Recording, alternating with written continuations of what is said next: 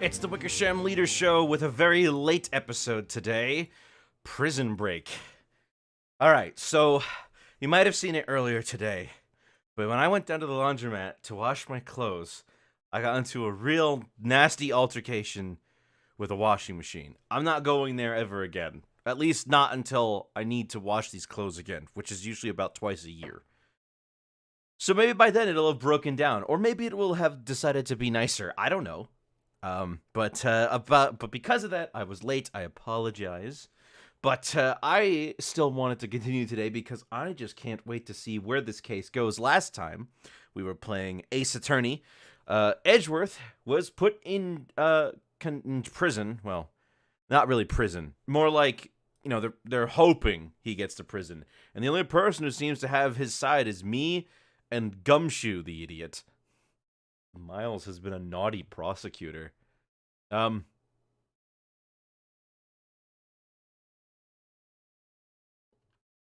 didn't have to say that. Anyways, let's get right into it.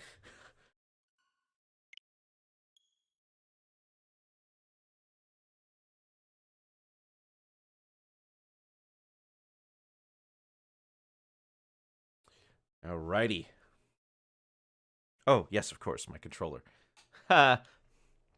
Now, where were we last? Oh, that's right, we were just about to do the courtroom, the fun part, where we get to prove Miles' innocence. Karma? That's right, Manfred von Karma. He's the best prosecutor there is. He hasn't lost a case in his 40-year career. He's a god of prosecution, right? A god. Not a single case? He'll do anything to get a guilty verdict. Anything. Sounds like someone else I know, Edgeworth. Huh. You don't understand. I mean, he'll really do anything. Manfred von Karma is a man to be feared. Quite a claim coming from someone who forges evidence. It taught me what it really means to prosecute. What? Just picture a prosecutor as vicious as me, multiplied by 10. Ugh. So he was your teacher then, Mr. Edgeworth? Something like that. And now he's trying to get you found guilty? What a creep! Oh, wait. Maybe he's planning on losing on purpose to help you out. Not a chance. He hasn't lost once in 40 years. 40 years! He's as ruthless as me times 20. That's pretty ruthless. Like I said, he's a god amongst prosecutors. Guess that's something like Mia to me. Hey there, Tack. Good to see you. Also Dragonite. Speaking of Mia, Maya? We could really be using Mia's help right now, don't you think? Oh, I can't. Sorry. I tried. I really tried, but I couldn't reach. You couldn't reach? I think it's because I haven't been training. My powers are weak again. Oh man, what bad timing. I'm really sorry. I'll try my best. I hope so. What are you whispering about? Oh, it's nothing. Well, it's time. Let's head in. People do not like the courtroom session. Nonsense! This should be fun!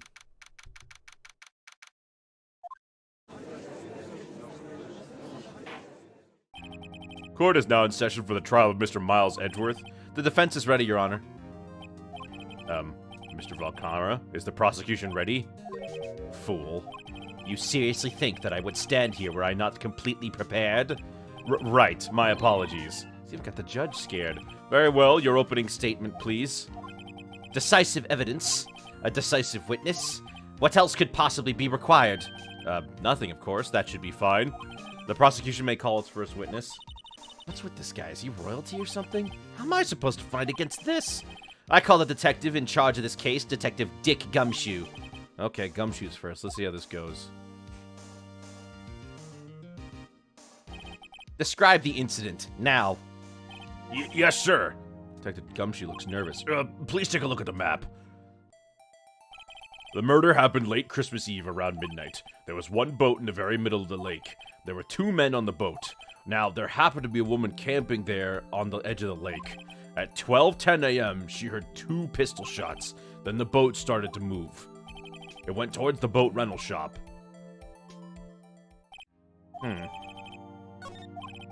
Testify to the court about the arrest, now. Wait, Mr. Von Karma. Yes? Actually, I'm the one that's supposed to be handling these proceedings.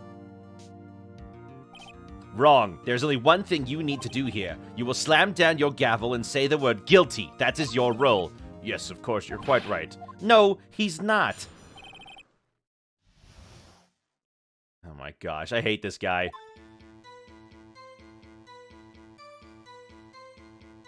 A man?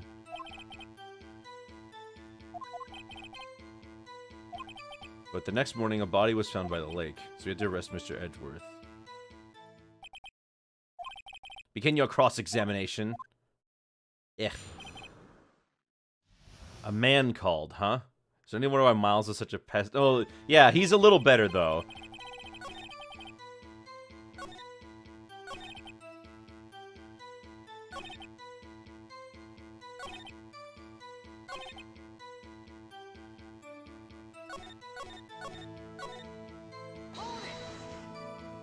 You received a call from a man? Yeah. But you said there was a woman camping there. She was the one who heard the 2 gunshots, right? That woman and the man who called in the report are 2 different people, obviously. Different people. There were 2 witnesses. Their testimonies were quite similar, however. Today I've summoned the woman who was camping. Who was camping? A lot of heart. What happened next, detective?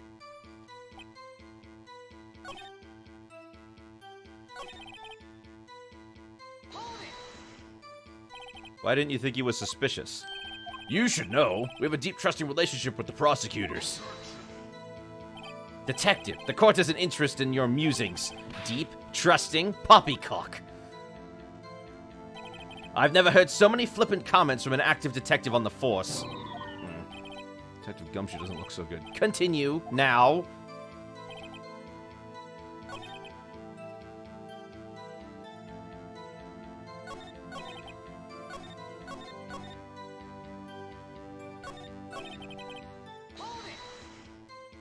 What was Mr. Edgeworth like when you saw him then?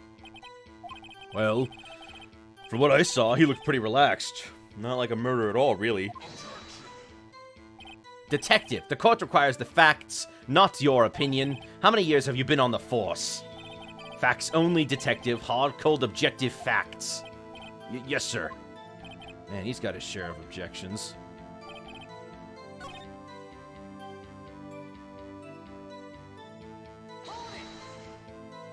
Did you find any clues on the body? A single bullet was recovered from the body. He was shot for the heart, fatally. Judge, here's the bullet. It didn't strike bone, so its shape is well preserved. Very well. The court accepts the bullet into evidence. Do they... He's 40. He's not 40. He's been doing it for 40 years, so he's got to be, like, 60 at least. Doesn't it seem like Detective Gumshoe is being a little vague? Yeah.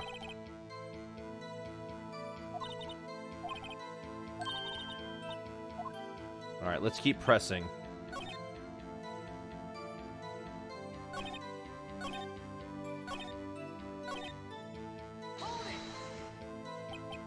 Why is that? Well, we found the murder weapon in the boat. The murder weapon? A pistol, Detective Gumshoe. That is a vital piece of information. Please revise your testimony. Right. Sorry, Your Honor. The murder weapon was found in the boat. We found in the boat was decisive evidence. What about the pistol made it decisive evidence? Ah, he has the same evil laugh as Edgeworth. There were fingerprints on the pistol found inside the boat. They were clear prints from Mr. Edgeworth's right hand. Oh, he doesn't want to incriminate Miles. No, he doesn't. He doesn't. Everybody wants to be nice. What? Order! Order! So Mr. Edgeworth's fingerprints were found on the murder weapon? Yes, Your Honor. Judge, this is the weapon in question. Accepted in evidence. Members of the court, we now have the pistol used in the murder and the bullets found in the body. Detective. Yes, sir. Was this bullet found in the body filed from the pistol? Yes. The ballistic markings on the bullet match the pistol. Hey, Nick, what does he mean, ballistic markings? Shocking to imagine someone here does not know something as basic as ballistic markings. Nick, he's glaring at me. Very well, I'll explain. Actually, Judge, you do it. Me? Ballistic markings are like the fingerprints of a gun. The barrel leaves distinctive marks on each bullet it fires. You can examine these ballistic fingerprints to see which gun fired the shot. It's quite accurate. Indeed, this leads to one inevitable conclusion. The bullet found on the victim's heart was, without a doubt, fired from this pistol. This pistol which, as you may recall, was covered with the defendant's own fingerprints. Order, order. This is bad. This makes it look like Edwards did it. Well, Judge? I'd say it's almost decisive, yes. Honestly, I could declare a verdict at this point. However... You wish to hear the witness speak, no doubt. Very well. I'm somewhat fatigued, so I will take a brief break. I will call my witness after the recess, which will last 10 minutes. Judge! Yes? What are you doing? A 10-minute recess now? But wait, Just bang your flimsy gavel and get on with it, man. Yes. This court will take a 10-minute recess. Who's running this court anyway? Man, this is... Okay, that guy is definitely in contempt of court. Badgering the judge, trying to force him to do what he wants him to. Edgeworth, what's going on here? Your fingerprints were on the murder weapon? And that foggy photo makes one thing clear. The only one who could have shot that man was the person in this photo. True. Was that you in the boat? Yes, it was me. What? But you must believe me, I didn't shoot him. Then who did? I don't know. You don't know? Weren't you right there? I heard a gunshot from very close by. Then the other man fell out of the boat. I can't say why, but I thought at the time that he had shot himself. You mean it was a suicide? That's the only explanation I can come up with. Huh. I'm not gonna convince anyone of that. Say Maya? Huh? What, me? Any progress with Mia? Oh, sorry. It's no good. Ugh. I know. I'm no good for anything, am I, Nick? If I can't call my sister, I might as well not be here. No, I'm not saying that. No, of course not. I need you here. I can see you're always trying to help out. Even if you don't actually help, it's the thought that counts, right? It's okay, Nick. You don't have to make me feel better. I don't know anything about trials or defense. What's more, I'm a spirit medium who can't even contact spirits. Oh, everyone has their off days. I mean, I've just been getting lucky lately. But you never know when my luck's gonna run out. Really? Whoa, right. Don't jinx this case any more than it already is. Uh-oh. Do I have hiccups? Oh, no, I might have hiccups. It's bad for my heart. Oh? Oh, sorry. Whoops. Court is back in session. Mr. Von Karma, call your witness? Yes. Will Miss Lotta Hart take the stand? Gotta get in country mode. Lotta Hart, you're a research student at a university? That I am. Good. Begin by telling us what you saw the night of the incident. And don't add anything trivial or subjective. Understand? Y'all need to learn some manners. Understand? Yeah, I understand. Very well. Your testimony, please.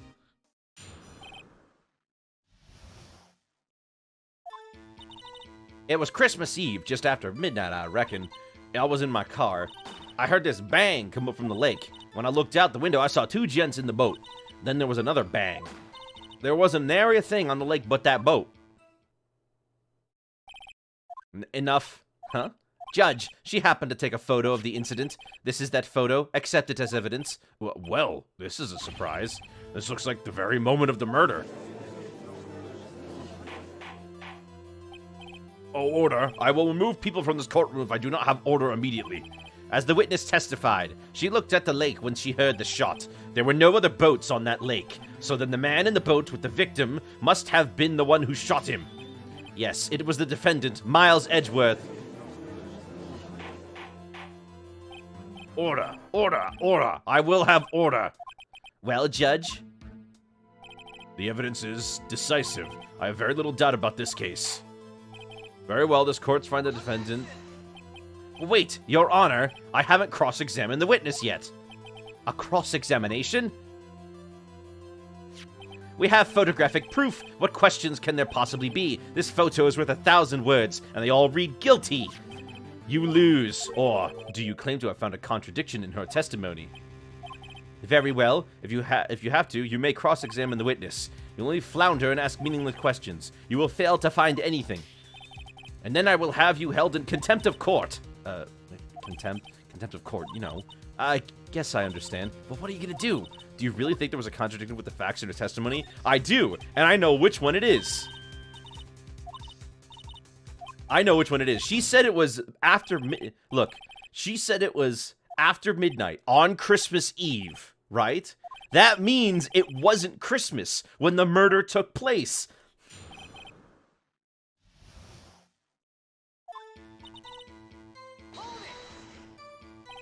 Just after midnight, you say? In other words, it was no longer Christmas Eve, but Christmas Day? Huh? Yeah, well, yes. I know you want to find contradictions, but really... I hope your next contradiction is a little more relevant to the trial. Witness, continue your testimony. Oh, great! I have Poirot! Poirot can help me. I was in my car. I heard this bang come up from the lake. When I looked out the window, I saw two gents in a boat. Then there was another bang. There was a nary a thing on the lake but that boat. Where were you watching the very moment the shot rang out? Well, yeah, sure. You're asking meaningless questions. Meaningless contradictions, Mr. Wright, not meaningless babble. On Karma, I think I hate you. He's trying to keep me from talking to the witness. To what end?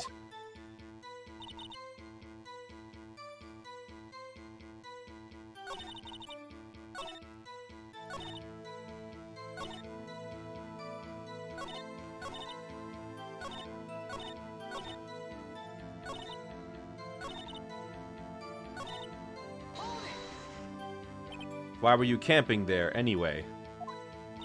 I'm a research student at my university. I was taking pictures to use in my research. What research? This all sounds suspicious.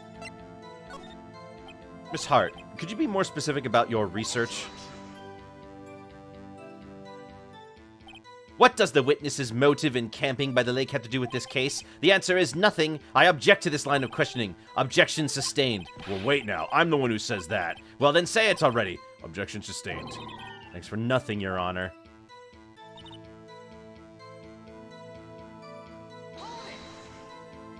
So you weren't looking at the lake at that time? Nope. I looked after I heard the noise. She said that already. I asked you to find contradictions, not leisurely chat with the witness.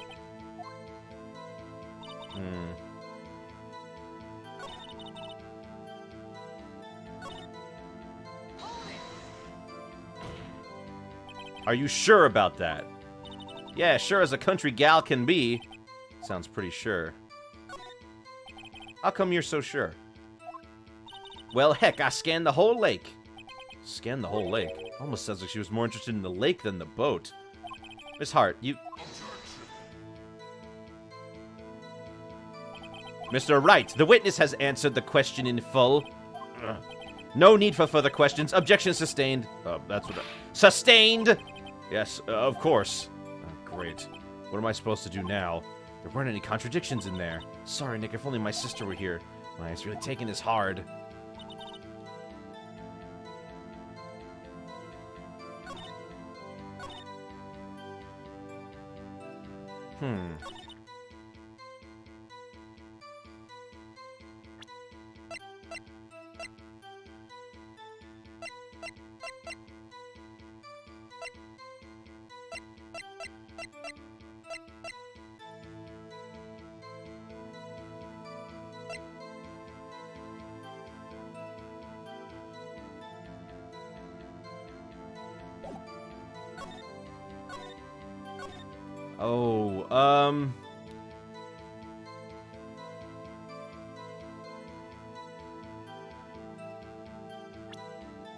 Von Kerma's a jerk, episode 4 in a nutshell. You won't say it, but you know. Okay. I believe I've pressed everything.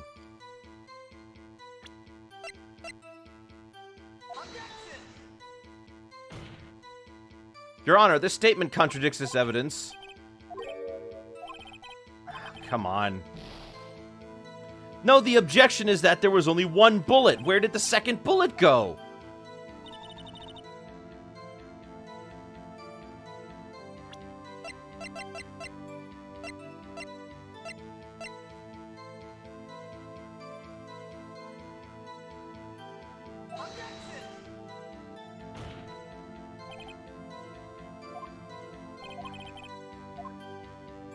Oh, come on! There's a problem here. The problem is that there is a second shot that's unaccounted for. Who fired the second shot? Why was there only one bullet found? Where's the second bullet?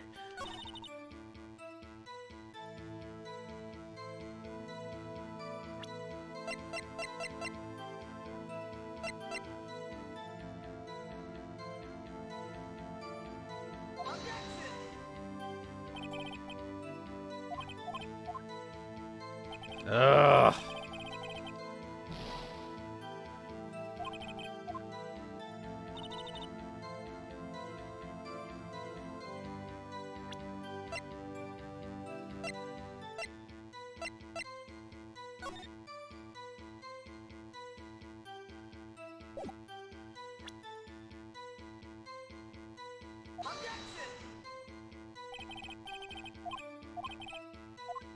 Where the heck? Come on. Somebody saw something. Where's the second bullet? Why is no one asking about the second bullet?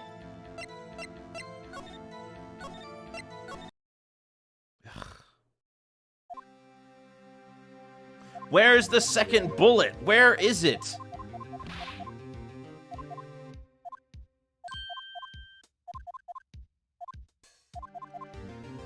Why is no one asking about this second shot? Why is no... What's with this second shot? Why can't I just ask the question I want to ask? I want to ask about this second shot.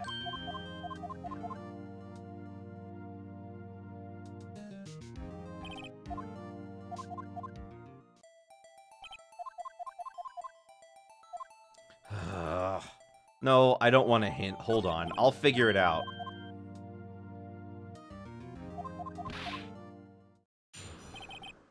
Two steps ahead of the case, which means you're obviously wrong. Ugh.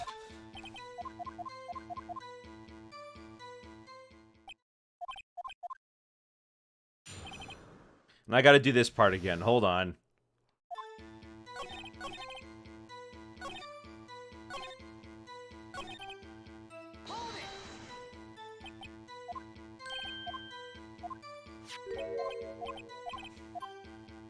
When in doubt, pressure the witness. Well, I pressured everything she had.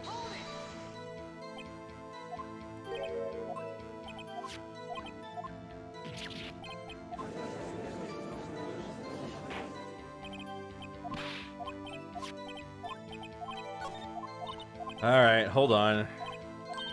We gotta go back to where we were, so I have to...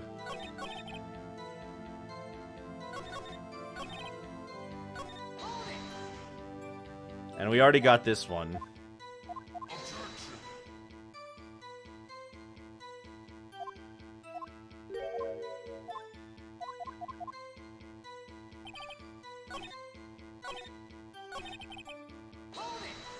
Then we found the body and the bullet.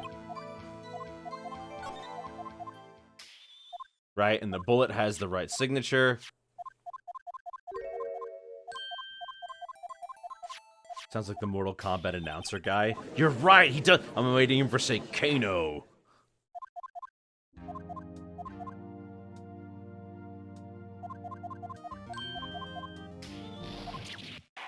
Well, I hate Von Karma already. Mostly because he's not letting me ask the question. Why is nobody asking about the second bullet?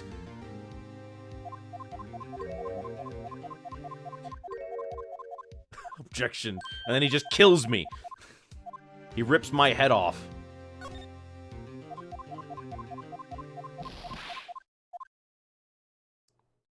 Okay, now we're back to where we need to be.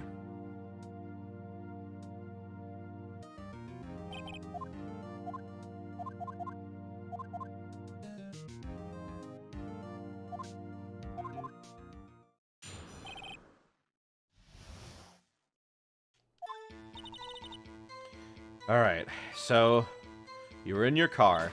So we pressed the bang.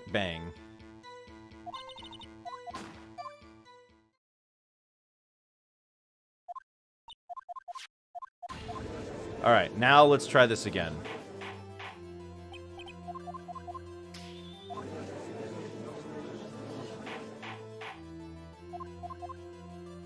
Okay, now we're back to where we were.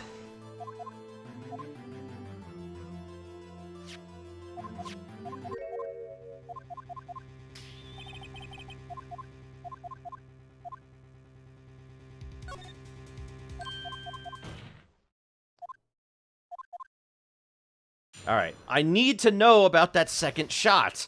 I need to know.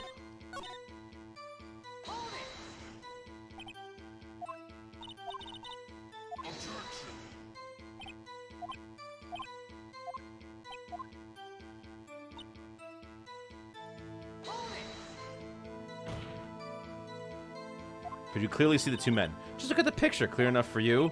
Uh-oh. Wait a second. I wasn't asking you about the photo. I was asking if you saw the two men.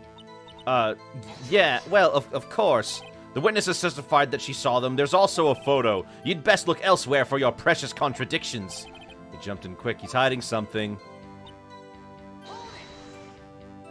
Were you watching them very moment the shot running out? Well, yeah, sure. You're asking meaningless questions. Meaningless contradictions, Mr. Wright.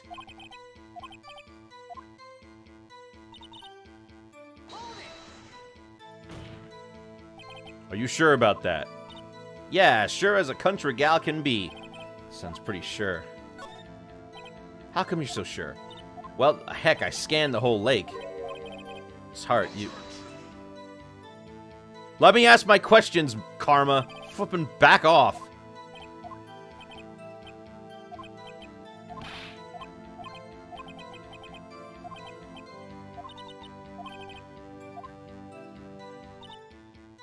Alright, let me push this one. Just after midnight, you say. In other words, it was no Christmas Day. Right. We already asked that one.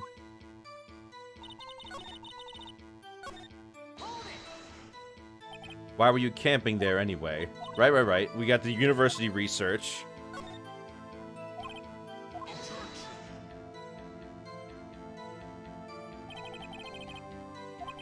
Why is his objection so deep? Because he's got a deep voice, I guess. Enough. I think we've heard all we need to hear, Mr. Wright. It seems you're unable to find a contradiction in the testimony worth noting. But, Your Honor... You keep your promise, Mr. Wright. I'm afraid that I'll have to penalize any further outbursts by holding you in contempt of court. And if that happens, you'll have to leave the courtroom immediately. Understood? Nick, a lot of testimony's fishy, Nick. Real fishy. I know what you mean, but if I can't say anything, what do I do? I believe we've covered the evidence sufficiently to make a decision. Then pass your judgment. Very well. Mr. Miles Edgeworth, please take the stand. Who was that? It was me. Maya, is something wrong? Do you need to use the facilities? No, I do not. Lotta Hart, your testimony stinks. It's unclear whether you were actually looking at the lake. It's highly doubtful that you actually saw Mr. Edgeworth. Tell us the truth. This is a matter of life or death. Lotta, did you really clearly see Mr. Edgeworth that night? Did you see him fire the pistol? You will stand down. The court does not acknowledge the defense's outbursts. Answer me, Lotta. What's the big idea, treating me like some kind of criminal? I saw him, I swear it. I saw Edgeworth. Enough, Judge. Declare the defense in contempt of court. Yes, of course. I'm sorry, but you were warned. Guard, escort Mr. Wright from the courtroom. He's in contempt of court and must leave. No. Wait! I was the one who made the outburst, Your Honor. Nick is innocent. Huh, what's the difference? All that remains is for the guilty verdict to be declared. Isn't that right, Mr. Phoenix Wright? Wrong. What? Did you hear what Miss Hart just said? She said she clearly saw Mr. Edgeworth. That was not in the testimony. That changes her testimony, and I have the right to cross-examine her again. Order! You're in contempt of court. It's too late for wild claims. Judge, sustain my objection. I'm sorry, Mr. Von Karma, but I cannot. What? Mr. Lotta Hart has made a new testimony. The defense does have a right to cross-examine her again. But he is in contempt of court. No, I am. If you're going to arrest someone, arrest me. Very well. Maya Fey, you will leave the courtroom immediately. Nick, I did what I could. You have to do the rest. Good luck. Maya. You have everyone objective voice, but not Maya because... Peh! I care not for this melodrama. Listen well, Mr. Wright. I do not tolerate badgering of my witnesses. I'm running out of time. I better find a contradictor in here or else. Mr. Wright, begin your cross-examination.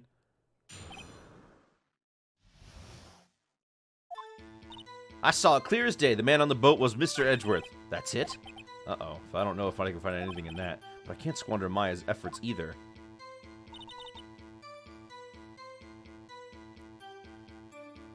No more hints from Maya this time. Yeah.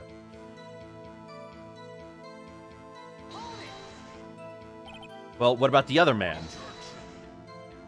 You cannot expect to be allowed to blithely ignore your promise, Mr. Wright. I believe you claimed there was a contradiction in the witness's testimony. Well, find it.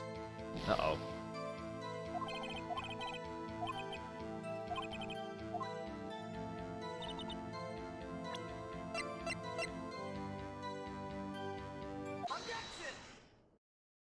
Got you. Got you, Miss Hart. Finally. What? You got what? Look at this photograph. The photo I took? The very same. There's something I want you to see in this photo. It's quite clearly visible. The fog, Ms. Hart. So? This picture was taken with professional high-quality film, correct? Yet even it could not capture the faces of the men on the boat. Yet you claimed you saw Mr. Edgeworth. How? What? Mr. Wright has a point. That's why I told her not to say that in her testimony, please. Yet now she has said it, Mr. Von Karma. How could you possibly see Mr. Edgeworth? Explain yourself. Ms. Hart, what? Could you see the defendant that night? Of course. I said I could, and I meant I could. Then please testify as to the circumstances of your sighting. I did it. Finally found a hole in Von Karma's carefully vague testimony. Just admitted to committing perjury. He did. It's true. You're right. It was a cold night, and the fog was thick as grits. So once I finished setting up my camera, I got back in the car. Still, I brought my binoculars with me. When I heard that noise out in the lake, I looked with my binoculars. See? No problem. You used binoculars. Very well. You may begin your cross-examination, Mr. Wright. Hold on. Then that's, like, entirely different. Hold on. It's cold? All right. Your camera? Yeah, it's got an automatic. The issue is, we are concerned with Mr. Hart seeing Mr. Edgeworth. The camera has nothing to do with this. Objection sustained. He's not letting her answer my questions.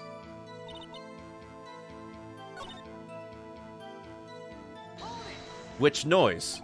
There was a heavy fog. How would binoculars change that at all? What do you mean? Avian binoculars can't see through fog, but you said you clearly saw him? I did, yeah. Enough. There is no room for doubt in her testimony. She sounded pretty doubtful to me, but I have to find a clear contradiction first. I don't care how many Von Karmic objections I get. I'm gonna find a hole in this testimony if it's the last thing I do.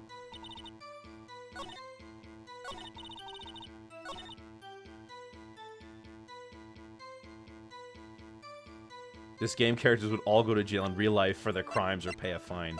Yeah, you're right.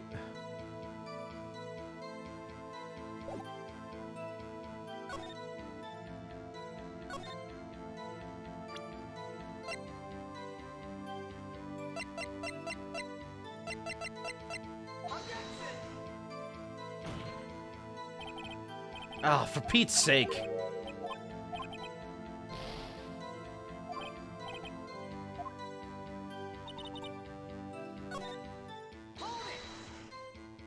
So, how could you see Edgeworth? Now, just hold on your horses for a second. You hasty Yankee types never find a girl where I'm from. Defense attorneys have trouble with that as it is. Nobody loves me.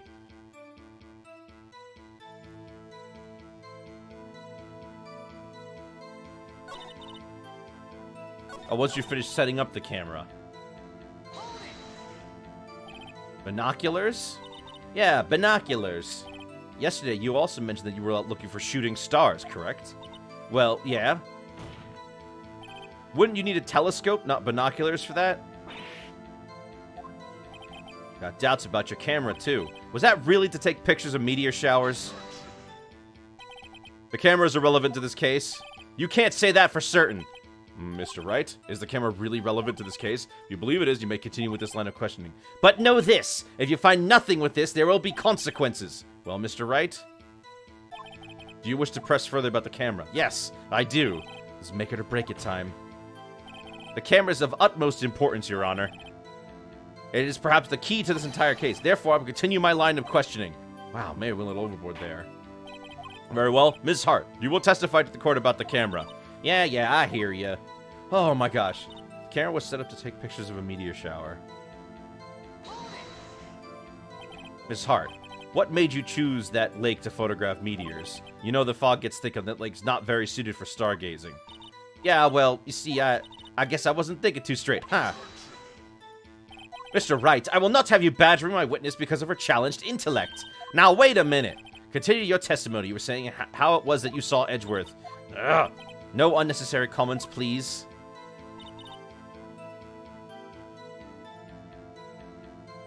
Will you play all the games or just this one? Well, I would love to do all the games eventually, but I'm not going to do them all in a row. Let's see now. So, hold on. What can I use?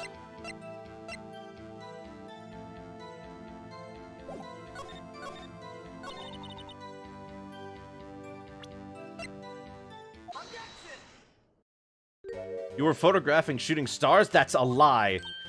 Says who? I saw the camera you set up yesterday. It was pointed directly at the lake. You have to point the camera upwards to take photos of the stars, Ms. Hart. Ugh.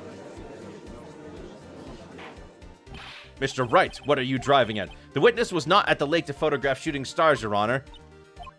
Well, then what exactly was she photographing? Your Honor, take a look at this.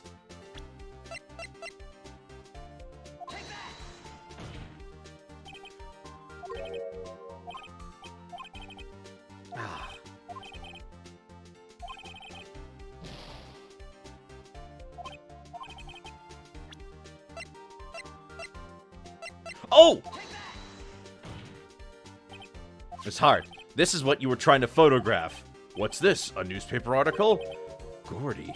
Ah, the sighting at Gourd Lake. Well, Ms. Hart, I never heard of no lake monster. You got proof for something? Let's say you proved that you were trying to... that I was down at the lake trying to photograph this Gordy.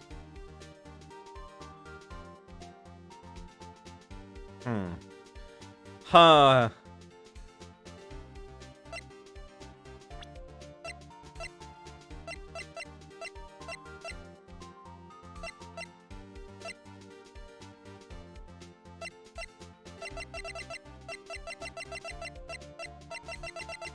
Oh, but do I have anything to prove?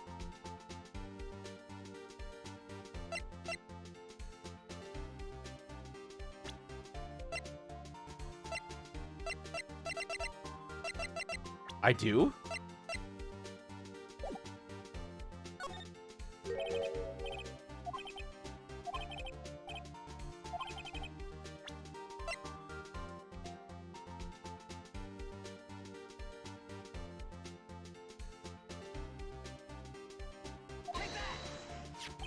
Proof, Miss Hart, is in your own camera. Your camera was to take photos in response to loud noises, correct? Thus, this photograph here taken when a gun fired on the lake. And to hear this here about the article Gordy. According to this article, Gordy made a loud noise when it emerged.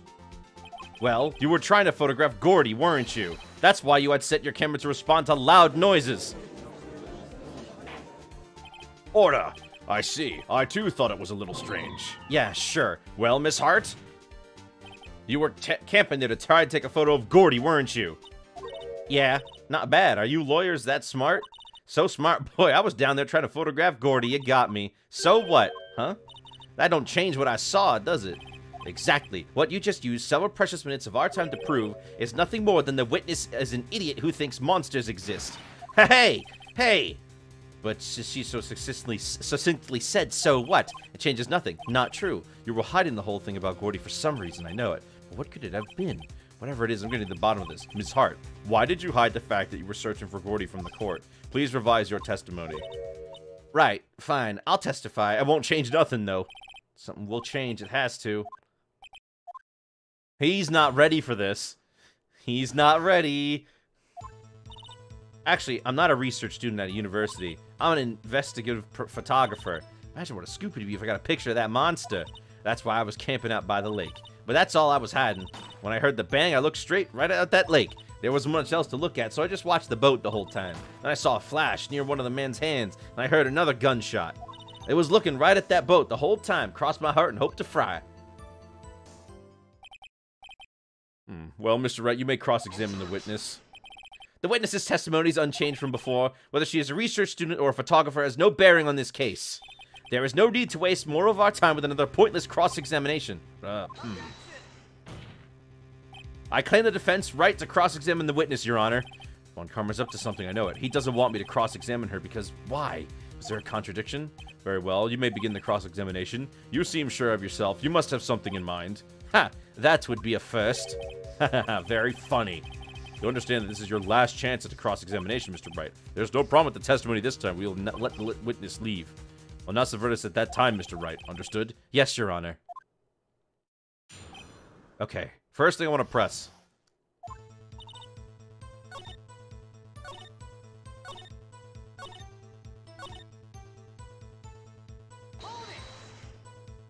Exactly what sort of sound was it? Well, I never heard one before, so I can't say for sure, but it sounded like a gunshot. It's a lot sharper a sound than I would have expected.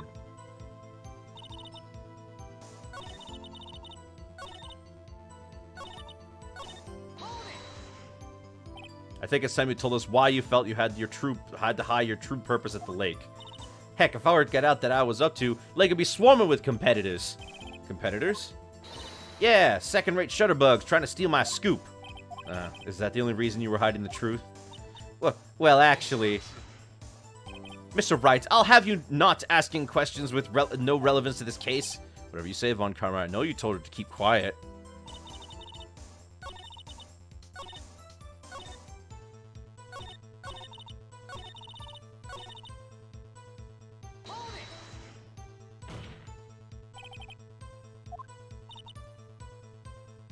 Okay, hold on. We got this one. Investigative photographer. Yep, you got your photo and sold to the press. It's that kind of business. Hey, I was taking pictures at my sister's graduation last year. And guess what? What? There was a UFO just hanging us in the sky. A UFO? Everyone know an unidentified flying object? A UFO.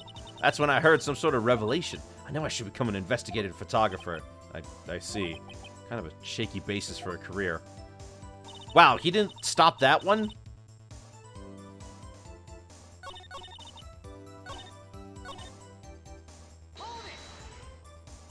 There wasn't much else to look at? Shoot her bang, and she thought Gordy was out there. Kind of doubt she'd waste any time looking at a boat. What? What do I do now? What are you giving me that look for? Definitely suspicious. Maybe it's time for some evidence. Witness, continue. Hold your hush puppies, Pops. I'm getting there.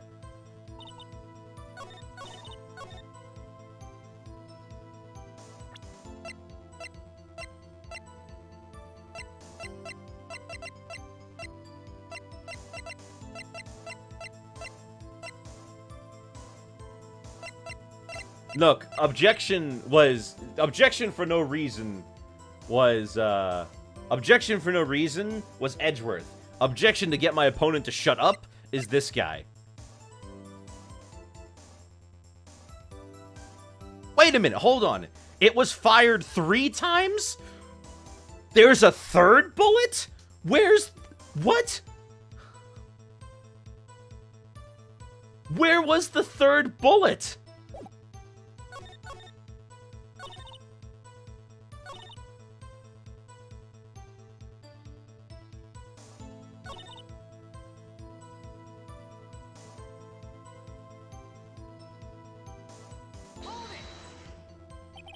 Was there nothing on the lake but the boat at that time? Huh? Wait, so you're thinking maybe it was shot from some other place? I don't think so, no. The lake was smooth as glass. No one was on the shore either.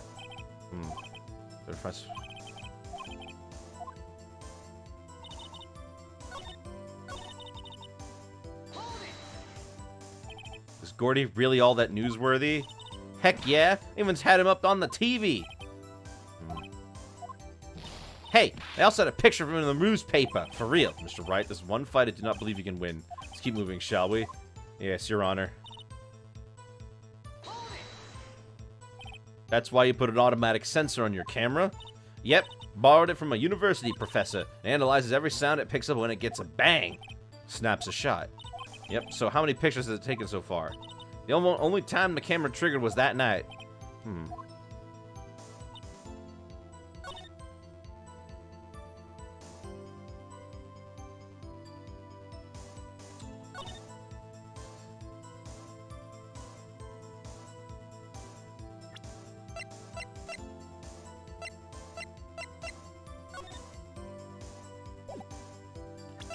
Hold on.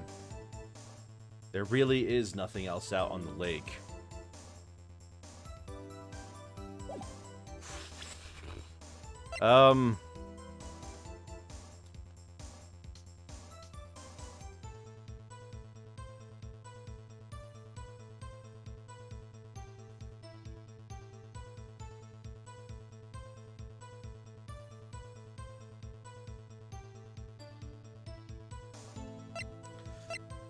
Oh, come on. Where is the thingy? Wait a minute, hold on.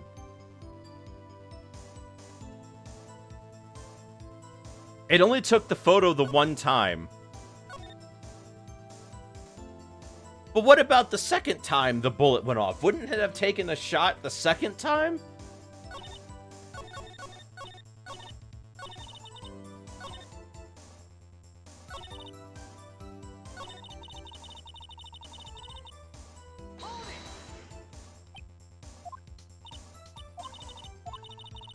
Right.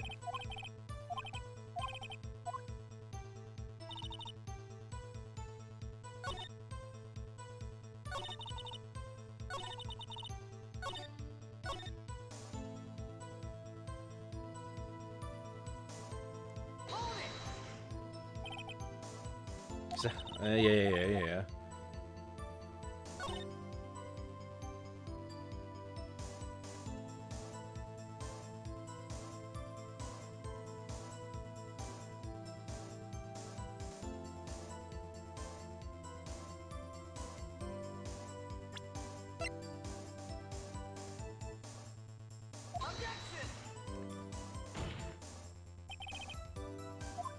Oh, come on!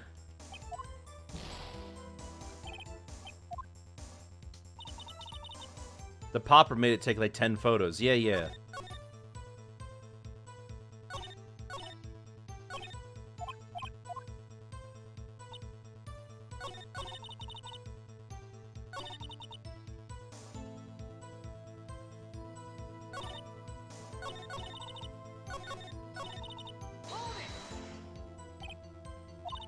Right. How is there only one picture? It's true.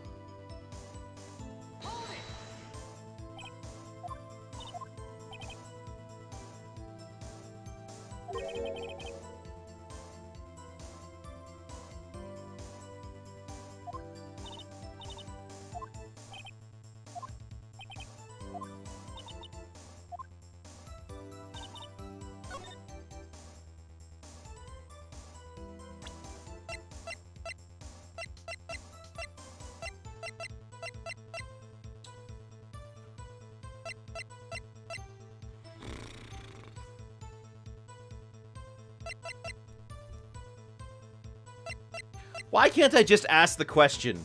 If there was only... Why can't I just ask about it? Because that's the #1 question I have right now. Why is there only one picture if the gun was fired 3 times?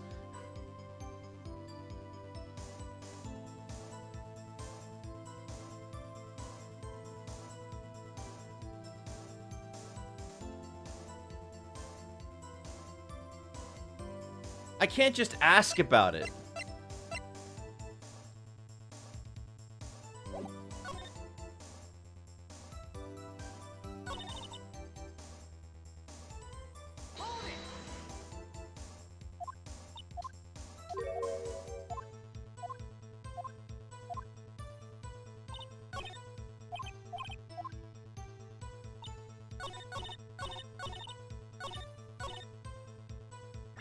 Let's try the camera. Well, that's it.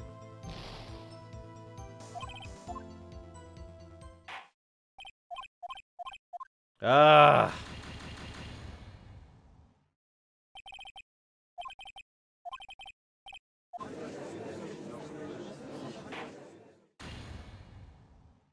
Do I get to try again? Do I really have to do it from the beginning of the trial all over again? Oh, come on! We got halfway through the trial! Come on! Ugh. And I have to wait for them to talk through all of that all over again?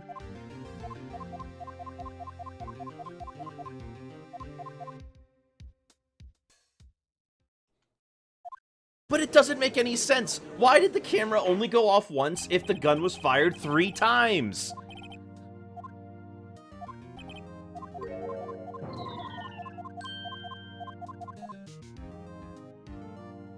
I can manually save at any time, but ugh.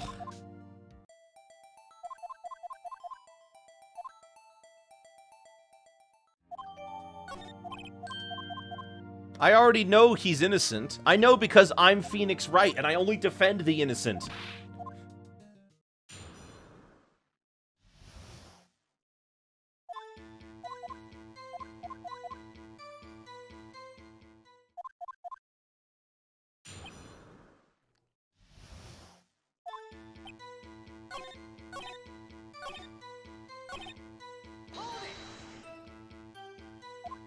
And there's the bullet.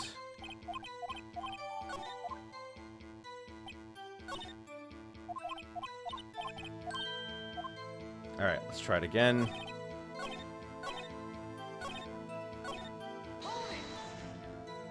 No, she did say that, like, a whole reel was filled up from when Maya set it off, so it's only possible it took a photo of the first shot. My problem is it took a bunch of photos for one noise. There's no way one photo would take multiple or not. Well, if it's multiples of the same photo, then it doesn't matter.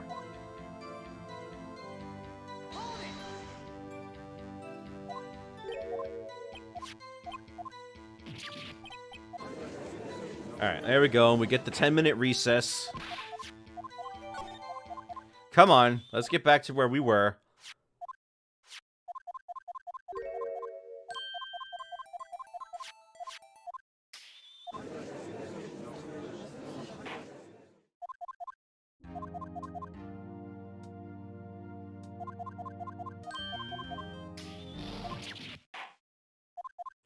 Alright.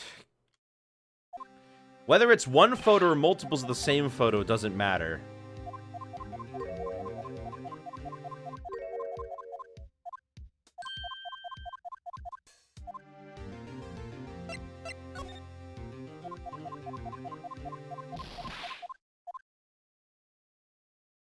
Alright, number 2. Come on.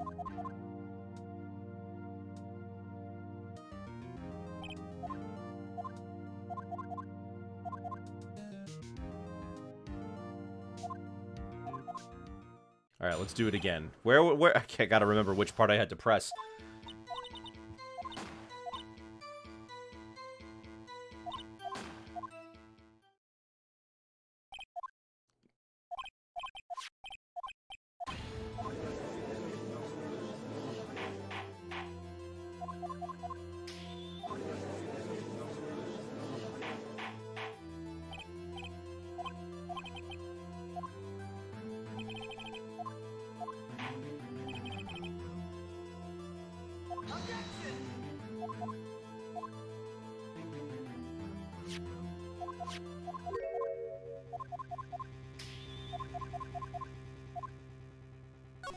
Alright, so we gotta show him the photo again, because the photo is the only thing we've got, right? Okay.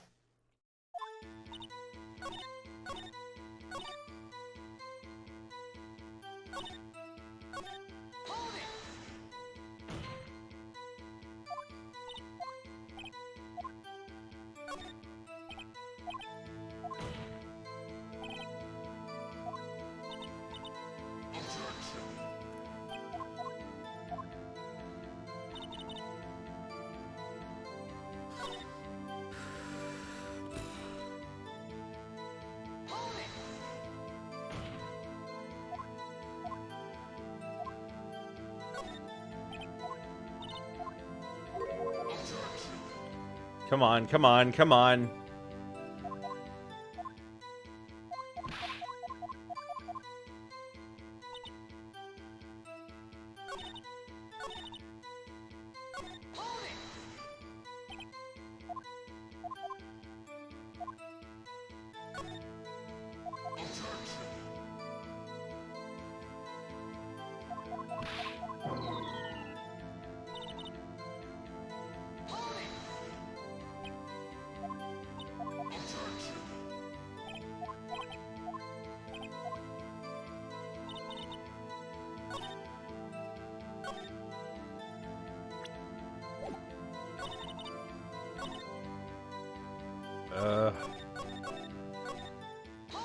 Do I have to press every individual thing?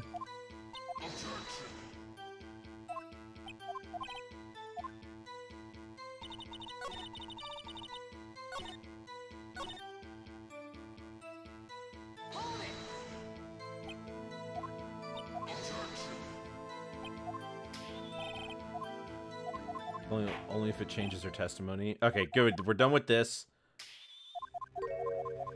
Right, contempt of court. And now she's gonna do her best.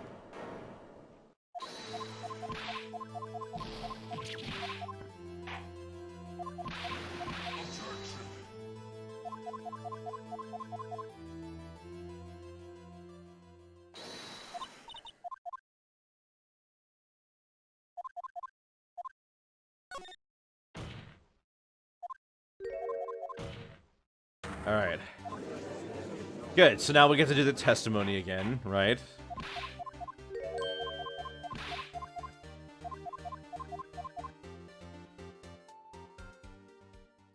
Alright, now we present the photo again. My gosh, that's a lot of dialogue. Okay, we're back here. Wait, not quite.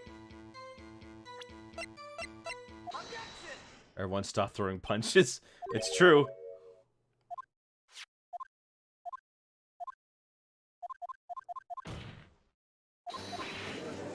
Right, could not see Mr. Edgeworth. Right. Come on, let's get back to where it...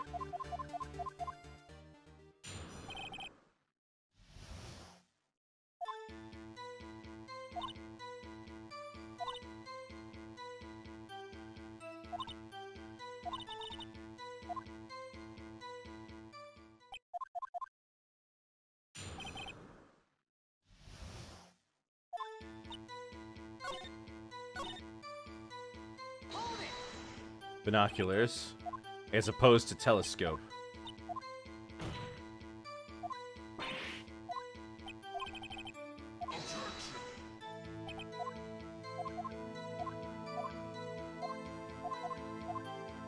Alright, there we go. We can press further about it now.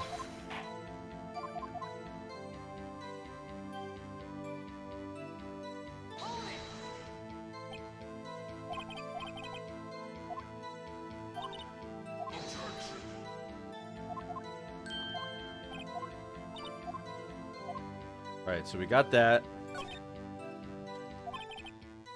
My telescopic binoculars are all the new rage.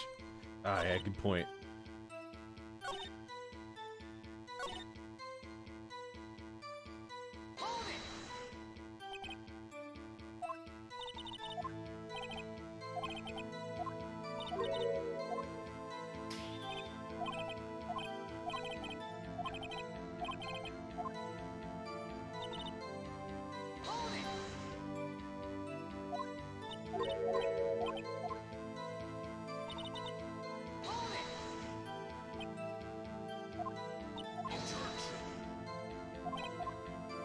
Alright, hold up. No.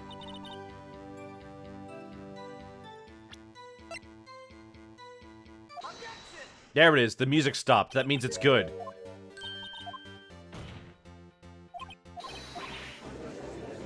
Alright, now we're back where we were.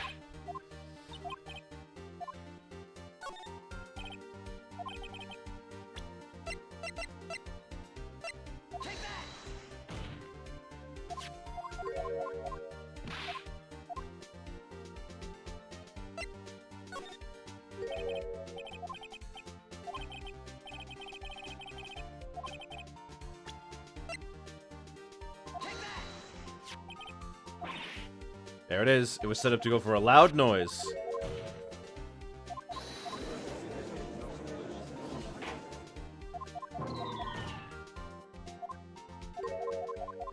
There we go. Now we're back where we were.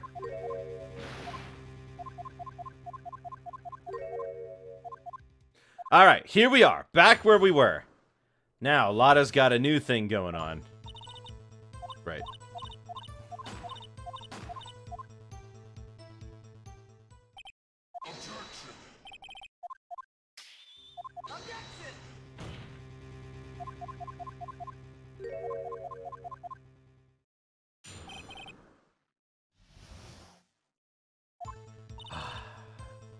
Lada, how did you make those authentic gun sounds? Ah, she's really good. Okay.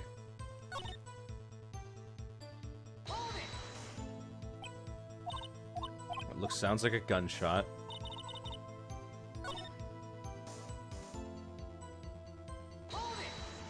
Are you the murder weapon?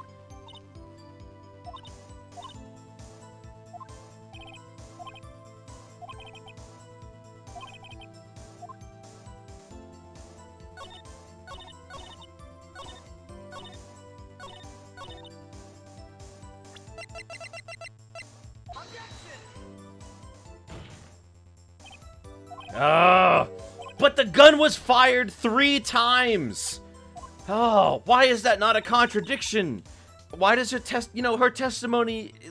The gun was fired 3 times. It was fired 3 times. That contradicts the story of where it fires twice. There has to be another one. Where the heck is it?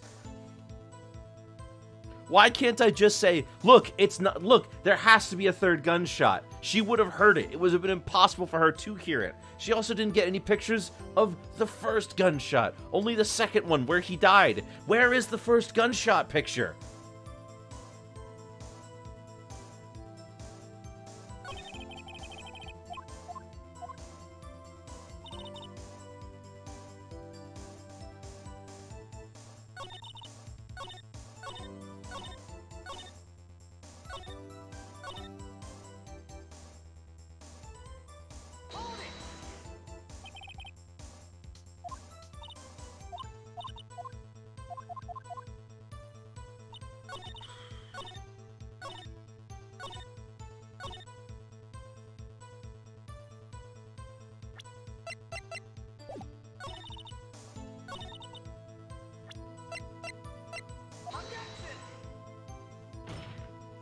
No, that's not it. Oh my gosh, can I please just say the right thing here?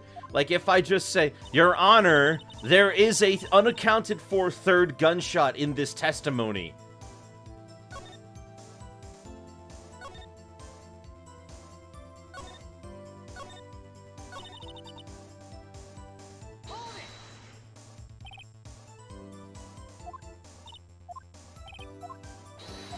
Oh my gosh, this is the same.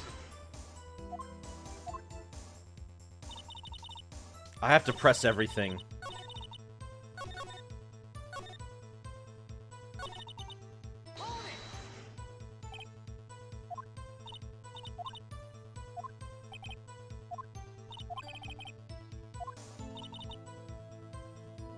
The only time the camera triggered was that night.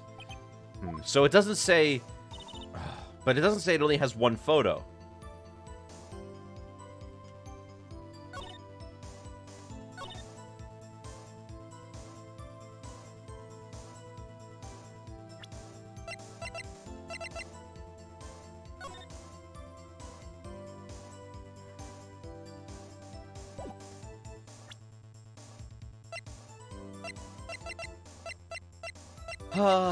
I don't want a clue, but it looks like I'm gonna need one because nobody's making any sense here. I'm asking a legitimate question, but Phoenix won't ask the same question I want to ask.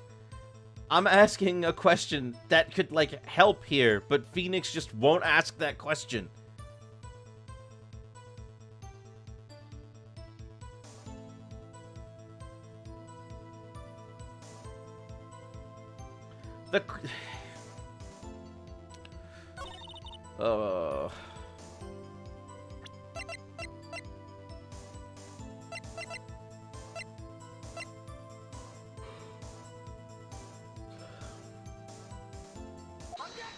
Oh my gosh, there it is. Ms. Hart, were you really looking at that boat? What's with you? Of course I was looking at it. It was the only thing out there. Any normal person be looking at it. I agree, any normal person would. But you are far from normal. What? Y'all want to step over here and say that? You were camping at the lake to take a picture of Gordy. Think about it. What would you do if you heard a loud noise? You'd be scanning the lake for any sign of Gordy, that's what. You wouldn't give the boat a second thought. Order. Continue, Mr. Wright. You testified that you were watching the boat through binoculars. However, you wouldn't need binoculars to watch that boat. You needed them to search for Gordy, and that's what you were doing. Well? Well, now that y'all mention it, I did sort of take my binoculars and kind of scan the lake a bit.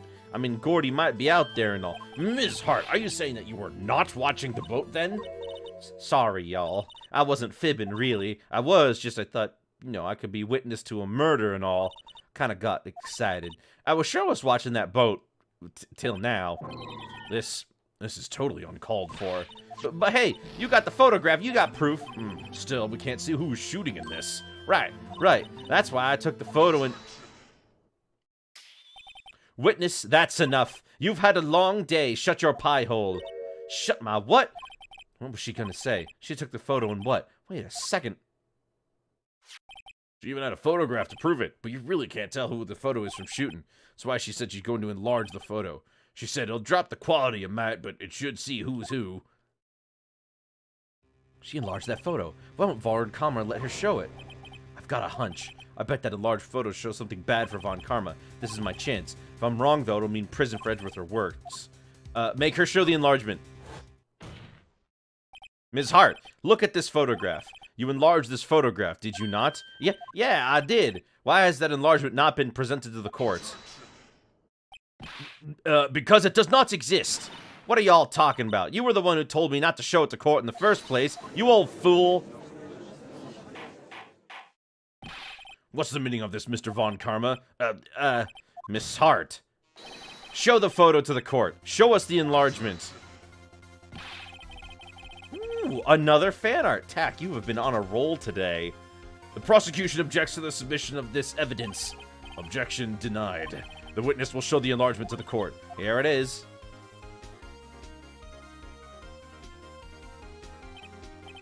We still cannot see who is firing this. Could be the defendant, or maybe it's not. Regardless, I'll accept this as evidence. Happy now, Mr. Wright? It has to be something. You asked for the enlargement, you got the enlargement. And little good has it done any of us. That's why I requested she not show it. I suppose this means the cross-examination is over, obviously. Then I would like to close the cross-examination of Ms. Lotta Hart. And none too soon. That was a flagrant waste of my time. Mr. Von Karma, do you have anything to add? I stated everything I needed to when this trial began. Decisive evidence, a decisive witness. What else could possibly be required? Nothing, of course, and I believe it's time for me to declare my verdict. Wait, it's not supposed to go like this. There has to be a clue in this photo somewhere. This is bad, real bad. What should I do?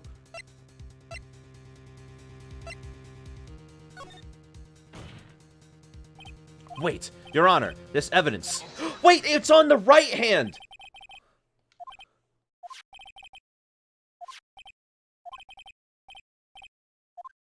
But it's on his left hand! Your Honor, there's something decidedly strange with this enlargement. What might that be? Mr. Wright, you will show the court what you mean about this photo is strange. Okay, here goes nothing.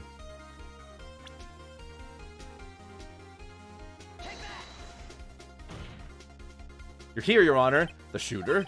I'm not sure I understand. What about the shooter is strange? Look at the hand holding the pistol, Your Honor. The hand. A hand directly contradicts another piece of evidence. This man's left hand does what? Let me show you. I'll show you the evidence that this left hand contradicts. The evidence is clear. The man in the photograph is holding that pistol with his left hand. However, the prints on the murder weapon were from Edgeworth's right hand. Ergo, the man shooting the pistol in this photograph is not Mr. Edgeworth.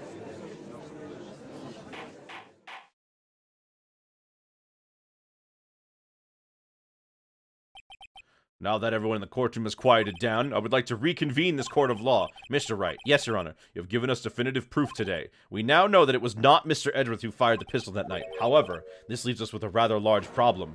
We gotta arrest somebody.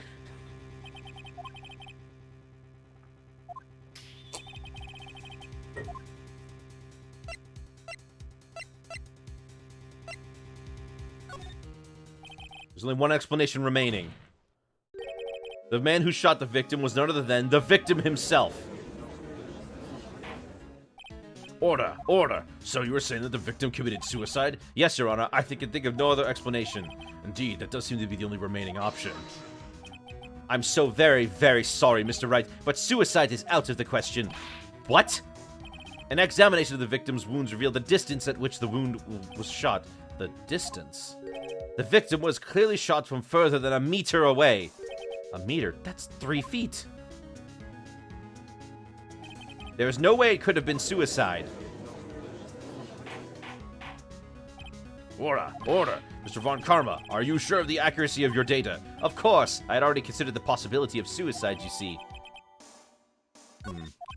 The autopsy report was updated. I see. Very well, let me just state my opinion. Considering the situation, the shooter had to be the defendant, Mr. Edgeworth.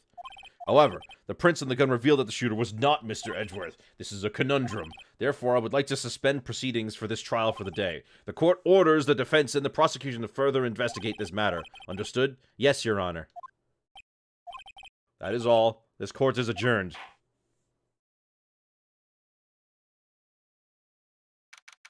All right. Oh, that was a close one.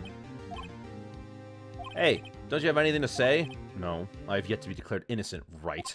Well, yeah, but what happened out there on that lake anyway? If he didn't commit suicide, then who? The shooter was about a meter away, too. What? Don't give me that look. I did not kill him. I was just kidding around. Look, I'm gonna go check on Maya. Oh, right. What? Tell her something for me. What? Tell her to watch what she says in court. That's all. Would it kill you to say I really feel with a thanks, Edgeworth? Requisite in a transcript of Lotta's entire testimony. I thought it might give me some ammunition for the trial tomorrow. Of course she didn't see the shooter. So the only part of her testimony stood was the bang she heard. I heard 2 sounds. Where's the third one? How the heck could they tell it was farther than 3 feet away? Well, they did explain how, more or less.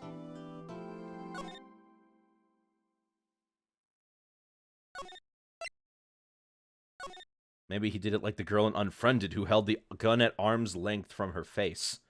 That is possible.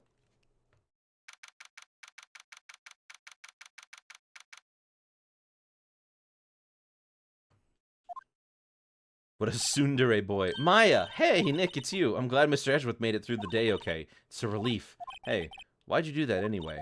I don't know. I just knew I had to do something. I know I'm not the lawyer my sister was. I'm sorry. Well, you did save the trial. Just behave from now on, okay? Oh. Okay.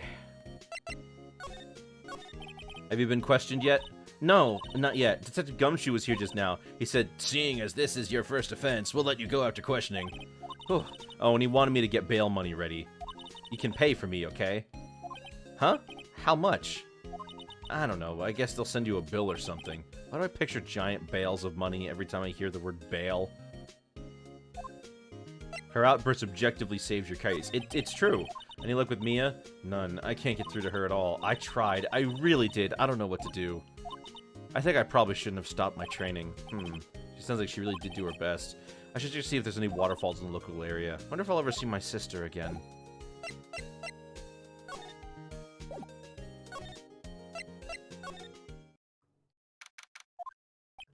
Sure is quiet with nobody around. Right. I have to get Maya out of the detention cell soon. Alright, this is all the same as normal. Let's see. There are fewer than there are fewer than there were yesterday, but the cops are still around in the park. I wonder if Detective Gumshoe is here today.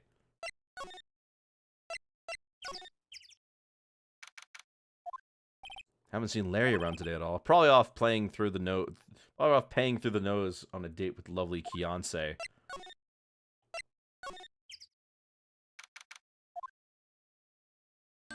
Hey, Detective Gumshoe! Hey, pal. The trial today, Yeah? What about the trial? Well, I was gonna say good show, but it wasn't really all that. Though you did save Mr. Edgeworth, I guess. I just wasn't sure how to thank you, you know? Thanks. Detective Gumshoe? Any idea what strategy Von Karma is planning for tomorrow? It sounds like he's bringing in another witness. Another witness? Oh, right. He said something about that in the trial today. There were 2 witnesses. I was wondering who that other witness was. Who was it? Sorry, pal. As much as I'd like to, I'm not at liberty to divulge that information. Right. Oh, right. I wanted to ask you something about Edgeworth.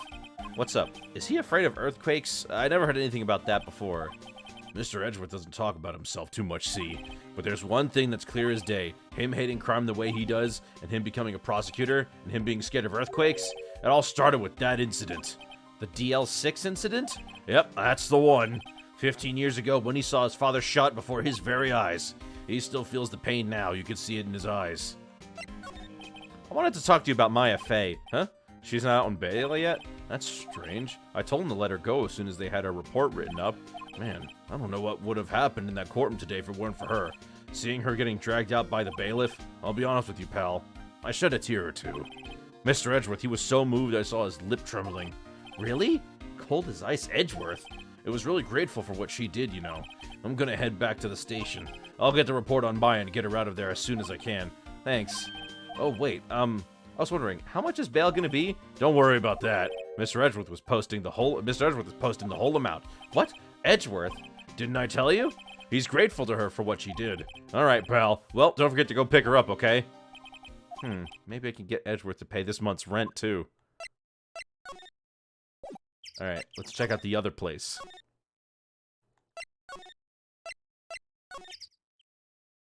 Is anyone here? Looks like the boat rental shop's closed today, too. Alright, looks like we're good, and we're done here.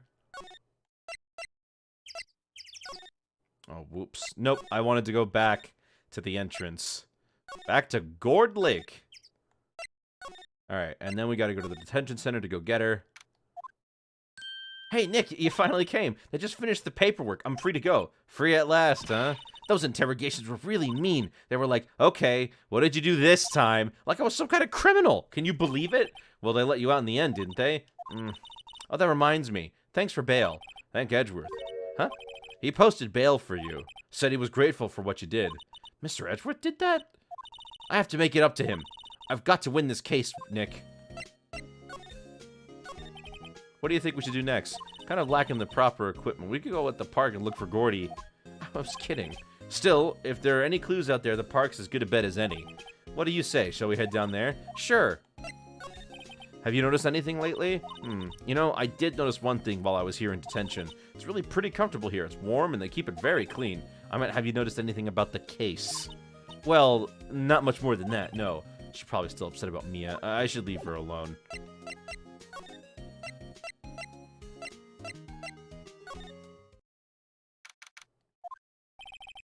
Gumshoe's not here. Gumshoe's at the scene again today, huh? Oh, really? He's a live wire, that one. Got into a fight with the chief for not following protocol. Not following protocol? I bet he wouldn't help them build that case against Edgeworth.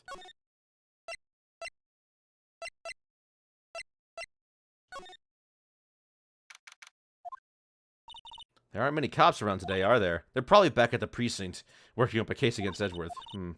Hey, y'all. Hey, it's Lotta. Y'all really did it today. What do we do now? What do we do now? Nah, I'm not complaining. See, I did a little thinking, a little self-reflection, as you might say. I realized that being a witness is a mighty big responsibility, but I just went there and started blabbering any old thing that came to mind.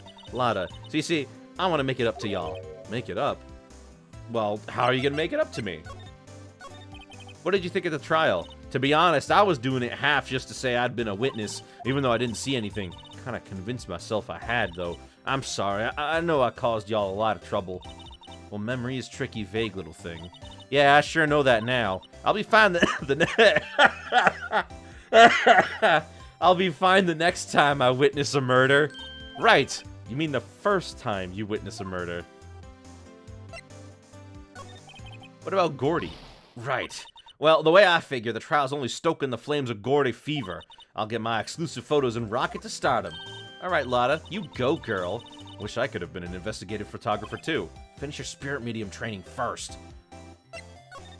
Lotta, what do you mean by making it up to us? Well, you see, actually, I got a bit of information for you. What? That Von Karma didn't want me to say nothing about it. What information? Now we're getting to the heart of it. See, I reckon we might be able to do ourselves a little bit of an exchange. Exchange? I thought this was to make it up to us. Right, I proposed a little exchange to make it up to you. What? Information don't come cheap, my friend. Hey, I see you thinking, my, how unsophisticated these southern folks are. It's written all over your face. Let me tell you, most southerners are way more sophisticated than you. I'm just the exception, okay? Well, what'll it be? We gonna deal or not? What do we do, Nick?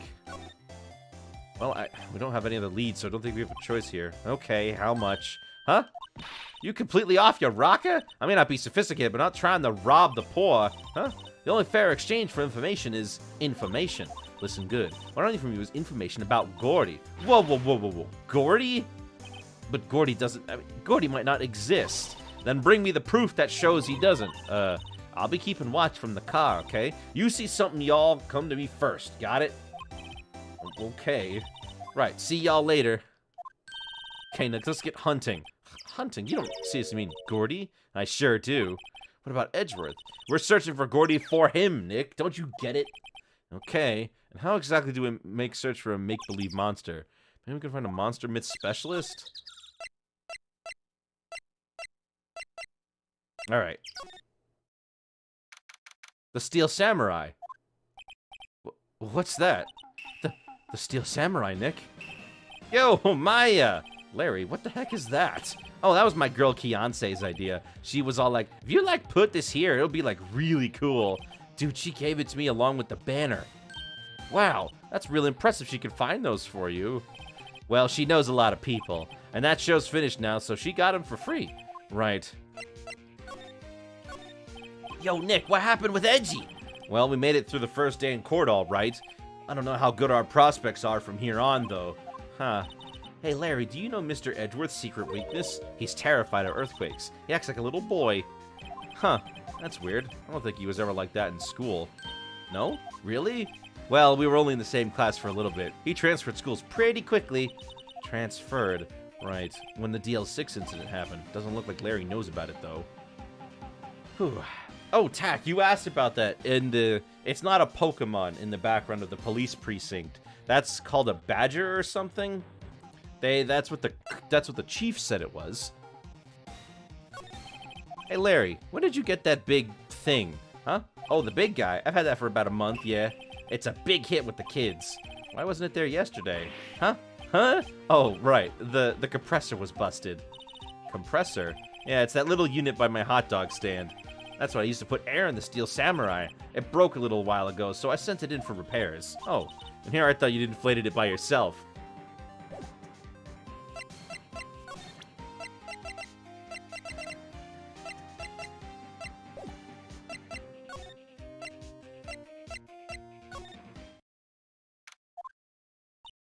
It's always so quiet here. Wonder if the boat shop is closed for good. Well, with the murder on the lake and all, they're probably just taking vacation till it blows over. I get it. Could be open. You like the stream title? Ah, good. Thank you, Caboodle. Also good to see you again.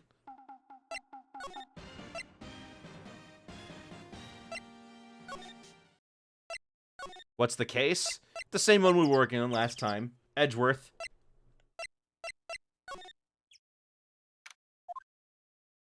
Hey there, pal. What's up? You look out of sorts. Wait, you didn't go and do something that's gonna hurt Mr. Edgeworth's case again. What do you mean, again? Whatever. Have a seat, pal. I'm here for if you need anything. Besides money, that is. How's the investigation proceeding? It's not, really. We have another meeting coming up. We're supposed to talk about Mr. Edgeworth's motive. His motive? See, Mr. Edgeworth's father died in the DL6 incident, and the guy who got the lone suspect declared innocent was the victim in this case. Robert Hammond. They're saying that's why Mr. Edgeworth shot him. And Edgeworth never talks about his past. I bet they'll drag that out and hit him with it in court tomorrow, too. Poor Mr. Edgeworth. I gotta admit, it doesn't look good, pal. Say, Detective Gumshoe, do you know Gordy? A monster down in Gourd Lake? Not personally, no. Well, we're looking for it. Huh? Are you out of your minds? You got a time to go wild monster hunting? How about doing a little questioning for me, then? Oh, Detective Gumshoe is scaring me, Nick. I told Detective Gumshoe about the deal with Lotta. Nick, try telling him sooner next time. Sorry. I see, pal. Sorry for shouting at you. Okay. I, Detective Gumshoe, will aid your search for Gordy.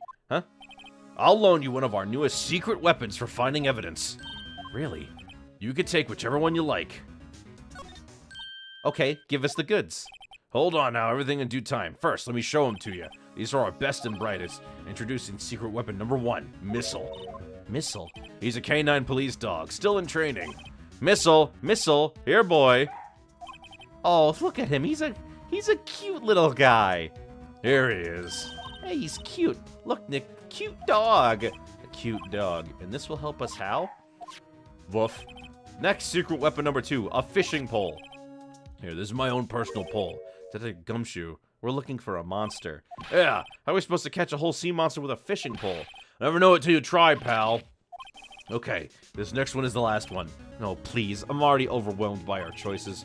Secret weapon number 3, a metal detector. Here, Detective Gumshoe, we're looking for something alive. Right, how are we supposed to find it with a metal detector? Hey, you never know, it might have been eating soda cans. Well, which will it be? I can't make up my mind. They all seem so perfect. I can't make my mind either, for the totally opposite reason. Oh well, I suppose it can't hurt to borrow one of them. Is this trilogy version on the Switch? Yes, it is. I'm playing the Switch version, actually. Also, yes, I was also expecting a German Shepherd, but we get a little Shiba. I'm taking him. Can you borrow a missile? Sure thing, pal. Be good to him. Woof. He's so cute! Oh, boy. I'm borrowing missile. Don't you worry.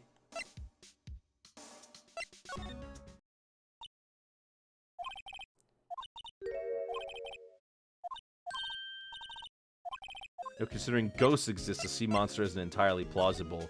Are you sure? I mean, people die. Apparently, Mr. Grossberg is on vacation today. Well, I guess I can come back tomorrow if I need anything. Oh, alright. It's weird that I can only go to Grossberg from the detention center.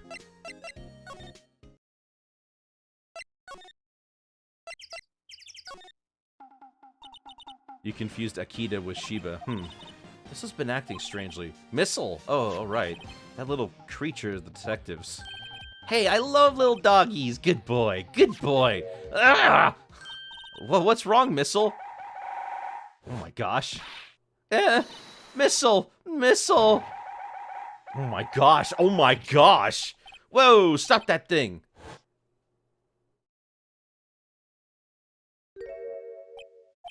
My samurai dogs. Wow, he ate every single one. I'm sorry, Larry. Sorry? Sorry I don't pay my bills, Nick. It's gonna have to this time.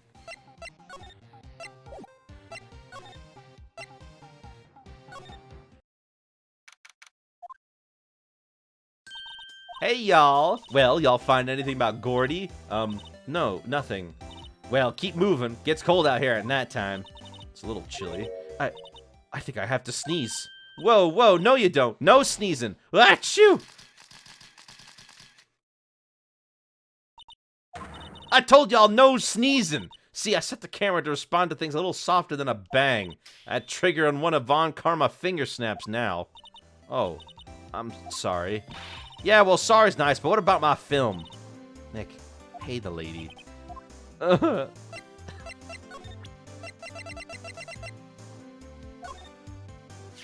Hey, Lotta.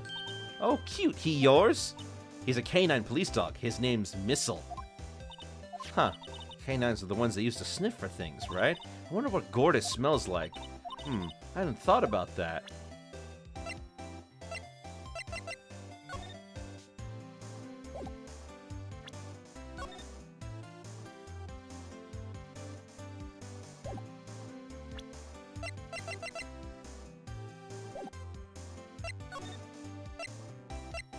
Is the dog gonna testify? Gosh, I hope so. I learned something in today's trial, that's for sure. Testifying is serious business. That's why I decided not to talk about that case anymore.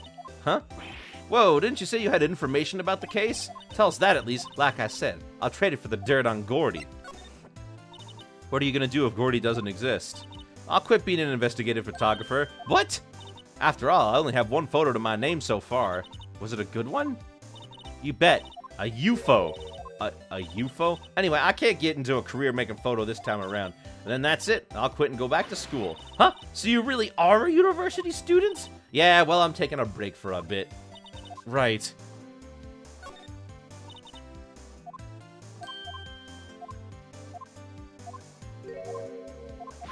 Missile steps up to the witness stand and suddenly starts talking like Brian.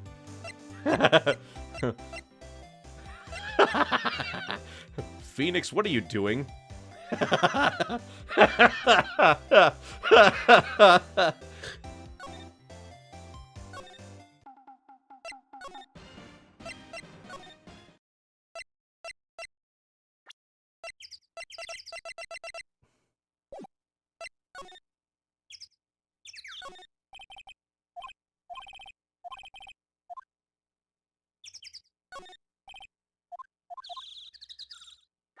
Well, you know what? Maybe the fishing rod is what we need. Wonder if it's a yokai in Japan. You know how they change it for Americans. Most likely Kappa. Well, I mean, you look at the... I can look at the picture. That's not a yokai. That's pretty specifically a Nessie type creature.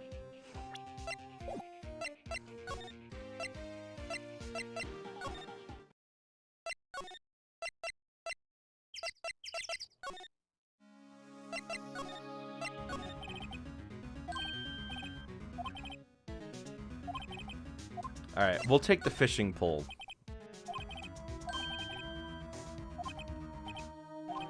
Alright, now we've got the fishing pole.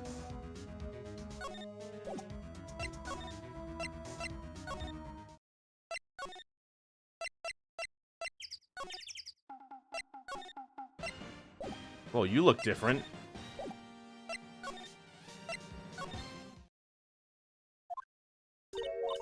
Okay, Nick, this looks like a good spot. Good spot for what? Time to do some fishing! She's serious. What are you gonna use for bait? Oh, yeah.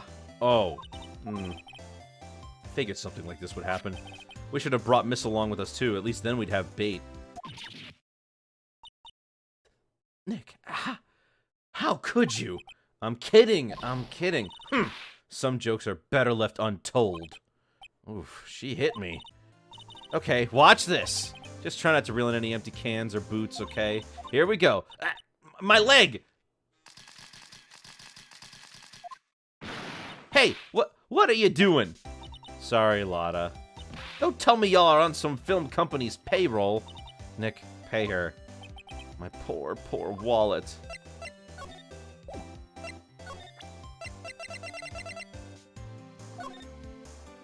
Lotta, wait, for catching Gordy. A fishing pole? Are you out of your doggone mind? Yes, I mean, yes, it's a fishing pole. Huh, never thought of that. Good luck. Thanks. I don't believe it.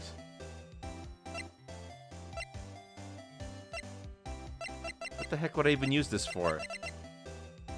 Where are you hiding the other photos, you nut job?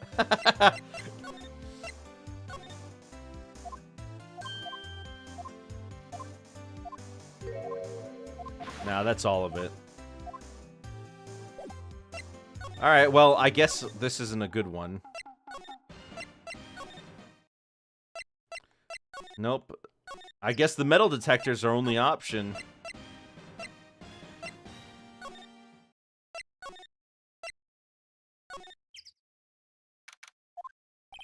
Looks like Edgeworth is in questioning. Let's come back later. Guess so.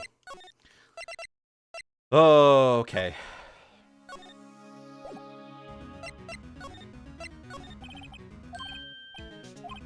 Alright, so I guess we're just gonna take the metal detector.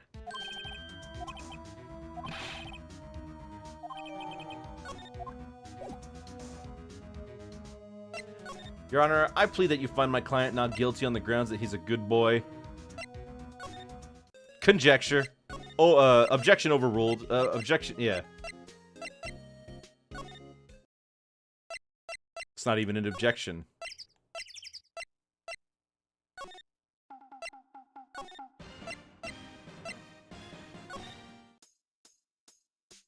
I rest my case. You rest your case? Oh, I'm sorry. Case closed.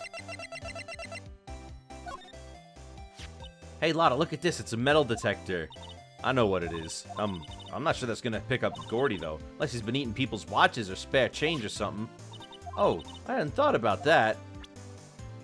Well, what the heck are we supposed to do with these secret weapons?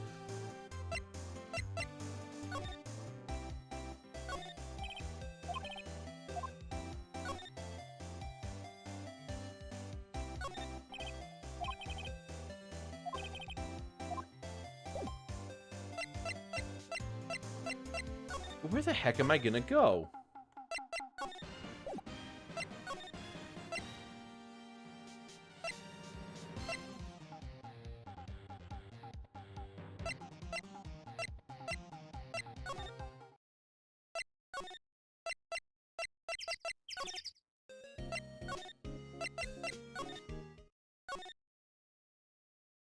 No, where the heck would we go?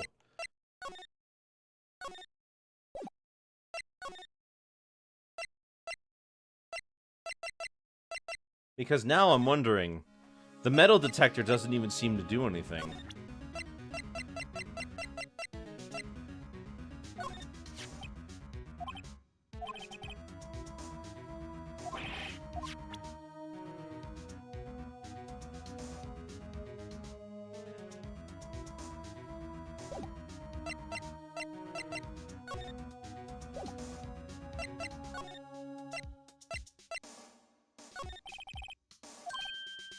I guess I'll take Missile. Missile seems like the best option.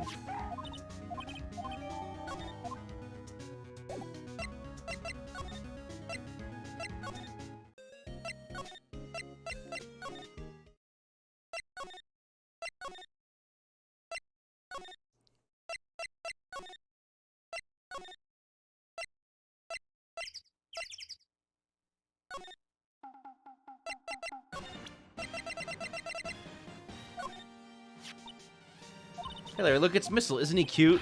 Keep that mud away from me! What am I gonna tell the big boss? There's a big boss in charge of your hot dog stand? Nick, maybe the stand is a front for a mafia money laundering scheme. Maya, I think you should probably try to look a little sorry about what happened. Oh, right! Oh, my poor dogs.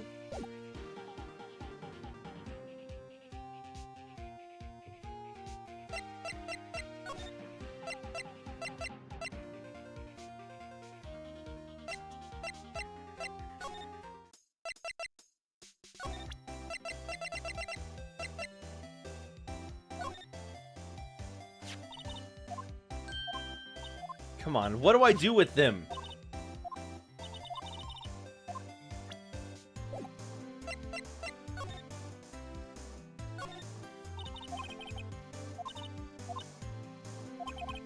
That's all the same thing. Oh, ask Larry about Gordy. Didn't we already ask him about Gordy? Yeah. Well, we didn't, but we can't.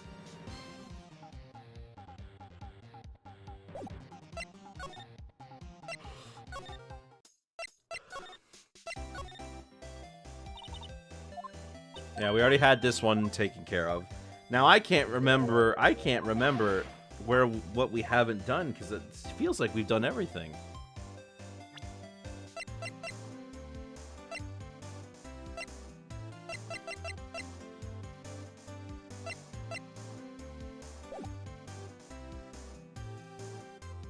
Oh, that looks a lot better. Why the heck isn't this on by default?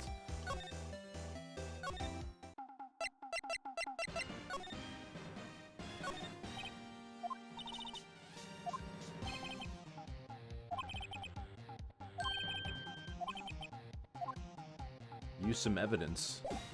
There's really nothing to talk about, is there? Well, might as well. Oh, maybe I can ask Lotta. Oh, hold on. I can't talk to her about this.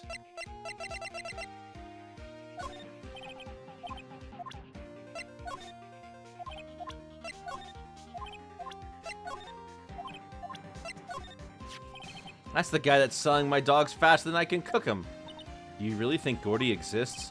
Nah, I think somebody probably saw something else that they just thought was Gordy. But I'll keep selling samurai dogs till the truth's out.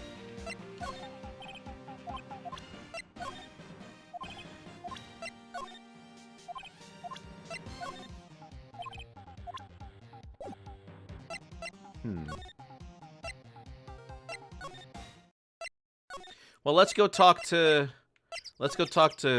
yeah. That woman really took us for a ride, didn't she? Claiming she was a witness to a murder and all. Still, if it weren't for her photograph, Mr. Edgeworth wouldn't have made it today. Oh, huh. Really? You were at the trial, weren't you, Detective? Robert Hammond. He was the defense attorney in the DL6 incident trial. He's the one who got the sole suspect off the hook. I wonder what Mr. Edgeworth thinks of him. Not much, I'd wager. I don't care who you are. No one can tell me that's Mr. Edgeworth. I mean, come on, it doesn't look like him at all. But Edgeworth has admitted he was on the boat. Then he's the one being shot, then. He seemed fine in court today. Details, pal, details. Whose side are you on anyway? All I'm saying is that we have to respect the evidence. Sorry to disappoint you, pal. Drawing a blank.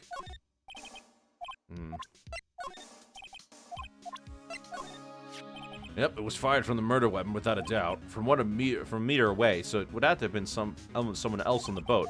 What do you make of this, Detective Gumshoe? Hey, making something out of this is your job. Right. Since when do lawyers have to detective work for them? Since this whole game, apparently. Maybe you should tell me why Mr. Edgeworth's prints were on the weapon, pal. Huh? How should I know? Now, she heard 2 gunshots, right? But wait. Look at the court record. According to this, the murder weapon was fired 3 times. What? How's that possible? Where was the 3rd shot fired? I wonder. Maybe it was a practice shot or something? Why is he named Missile? Huh. Now that you mention it, I'm not sure. But I hear he's aptly named for what it's worth. Well, we've tried everything.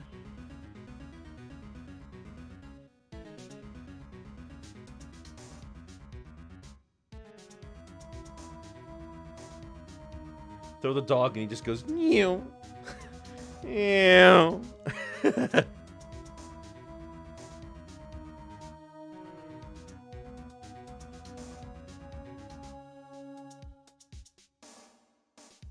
Oh, goodness me. Why can't I figure this out? We'll take the metal detector.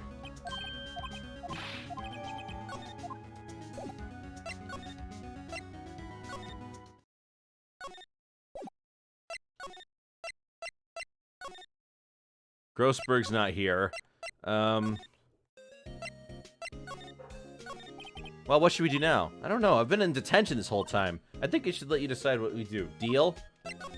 Well, any thoughts you want to share? Well, I was in detention all day. I think I'd like more time to think.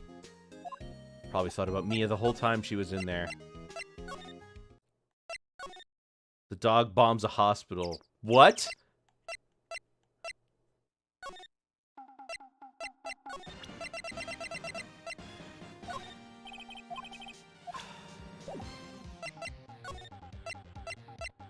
Well, I've done everything with everything except show him the fishing pole. Guess I'll get the fishing pole and show it to him.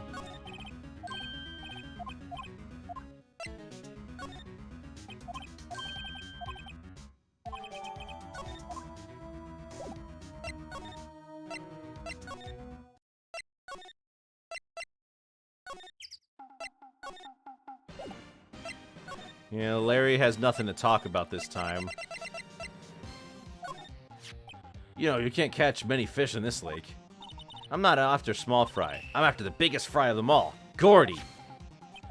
You're really gonna try to fish out a monster? To save Edgeworth? Yes. Brings a tear to my eye in more ways than one. Oh. So nobody has anything.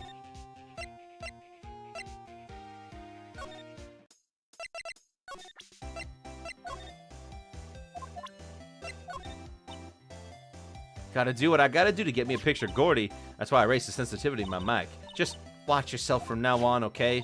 Sorry. To say I know exactly squat about that. I'm glad I did that enlargement. No kidding. If we didn't have that, Ezra would be in prison now, or worse. There's never a lack of drama when you're on the case, is there, Nick? Why? What, are you always on the verge of horrible failure like this? Careful, the stress will send you to an early grave. Thanks for the cheerful message on support. You know, I was wondering. Yeah? What if you get a picture of Gordy, and it turns out like this enlargement did? Y'all crazy? A blurred picture like this doesn't make a hit story. I need a picture that screams, I'm Gordy, hear me roar. I can't turn something like this into the paper. What kind of a fool do y'all think I am? Kind of fool to turn a blurry picture in as evidence in a murder trial. Not to mention claiming that she saw something she didn't see.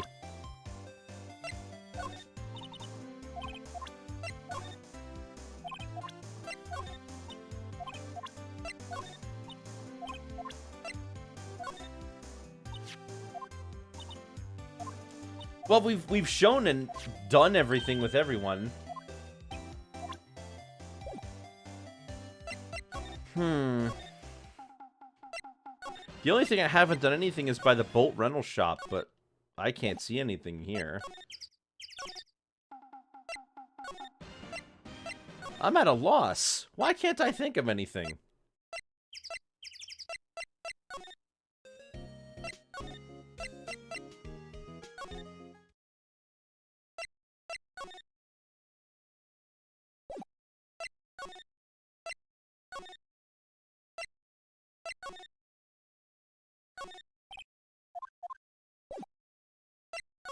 I'm pretty sure I've talked to everyone about everything.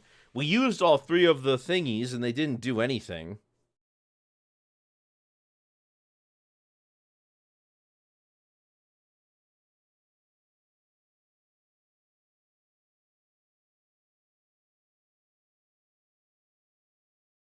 But what's left? I don't know what's left. I can't think of anything.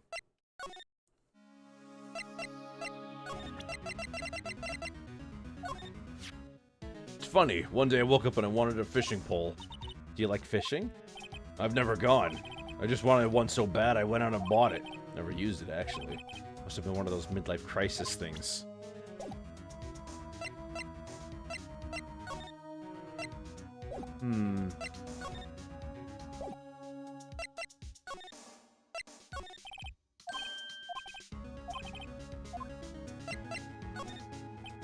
I guess I'll take the metal detector.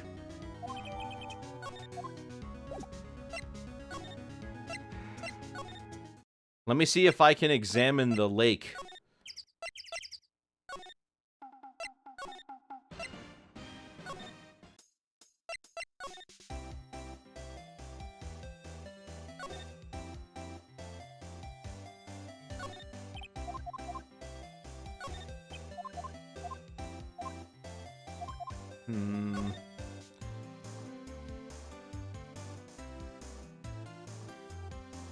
I don't see anything.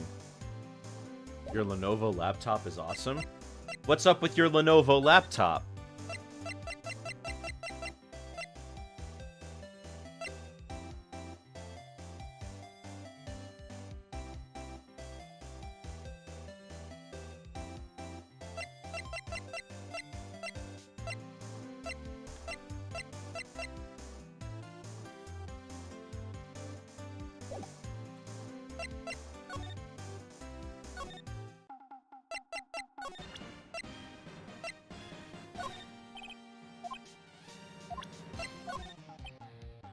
You use like an iPad. Oh.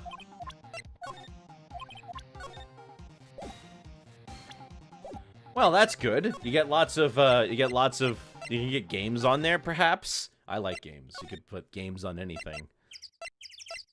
Oh gosh, come on, somebody tell me what to do right now. I can't figure it out.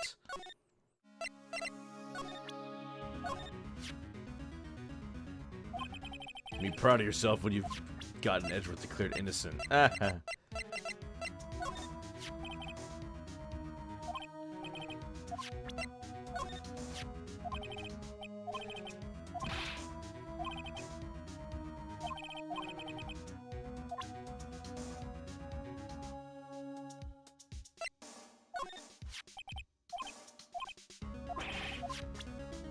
Costs like 400 bucks.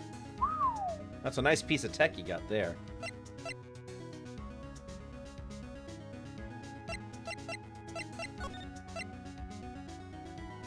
Alright, I'm tempted to look this one up because I can't figure out what to do.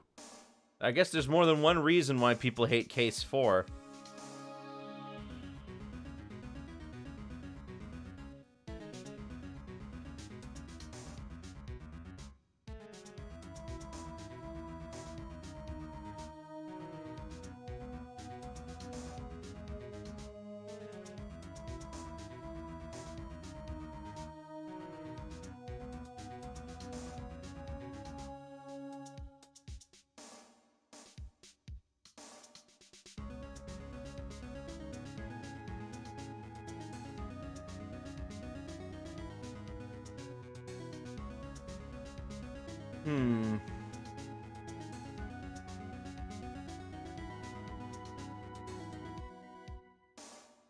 Well, did I go to the boat rental shop with the metal detector? Well, apparently that's something I did not do, but we'll do that.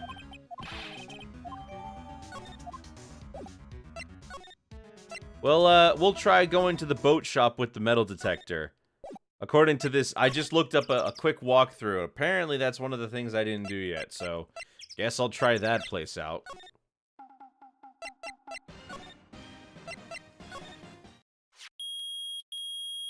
Did I really not go? I guess I just thought there was nothing here. Nick, it's beeping. The metal detector's found something. Sure is loud enough about it. Whatever it is, it must be in those bushes. Go check it out, Maya. Why do I have to check it out?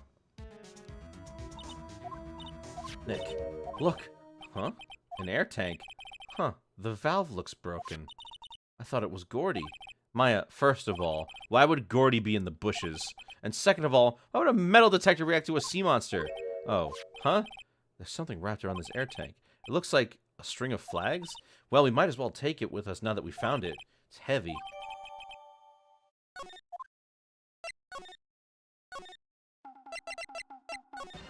Hey, you might know something about this. What? An air tank? What about it? Larry, I wanted to ask you about this air tank. Have you seen this before? Huh? Me? No, never. Who the heck would go diving in the middle of the winter? There's something about the way his eye twitched when I showed him the tank. I think I better pursue this line of questioning a little further. Say, is this air tank yours?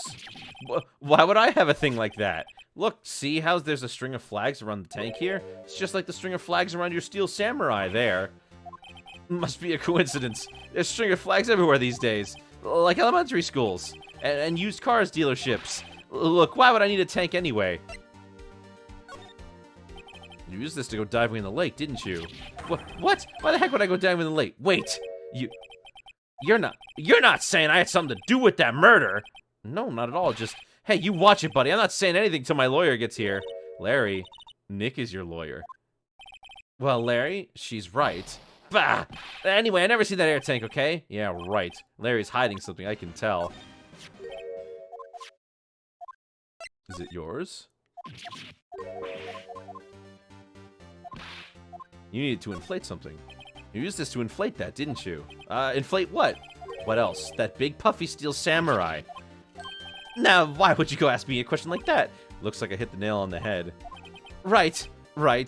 Actually, see, the compressor I always used was on the fritz. So I tried using the tank to inflate it just once, and, it didn't go so well. As I suspected. It didn't go so well? Yeah. Do you think you could be a little more specific? Come on, look, it's embarrassing, so I don't really want to talk about it. Tell us! Fine. Whatever. It's like what I said, the compressor was busted. So I took the tank and tried to fill up the samurai with that, and then... the valve busted open and made this incredible noise. And the tank there took off like a rocket.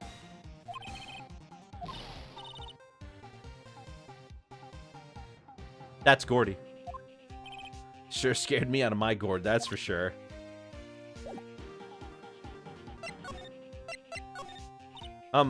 So then the tank and the steel samurai you were trying to fill up flew away. What happened next?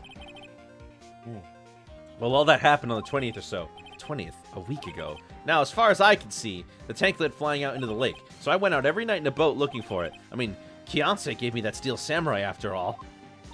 And when did you find it? Just the night before last. It flew out way there. It took me 4 whole days to find it. That night before last was the night of the murder.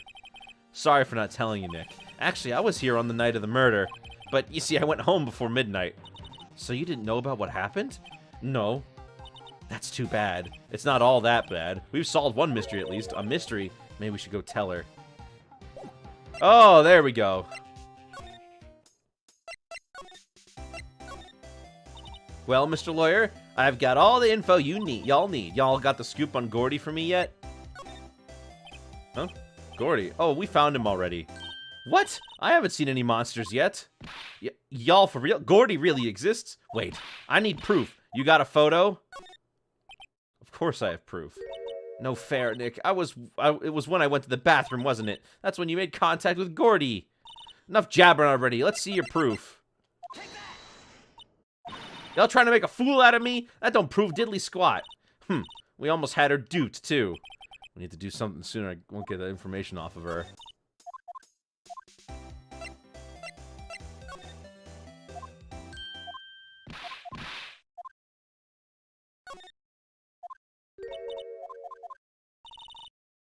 Alright.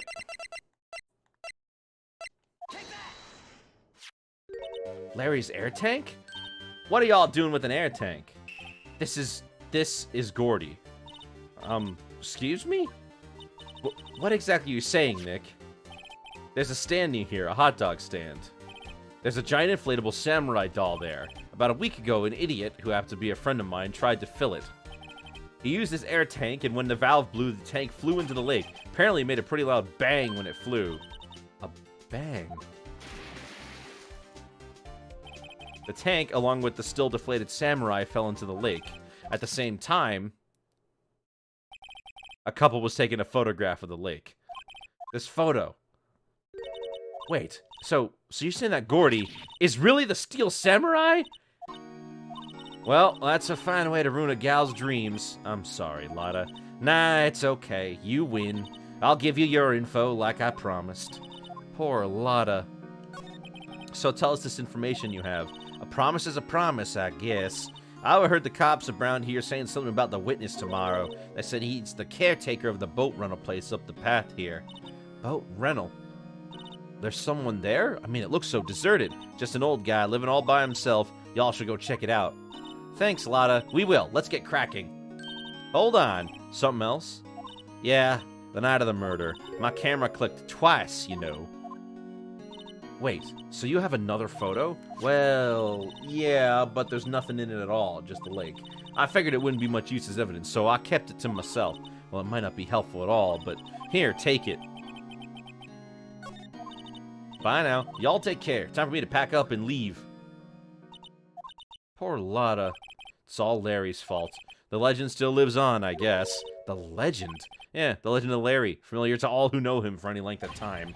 When something smells, it's usually the butts. Someone should whip that butts into shape. Alright, time to go back to the boat shop.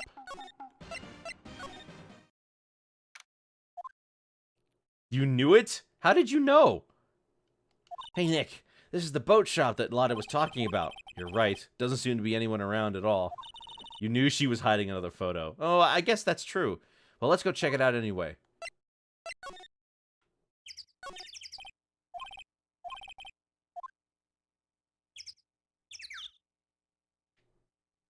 Where else are we gonna go?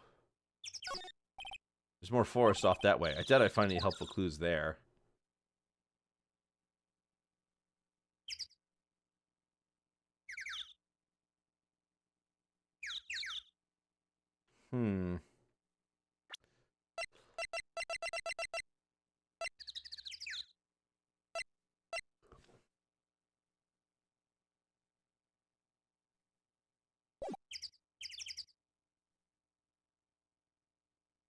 But I don't see anything else here.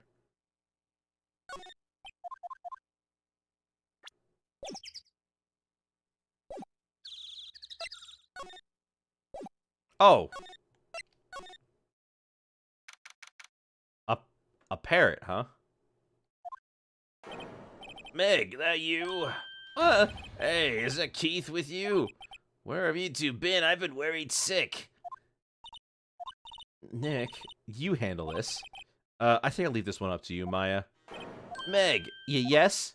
Finally made up your mind, have you? My mind? You'll run the pasta shop while I'm gone? Pasta? Glad to hear it, glad to hear it. You make your old man proud. When you kids left the house, I didn't know what to think. How am I supposed to keep this place running like an old man like me?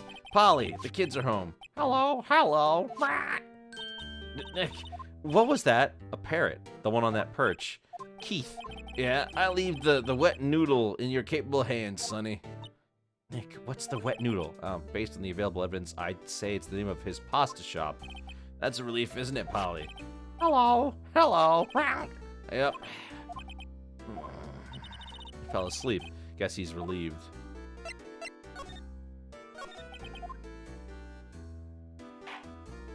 A pasta shop? Yep, to think the wet noodle will live on when I'm gone. My father started it, you know, so that makes you two the third generation. Meg? Yes. Tomorrow we'll start with the secrets of dough tossing. Dough tossing? You too, Keith. Yes? You'll be the best pasta wrangler the West has ever seen. Pasta wrangler? The West? Isn't pasta from Italy? Meg! Yes? You know the best pasta's always been made west of the Rockies, don't you? Right, of course. Everyone knows that. Nick, huh? How long do we have to keep this all in the family charade? This old man must know something about the murder. We're not leaving until we find out what that is.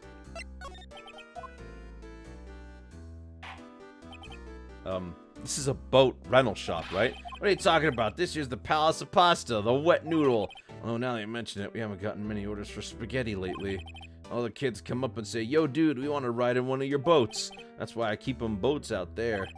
Youngsters these days, darned if I understand them. I'm pretty confused myself.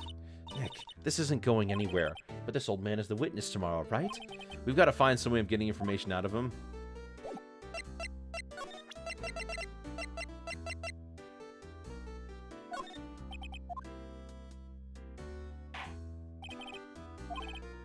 Remember that tricolor pasta we were talking about? A rainbow-lioli. Rainbow-lioli. Last color was used indigo blue. Indigo blue? That didn't seem to work out the way I thought.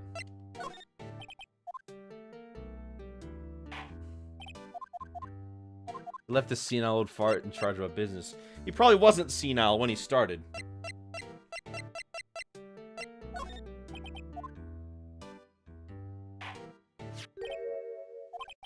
That a lawyer's badge?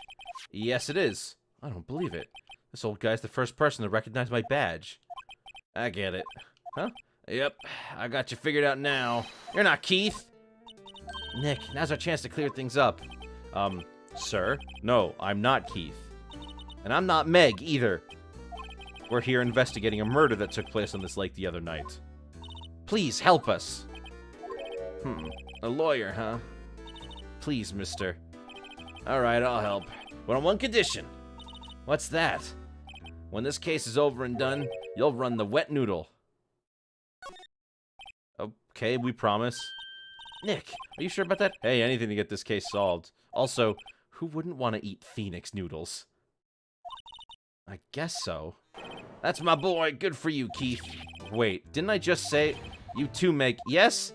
You bring a tear to the old man's eye, you know. Now, what was it you wanted to know? Speak up, Polly. Hello. Hello. Now he's talking to the bird again. How do we get him to talk to us? Fell asleep.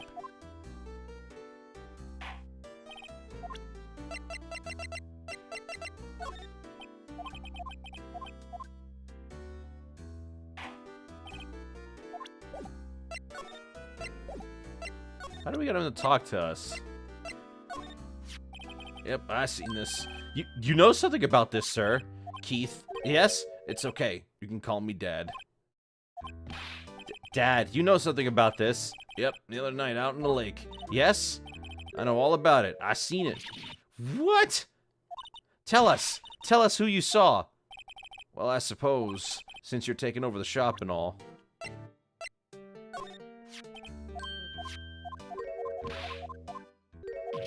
Okay, this guy is insane.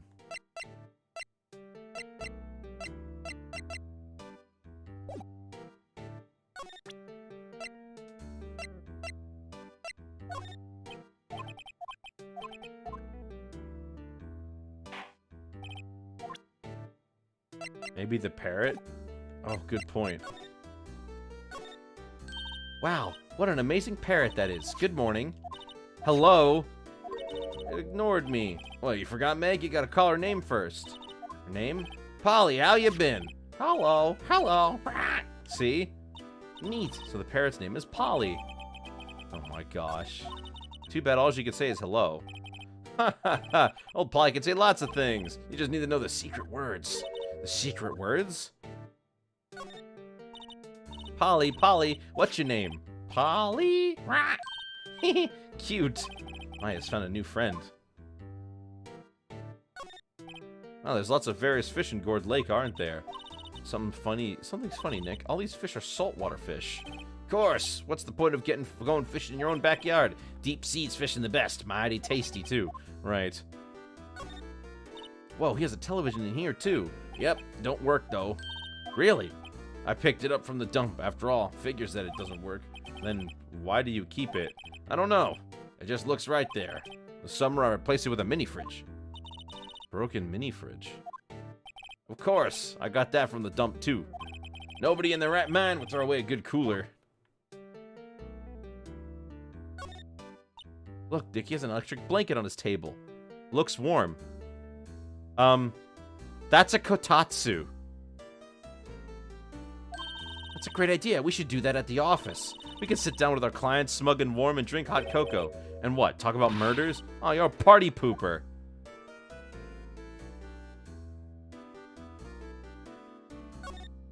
Looks like the kitchen unit. It's pretty clean. Funny. He doesn't look like the type who'd keep things tidy like that. You're forgetting Nick. He's running a pasta shop here. That's right, Keith. I'm confused.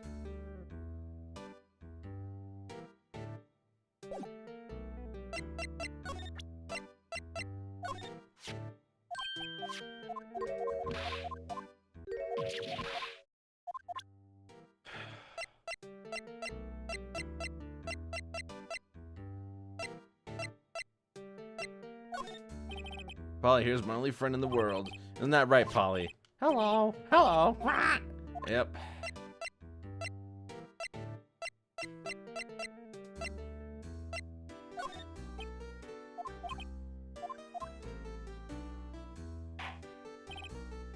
I can't get anything out of this guy.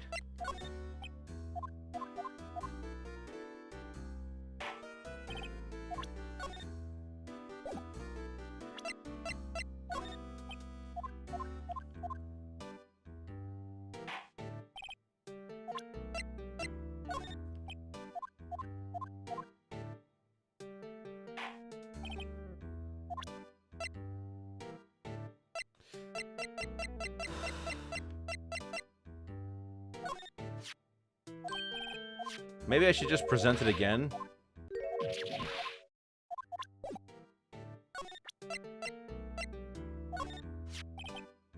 Oh, he's just saying it again. Well, what the heck do I do?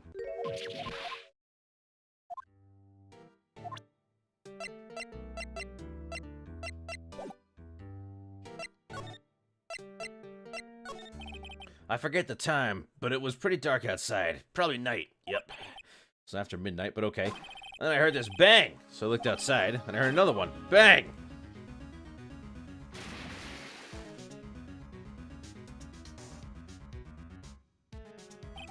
little while later, this boat comes back. Then a young man walked by my window here. He was muttering something to himself. Yep.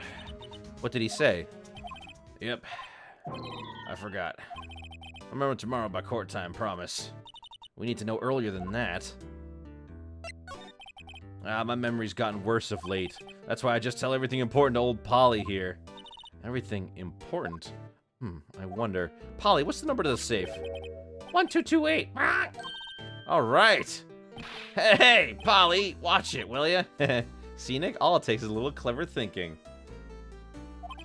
A criminal mind. Quick, Nick, write that number down. Hey, don't get me involved in your little heist schemes. You know what? Little Terry was just here. Terry? Yep, that kid next door. I always just to make him cry, remember? He was wearing this tattered old coat, got himself some whiskers growing out of his face. Must be talking about Detective Gumshoe. He comes up and tells me to come down to court tomorrow. Really? Somehow I don't think we're gonna get much information from this guy. Maya, maybe we should be leaving. I think you're right. Oh, wait, I had one more question, huh? Polly, have we forgotten something? Don't forget DL6. Huh? What did she just say, Nick? One more time, Polly. Don't forget DL6. What? The DL6 incident? Hey, Dad. This is getting weird. Who is this old guy? That's Hammond! Why would that old bird Polly know about DL6? We have to figure out who that old man is. Oh, what? He locked the door from the other side. Who could that old man be? I think I need a little more research on the DL6 incident. Maybe we should ask Gumshoe.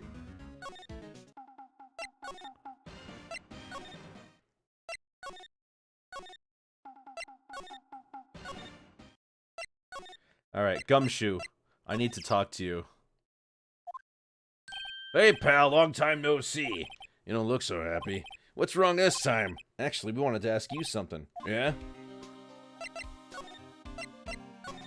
You know the boat rental shop down at the Gourd Lake? Oh, yeah. The old man who runs it is appearing as a witness in court tomorrow, right? Oh, shoot. That's Phoenix. Well, pretend Phoenix said that. Huh? How'd you, that was supposed to be top secret. Do you know who that old man is, Detective? Actually, I don't. He's a bit of an odd bird. I haven't been able to get the straight answer out of him. I decided first that he wasn't persuasive enough to stand and testify as a witness. That's why we called Miss Lotta Hart yesterday. As for who he is, I have absolutely no idea. Sounds suspicious. How did Butts involve himself? Well, we believe that Butts may have been one of the bangs that was heard. But it turns out that his Steel Samurai inflatable is the, his Steel Samurai inflatable was Gordy. Yep. It was Gordy. Kinda crazy, actually.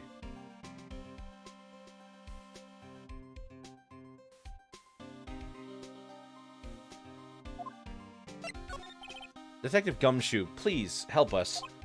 Huh? We need to know about the DL6 incident. Well, that was when Edgeworth's father died. I can't help but think that it has something to do with this current case. Shoot, I did it again. To tell the truth, I don't know much about DL6 either. Mr. Edgeworth forbade us from reading the file.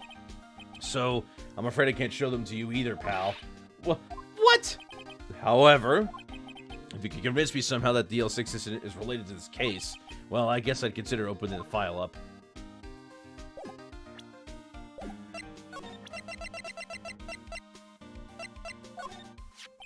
What's this, a parrot? The old man at the boat's rental shop's parrot. The parrot knew about that incident. That incident? DL6. What? Polly, have we forgotten something? Don't forget DL6. Huh? I'm pretty sure that old man must have taught her that word. Yeah, but how would that old man know about the DL6 incident? Wait, what if that old man was connected to DL6? Nick, you think he might be? I get ya. Sounds like you need information on the DL6 incident. Through here is the station's records room. I'll give you special permission to go in and find what you need. All right. Way to go, Detective Gumshoe. Okay, Nick, to the records room.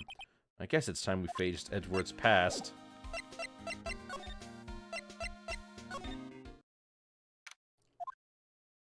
Wow, it's amazingly dusty. 10 years of files and 10 years of dust, I guess. Let's find that DL6 stuff, quick!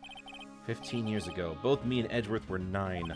We were almost through the 4th grade when he suddenly transferred. Because of DL6?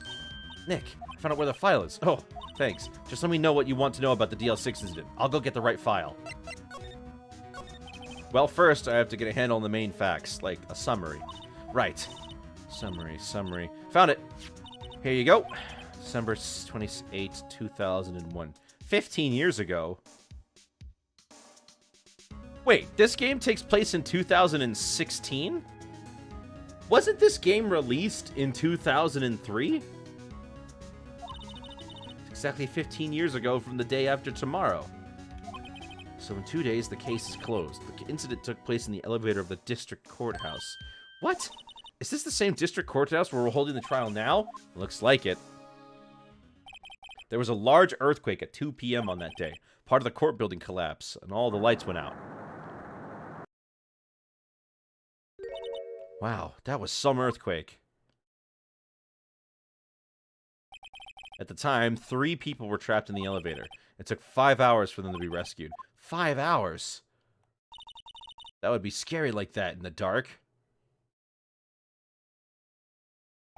There was a lack of oxygen in the elevator, and the survivors were unconscious. The survivors? One of the 3 in the elevator had been shot in the heart. That was Mr. Edgeworth's father, wasn't it? He said that his father was shot before his very eyes. So Miles Edgeworth was one of the other passengers in that elevator. Do you have data on the victim, Edgeworth's father? Yeah, hold on. Victim. Ah, here it is. Gregory Edgeworth, 35, defense attorney. If he were still alive, he'd be 50. He had lost that day's case in court and got in the elevator with his son, Miles. Miles Edgeworth, of course. So he was in the elevator with his father. Edgeworth is afraid of the earthquake because of his dad's murder. Yeah, that was just kind of what they said. From the angle of the bullet and other evidence, it could have not been a suicide. The murder weapon, a pistol, was found in the elevator. The pistol had been fired twice. Where have I heard that before? Huh. That sounds just like the current case. What's going on here? Got any data on the suspect in there? That would be the guy that my mom got arrested. Hold on. This is it. The man arrested as the suspect in DL6 was Yanni Yogi? He was a clerk in the court, apparently. So he must have been the 3rd person in the elevator. Well, then he had to have done it, but he was found innocent thanks to his defense lawyer, Robert Hammond. Hammond, the victim in our case. Right. The suspect, Mr. Yogi, was oxygen deprived, so much that he had brain damage. He lost all memory of being in the elevator. After he was declared innocent, he disappeared. Where could Yogi have gone to, I wonder? Oh, that's Yogi in the boat, isn't it?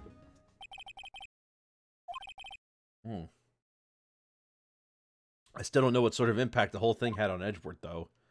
Nick, are we going to take the whole file? There's too much. We'll never get it out. You're right. How about we just take what we think we'll need?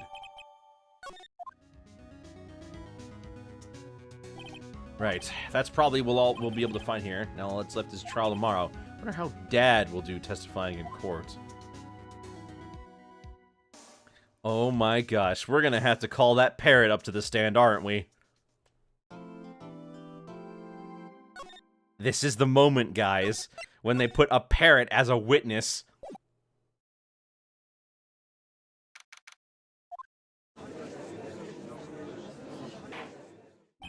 Court is now in session for the trial of Mr. Miles Edgeworth.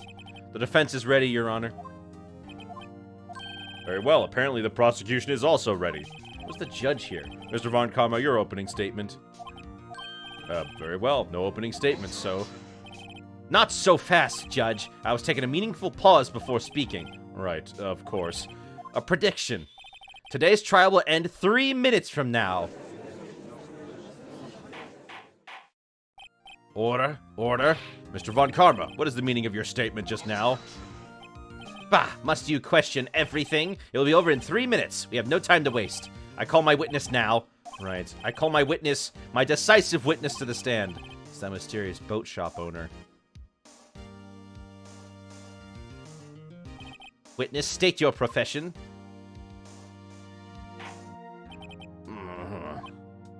I'm the proprietor of the restaurant The Wet Noodle at Gourd Lake.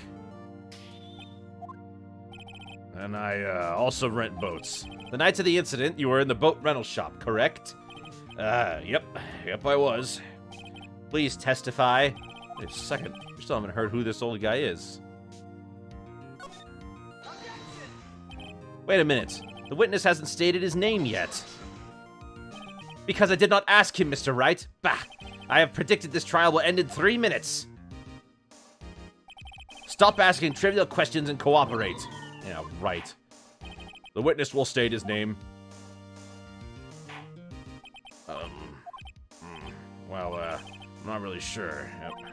What do you mean? My, memory. Your Honor, the witness does not remember anything beyond the last several years. Ergo, he cannot recall his own name. He can't recall, you say? Yes, but the incident in question took place 3 days ago. He can testify. Very well. Let's hear this testimony then, shall we, witness?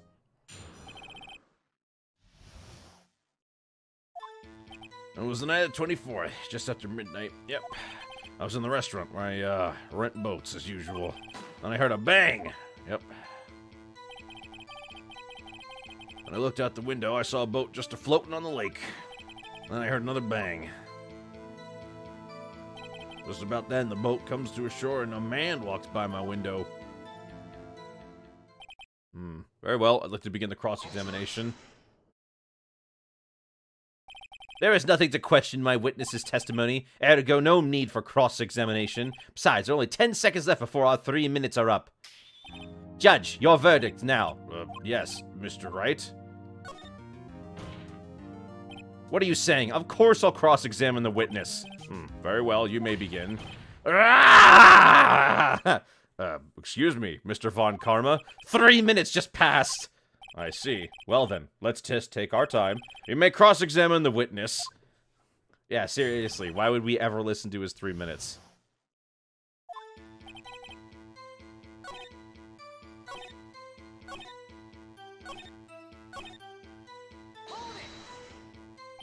By your window? Yep, by my window, right outside the window of my little shack. And could you see the man's face? Well, the fog was pretty darn thick, but he was right there in front of me. I saw him. This is a rather important detail. Please add it to your testimony.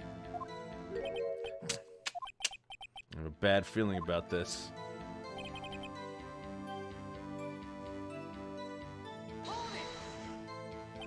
Are you sure? Uh-oh. Dad. Dead certain, Keith.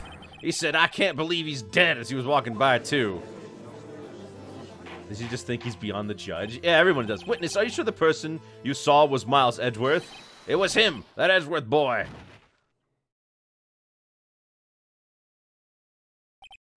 This sounds like decisive evidence in need. I see no room for doubt. On Karma. He lured me into cross-examining so he could set me up for a fall. Heck, I don't like the way things are going here. Everyone in the courtroom is glaring at us. I better act quick or this trial's gonna be over. To be fair, he isn't the hardest to persuade. It's true, this judge kinda sucks. Your Honor, we proved in yesterday's trial that it could not have been Edgeworth who fired that gun. Mr. Wright, are you referring to the fingerprints from Edgeworth's right hand found on the gun, around the photograph showing the man firing with his left hand? Exactly. That is easily explainable. He could have wiped his prints after he fired. You are ignoring the truth of the matter here. Everything in this witness's testimony is true. The judge is lost in thought. What should I do? Can't see any room to raise an objection. Better hold back and see how things develop. Nick, we have to do something. Stay quiet now. Mr. Edgeworth would be guilty for sure. Be honest. I don't know what to do anymore. Please, can you hear me, sis? Please. We need your help. Nick needs you.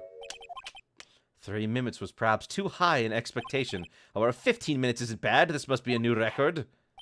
Enough. The witness may leave the stand.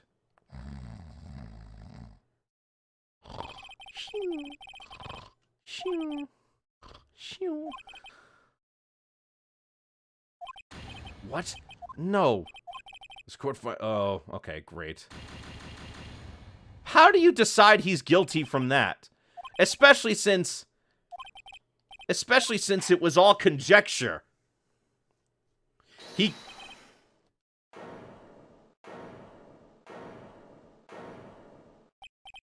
Who was that just now? Me, huh? Whoa. Larry? What are you doing here? Listen, you gotta listen to me. I was there in the park the night of the murder. I wasn't sure about it until yesterday. But today I remembered it. Remembered what? The gunshot! I heard it too! Order! What is the meaning of this? The verdict has been decided. I call for adjournment. One moment, Mr. Von Karma. So you say you heard a gunshot? Yeah, I did. A gunshot that night. I was sitting here in the audience, listening to the testimony. Then I realized something from what he said was different from what I remembered. Anyhow, I can't just sit here and let you call Edgy a murderer. It's just not right. I'll testify. Let me testify. Larry's coming in clutch. He's got it. Order. Order. Well, this is the first time something like this has happened in my court. I'm not quite sure how to proceed. Judge, you've already given your decision. The trial is over. Nick, this is it. Larry's given us one final chance at this. She's right. If only it wasn't Larry, he could make things even worse. Mr. Edgeworth was just declared guilty. It doesn't get any worse. You're right. Okay. Your Honor, if there's another witness, it is our duty to hear him speak. Right here. Right now. A waste of time. The verdict cannot be overturned. Allow me to speak my opinion. In all the court proceedings, it is our duty to prevent an inaccurate verdict. In order to make sure no mistake has been made, every witness should have been heard. What is this? I withdraw my previous verdict of guilty. Mr. Von Karma, I order to call this new witness to testify. Now. What? The court will adjourn for a 5-minute recess. After that, we will hear this new witness. Wow, surprise evidence and surprise witnesses? This game has it all.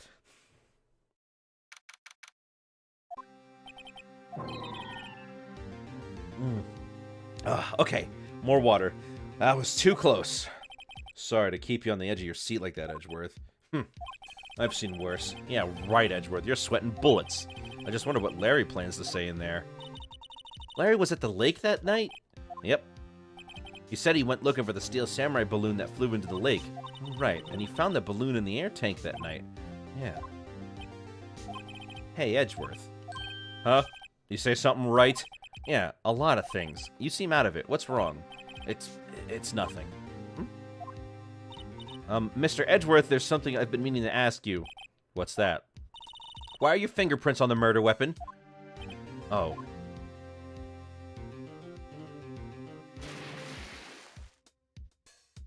When he fell into the lake, I went into a daze. I couldn't understand what had happened. I couldn't think straight. Then I saw the pistol lying on the floor of the boat in front of me. I picked it up without thinking. I didn't have a reason, really. I see. Right, yeah? This might be our chance. Our chance? Von Karma has only ever run perfect trials. Perfect trials? Perfectly prepared witnesses, perfectly complete evidence. That's the secret to his success. This is the first time he's ever had to deal with something unexpected. He has to let someone he hasn't even talked to testify before the court. And that someone is Larry. What are you getting at? It's likely his testimony will be full of holes, right? That's right, Nick.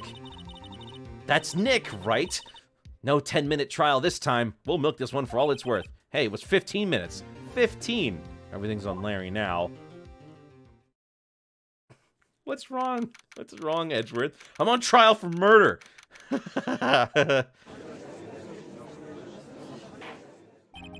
Court is now back in session.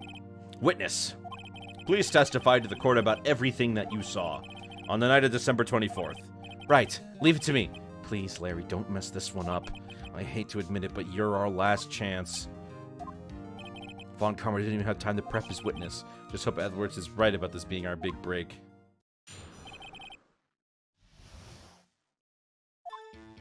That night, I was out in a boat on the lake. I was looking for something, and I found it. So I quietly slipped the boat back in the rental shop dock. Then, just as I was thinking about going home, I heard this bang. I looked out over the lake, but I didn't see a boat. So after I heard that single gunshot, I went home. That was an unusually vague testimony even for this court. In any case, Mr. Wright, you may begin your cross-examination. Yes, Your Honor. What's wrong, Nick? It's Larry. I have no idea what he's going to say if I press him. I'm a little scared. Well, we've come this far. There's no way to go but forward, Nick. All right, let's do this.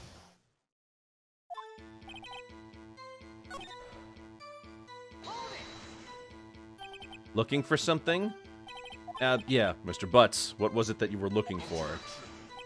What the witness was searching for is irrelevant. Most likely he was hunting for this Gordy. That's surprisingly close to the truth in a sense. This is all irrelevant. Let's get it over with.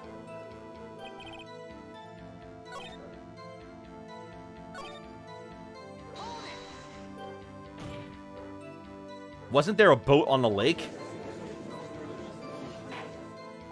Order, order. Well, Mr. Butts? Whoa, whoa, everybody just calm down, okay? I mean, it was real foggy that night. I'm not sure whether there was a boat out there or not. Oh, okay, no problem. That's just the most important part of this case.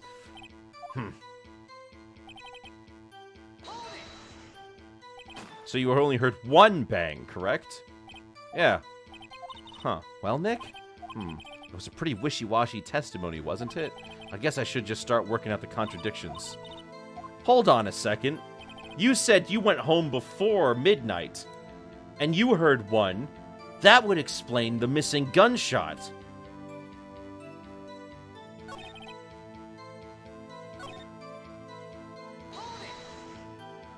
Around what time was that? Let's see. Figured I was out searching for about an hour, so I guess it was around 12 o'clock, yeah. You're not sure? Hey, don't give me that face. I'm not some sort of human sundial, okay? People use watches these days, Larry.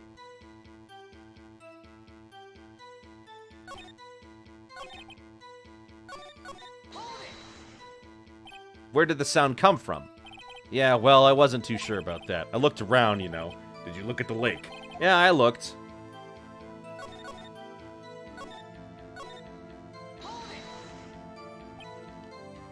Something wrong, Mr. Wright? There were so many things wrong, I don't know where to begin. Well, okay, first of all, what time was it? Oh, it was after 11 o'clock when I went out in the boat. By the time everyone had gone home for the night. So I waited until the coast was clear, so to speak. And why were you out on the boat at such a late hour?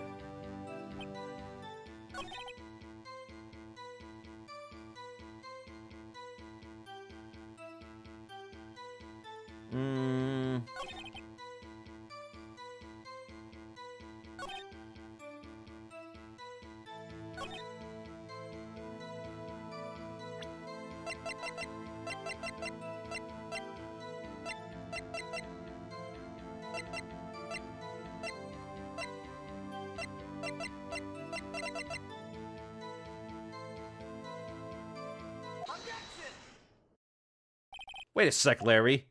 What? You only heard one bang? You're sure? That's what I said.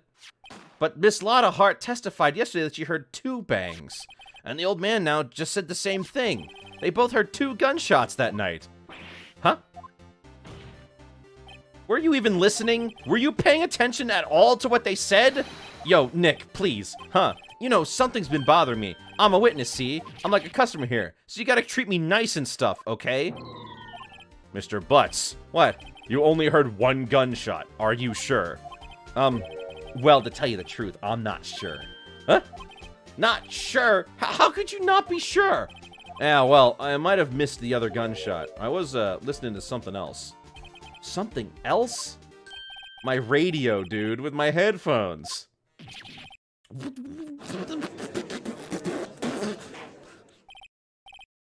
Oh my gosh. And stop that booing.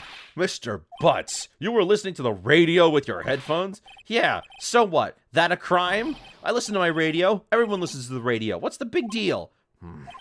Mr. Von Karma, your opinion? Waste of time. I do not accept this witness nor his shoddy testimony. Well, Mr. Wright, should I continue the testimony? Your Honor, please allow the witness to continue his testimony. Bah! Nothing is more pitiful than a lawyer who doesn't know when he's lost. Very well, Mr. Butts. Please give your testimony, and be sure to include details like your radio. Right, leave it to me. I wouldn't if there were any other way out of this, believe me. Just kill Edge now. Hey, it would probably save me a lot of trouble in the future games. It's lonely being alone on Christmas Eve. That's why I was listening to an all-request show on the radio, see? I was listening to it real booming loud, like...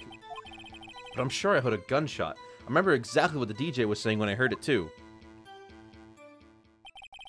You were listening to your radio at a high volume? Yeah, what's the big problem? Can't a man listen to his radio in peace? Isn't this a free country? I truly believe Larry has no idea what the problem here is. Judge, can you believe a word of what this witness says? What he heard was probably nothing more than a drum beat from the radio. True enough, it is difficult to believe this testimony. Wait, Your Honor, the witness said he remembers exactly what the DJ said when he heard the gunshot. Excuse me? DJ?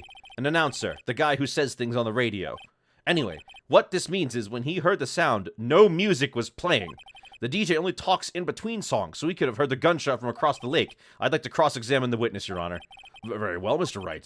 I can't believe I'm continuing this charade. The radio was so loud the others heard a gunshot. It's... What was he saying? What did she say?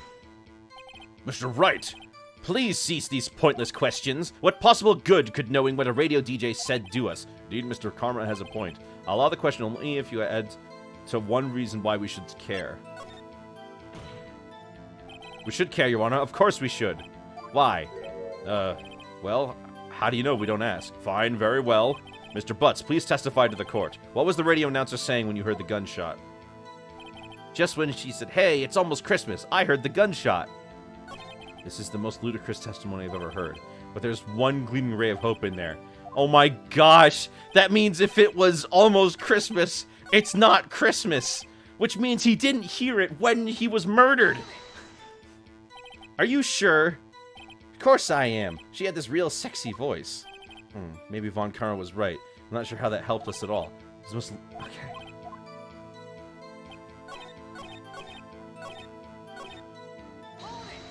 Hold up.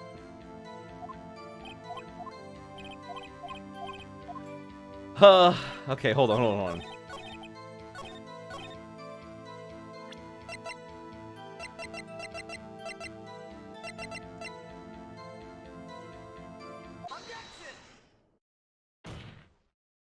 Larry, are you absolutely sure that what you're saying is correct?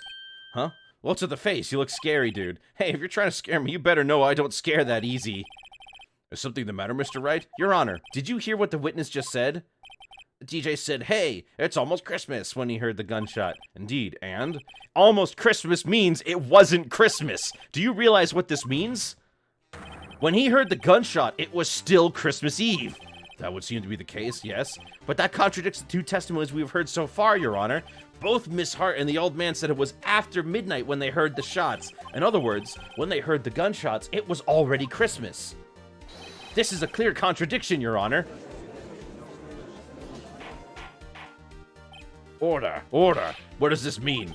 The two prior witnesses heard gunshots after midnight. However, this witness said he heard a gunshot before midnight. Judge, the answer is simple. The current witness is plainly mistaken. Just look at him. Suspicious. What? Well, Mr. Wright, what do you think about Mrs. Robert's claim that he heard the gunshot before midnight? Larry's not mistaken, Your Honor. He heard that gunshot before midnight. Intriguing. I'm assuming you have evidence for this wild claim. Show me the evidence that there was a gunshot before midnight. This is my evidence. The murder weapon? Something about this pistol was bothering me, Your Honor. Both of the witnesses who testified yesterday heard 2 gunshots. However, the murder weapon was fired 3 times. When, then, was the last shot fired? Only now I have realized the truth. That 3rd shot was the shot Larry heard just before midnight. Order. I guess that would make sense out of yesterday's testimonies.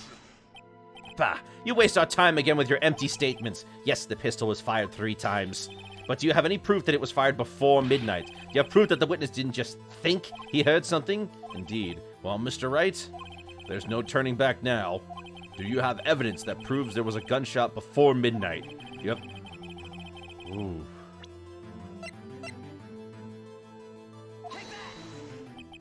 Mr. Wright, is that a smirk I see? Hey, Your Honor... Oh. Hey, I'm confident. He said it was the 24th or the 25th.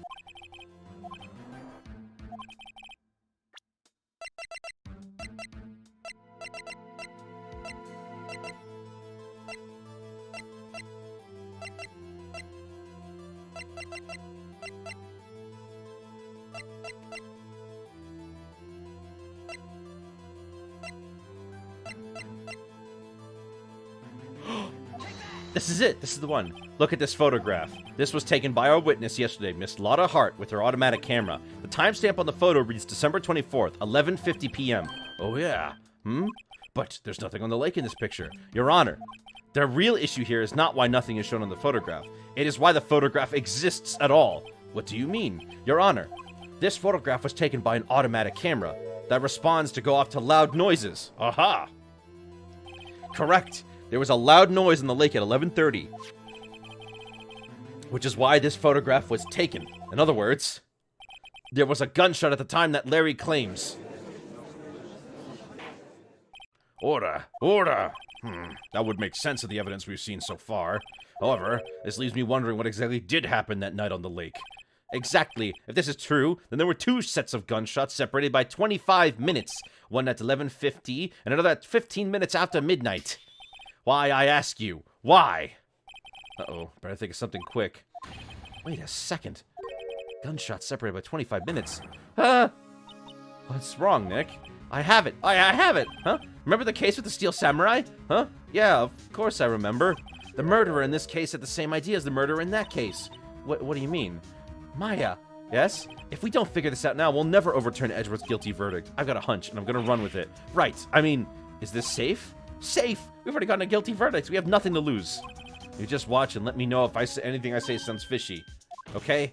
Right. Someone shot the dude and then took Edgeworth out to frame him. You think so? Your Honor. Yes, Mr. Wright? The testimony now has just cleared up this entire case. What do you mean, Mr. Wright?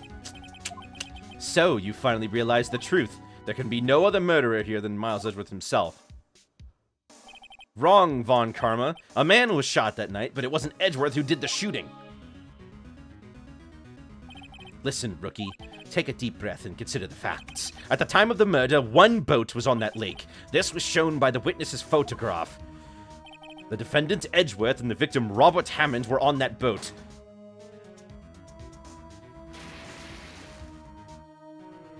There was a gunshot fired on that boat, and Robert Hammond fell into the lake. The distance of the shooting was 1 meter. It couldn't have been suicide. Well, the guilty party has to be the other man on that boat. I admit, it's hard to imagine any other possibility. Yes, but this assumes that the victim was shot at 15 minutes after midnight. What do you mean by that, Mr. Wright? We have photographic evidence at the time of the shooting. The timestamp on the photo says 0:15, but Larry heard a gunshot 25 minutes before that. Robert Hammond was killed then, 25 minutes before the shot on the lake. That's the only way that Edgeworth could be innocent. Mr. Wright, are you quite mad? Explain who the two men on the boat are. It was the murderer and Robert Hammond. Then what are you saying? That contradicts what you just told the court. You said that Robert Hammond had been killed 25 minutes before this gunshot. Ah.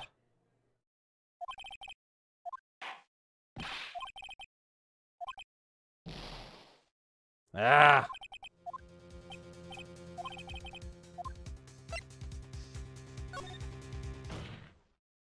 Of course it was Edgeworth and the murderer. After the murderer killed Robert Hammond at 11:50, he assumed the guise of Mr. Hammond and met Edgeworth. That's quite a leap.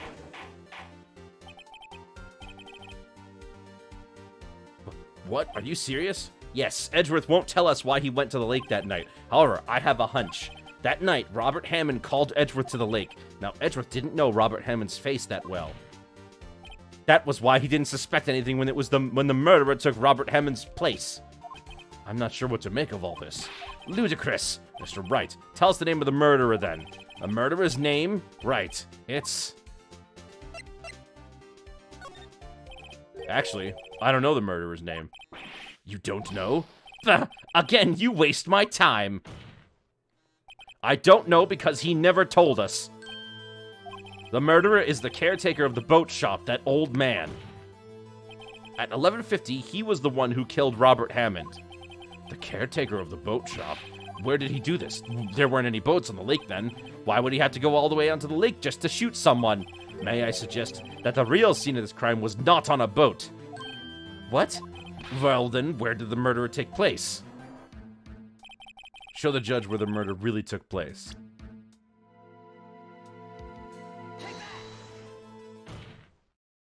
Here, of course, the boat shop, where he lives.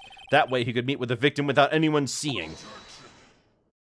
Do you have proof that the boat shop was the scene of the crime?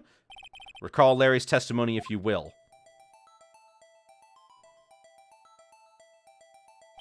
That night, he was out on the lake in a boat, searching for something. He finds it and returns to the boat. Then, just as he's starting to head for home, he hears a gunshot. He heard a gunshot, Your Honor, even though he was wearing headphones at the time. In other words, the gunshot was very, very close by. And where would that be if he had just returned a boat? The boat shop. Mr. Wright, what happened on the night on that gored lake? Please tell the court, from the beginning. Yes, Your Honor. Nick, are you sure about this? Not really, but I think if I start at the very beginning, and I take it slow, I might be able to just figure this out. That night, the caretaker of the boat shop called Robert Hammond to his shop.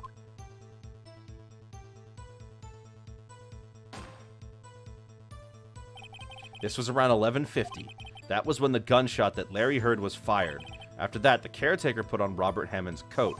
He became Robert Hammond. Then he got in the boat with Edgeworth and went out into the middle of the lake. Then who fired the pistol in the boat, Mr. Wright? Of course, it was the murderer who shot the pistol. He shot twice. Both missed Edgeworth on purpose. Wait a minute.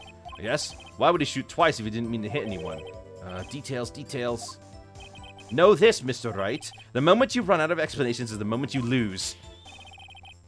Tell us why the murderer had to fire twice.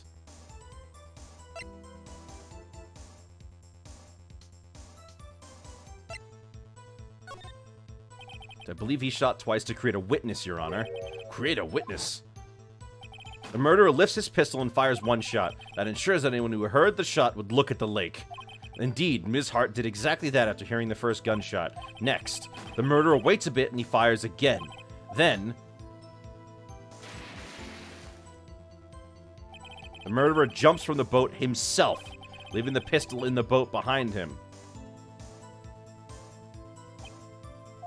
I see. To someone looking from the edge of the lake, it would appear that one of the men on the boat had shot the other. The murderer didn't know about the automatic camera, of course. That's why he shot twice to draw attention to the boat. Once you realize that, everything else falls into place. The boat shop caretaker swam back to his shop, and then he put Mr. Hammond's wet coat back on the body, and threw the body into the lake. This is what happened, Your Honor. These are the events that transpired that night on Gourd Lake.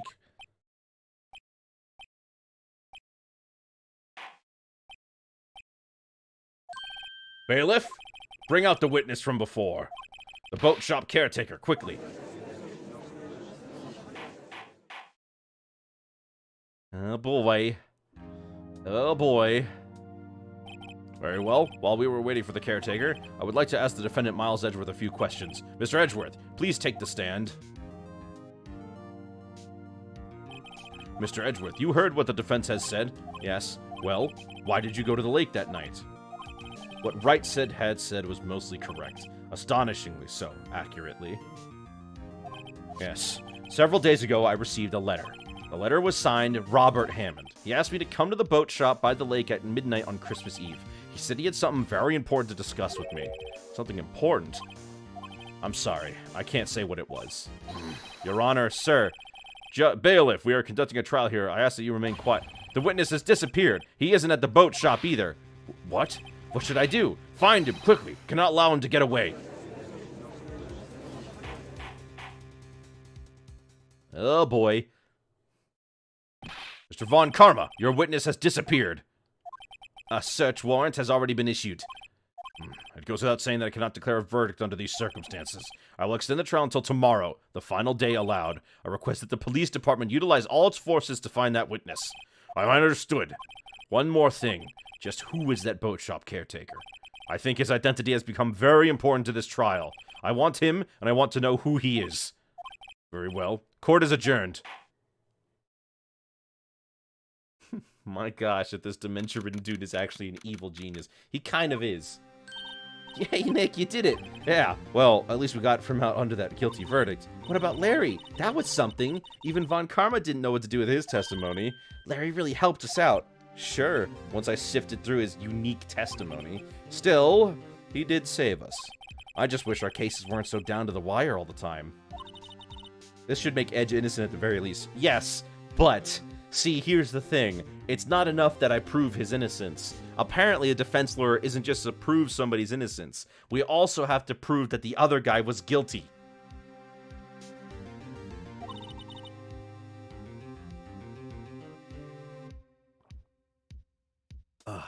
Water. Delicious water. Oh.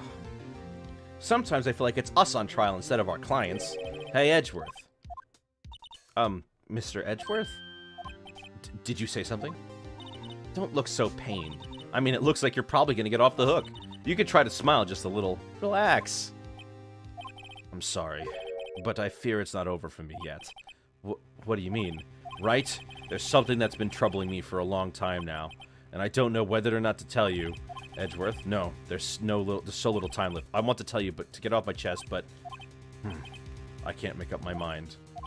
What is this about, Edgeworth? It's a nightmare I had. A memory of a crime that I committed. A crime you committed? A memory of a murder.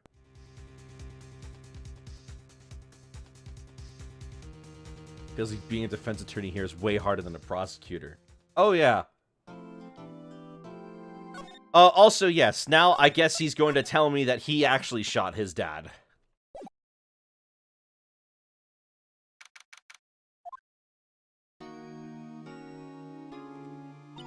What was Mr. Edgeworth talking about? A memory of a crime that I committed. Memory of murder. Do you really think that Mr. Edgeworth killed? I don't believe it. Not Edgeworth. Some painful memory has been troubling him recently, but he'd never take someone's life. Never. Nick. Yo, how's everyone doing? What do you think of my performance today? I had him swooning in the aisles, huh, Maya? Swooning? Me? Oh, yes, I do remember feeling faint. Right on. Tell me the truth. It was like love at first sight, right? Right, Nick? Huh? Me? Well, maybe my heart skipped a beat or two. I think you can do better than that. Come on, I said Edgeworth's in there, dude. Edgy! You guys should be bowing before me. Yeah, bow before your hero. Larry, you really helped out in the trial today. You did. If you weren't there, Larry, then I'm sure Mr. Edgeworth would have been found guilty. But seriously, Nick, that boat shop caretaker guy is pretty suspicious, but Edgy ain't off the hook yet. Way to spoil the mood, Larry. Hey, I'm just a guy sitting in the audience, you know? But from where I was sitting, Edgy seemed pretty edgy. I mean, can you really know he's telling the truth about that night? Nick? I don't know. But what I do know is, I'm gonna believe in you two until the end. Us two? Edgeworth and who else? You mean me, right? Nah, he means me, right, Nick? Yeah, you, Larry. Not me?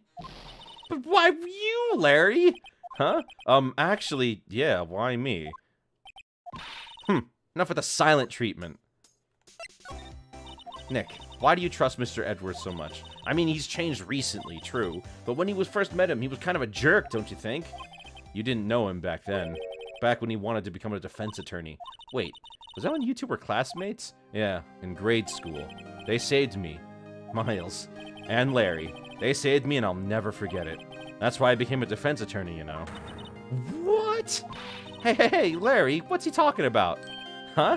Oh, sorry, I kind of forgot. Okay, Nick, out with it. I'm gonna hear this story today, and that's final. Okay. It's kind of a long story, so hang in there. It was the very end of 3rd grade. I was on trial. A class trial. Class trial? You remember, Larry? Spring, end of 3rd grade? A kid in our class got his lunch money stolen. Lunch money? Our school was really small. Every month, kids would bring in an envelope with money for lunch from home. Oh, I see. Anyway, this kid's envelope disappeared, with $38 still inside. Oh, yeah, now that you mention it, I do remember that. I can see why you'd forget, though. You were out of school that day. Anyway, the envelope had been stolen during PE. I was coming down with a cold, so I'd skipped PE that day. I was the only one not in class. So, they thought you did it. Yeah. The kids in class said I should be put on trial. Trial? So the next day we had a classroom trial with me as the defendant. I didn't do it. Guilty. He did it. Give me the money back. You're such a meanie. No one play with him. Just admit you did it. We're not going to play with you anymore. And no borrowing my eraser. You shouldn't be allowed on the relay race or the library committee. Give me back the 50 cents I loaned you. Now, Phoenix, you know you shouldn't steal people's money. It's not right. In the end, even the teacher thought I'd done it. Go over and apologize, Phoenix. I didn't know what was happening. I was so sad I couldn't stop crying. Everyone was staring at me like I'd done it. I tried to apologize. I went to where the boy's money had been stolen was sitting. That's when it happened. You shouldn't have to apologize. The only thing that belongs in a trial is evidence. Anything else has no place. You should all be ashamed, amateurs. Miles? Oh my gosh, he dressed like a square back then. It wasn't you who stole my money, was it? No. Then you shouldn't apologize. Everyone's been shouting you did it, but no one has any proof. That's why, Your Honor, this boy is innocent. But Miles, it was your money that was stolen. Yeah, he did it. He's the one. We don't need proof. Make him say he's sorry. Why don't you all just shut up? This is always how it is. Everyone ganging up and picking on one person. Just think how he feels. He said he didn't do it, so he didn't do it.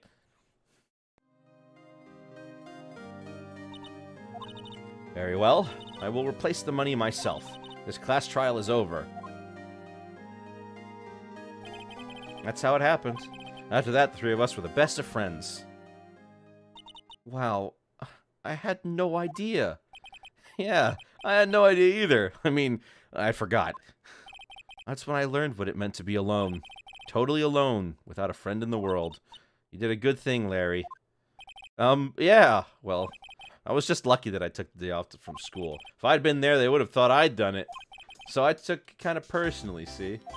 When something smells, it's usually the butts. Anyway, Edgeworth and I talked after that class trial. That's when I heard his father was a defense attorney. I remember his eyes would shine when he talked about his father. I'm going to become a defense attorney, just like my father. A famous defense attorney. And a few months later, he suddenly transferred to another school. The DL6 incident. Right. I'm not sure, but the transfer probably had something to do with his father's death. That's so sad. It was several years later when I heard Edgeworth's name again. There was an article about him in the newspaper. The headline was something like, Dark Suspicions of a Demon Attorney. Fabricating evidence, manipulating testimonies, covering up facts. The article said he'd do anything to get a guilty verdict. Anything. But why? What happened? I mean, that's not the Edgy I used to know at all. That's what I thought, too. I tried to get in touch with him I don't know how many times. He never replied. I guess he didn't want to see his old friends. I couldn't just drop it, though. I wanted to meet him, to learn why he had to become who he became. That's when I decided. Wait, you don't mean... That's why? That's why you became a defense attorney? To meet Edgeworth? If I was a defense attorney, I knew he'd have to meet me whether he wanted to or not. In court. Edgeworth believed in me, and I believe in him. He's in pain, and no one's on his side. I'm the only one who knows the real Edgeworth. I'm the only one who can help him. Whoa, Nick. So is that why you helped me out for free? Yes. I helped you because I believed in you. Except I don't remember saying I'd do it for free. Aw, Nick. Nick, we have to save Mr. Edgeworth if it's the last thing we do, okay? Right. Very well, maybe. First, there's that rental boat shop caretaker. We need to find out who or what he is. I'd settle for who. I guess I can clean up some of this evidence I no longer need. Okay, let's go. What don't we need anymore? Looks like almost everything, actually.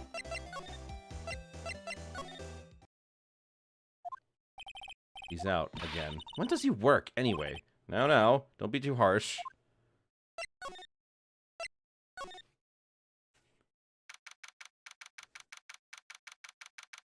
Alright.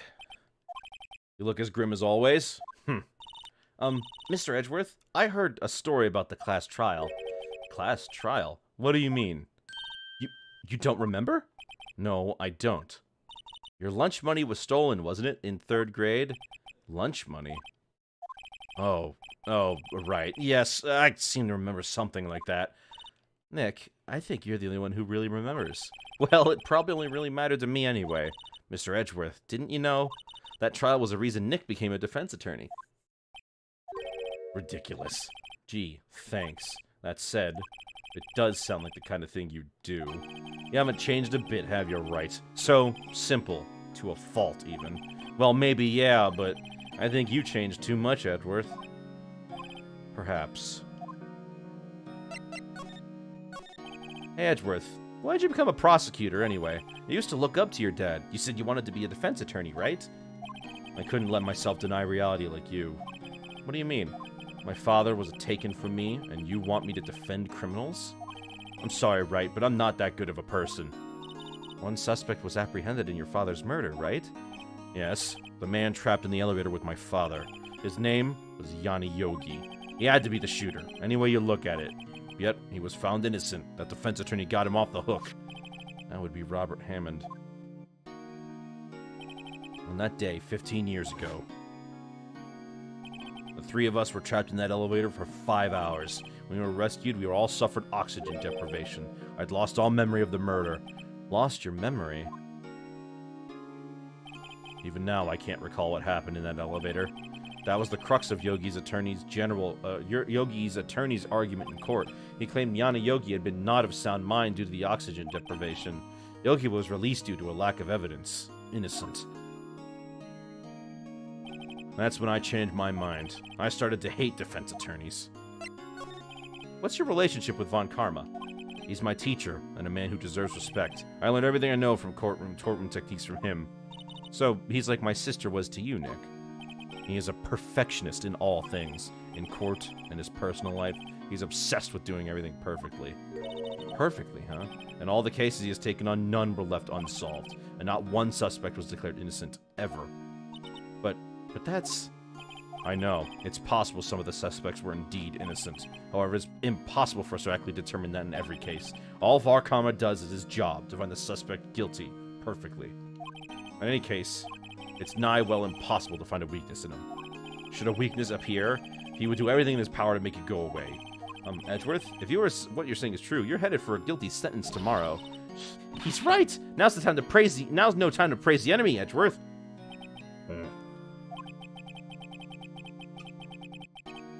It's a strange situation in which I find myself, I admit. No kidding.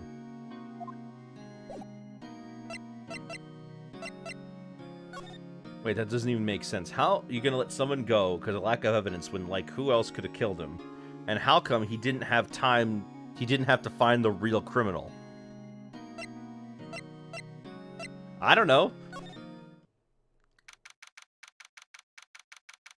Because, you know what? Because I'm the only one who has to do anything around here.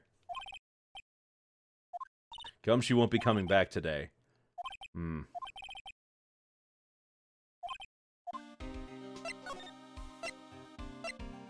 Looks like we gotta go back to the lake.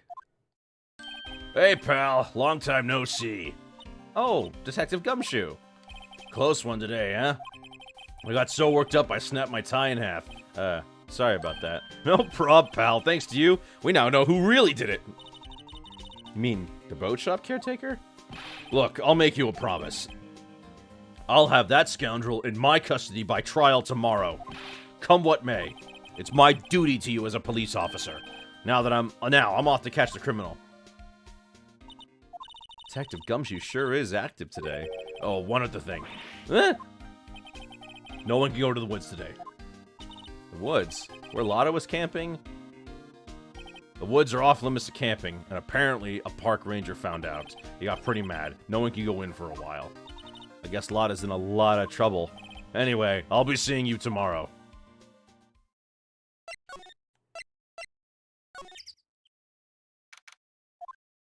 Huh?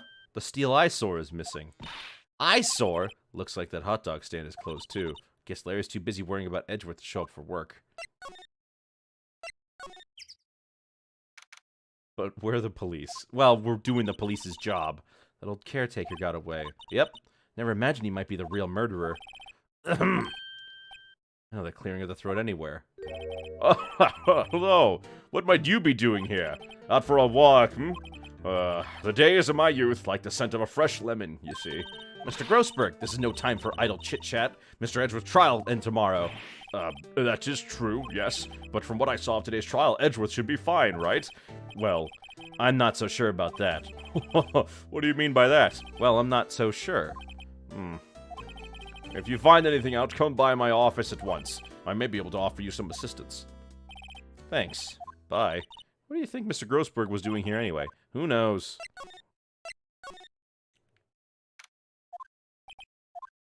Nobody's home. Hello. Hello. Hey, it's Polly. Wonder where your owner's gone, Polly. Hello. Hello. I can't believe he'd run off and leave his poor parrot to fend for herself. We gotta talk to the parrot. Maybe I should take care of Polly? You probably shouldn't just kidnap her. Waterboard the parrot. What do you know? What do you know? Talk! Talk! You know everything, don't you? You know everything! I'm gonna have to ask you to talk, you little piece of trash. Sure, they'll do something. Well, okay. Sorry, Polly. He says I can't take you. Great, now the bird's gonna hate me. What's the box on top of the TV? That reminds me, Nick. Polly here knows the number to the safe, right? Yeah, that's right. Polly, what's the number to the safe? 1228. Let's open it, Nick. I'm sure there isn't any money in there. Oh, but hey, he keeps it locked, right? So there must be something of value in there. I'm not so sure. Okay, Nick, let's see what's in there. I guess there might be a clue or two. The only thing in here is a letter. A letter? Oh, boring. There's no name or signature on this thing. It's handwritten in very precise, clear letters. Get your revenge on Miles Edgeworth. Edgeworth? Nick, why would Mr. Edgeworth's name be on here? How should I know? I'm gonna read the whole thing. Get your revenge on Miles Edgeworth. It also says this is your last chance. Now is the time to get revenge on the two men who ruined your life. The rest of the letter goes on to describe the murder plot in detail. How to kill Robert Hammond and frame Edgeworth, calling Edgeworth out to the lake, getting on the boat, firing twice. This is exactly what I figured out today in court. It's all here, in perfect detail. What do you think it means, Nick? I don't know, but it looks like these are instructions for that caretaker. When he killed Robert Hammond and called out Edgeworth, he was following instructions. But who could have written that letter? And what does it mean to get revenge on Miles Edgeworth? Look, I don't know, okay? But one thing's for certain. This letter is an amazing clue. There's nothing left in the safe. I wonder why the caretaker didn't take it. Left in a hurry, right? I don't think he even came back here after the trial. You should show Edgy this. Maybe I will. That's a good idea. I think that the caretaker is Yanni Yogi. But the question, is he Yanni or Laurel?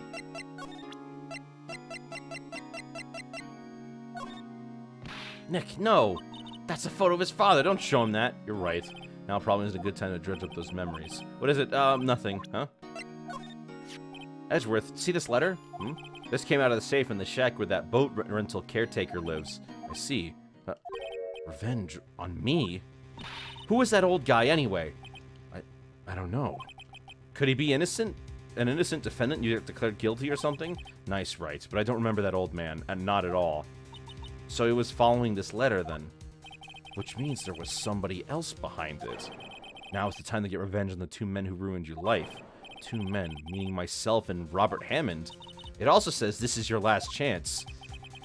Last chance. Wait, maybe he's talking about the statute of limitations on the DL6 incident. Wait, that old man. What is it? Do you know who he is? Yogi. Could he be Yogi? Yogi? Yogi Bear. He stole my picnic baskets.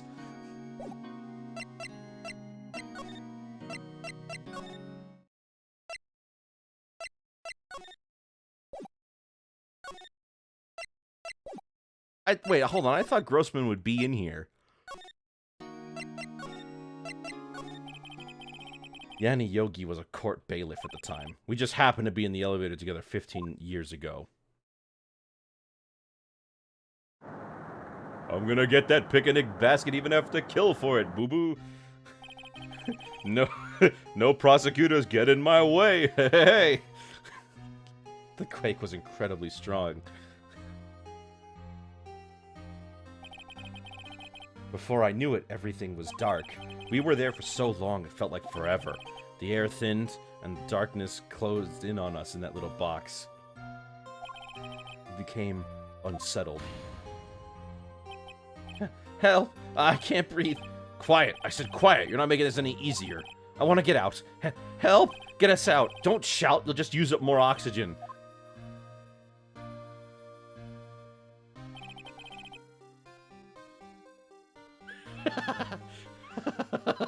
You're right. From his perspective, I left and then came back and was like, wait a minute.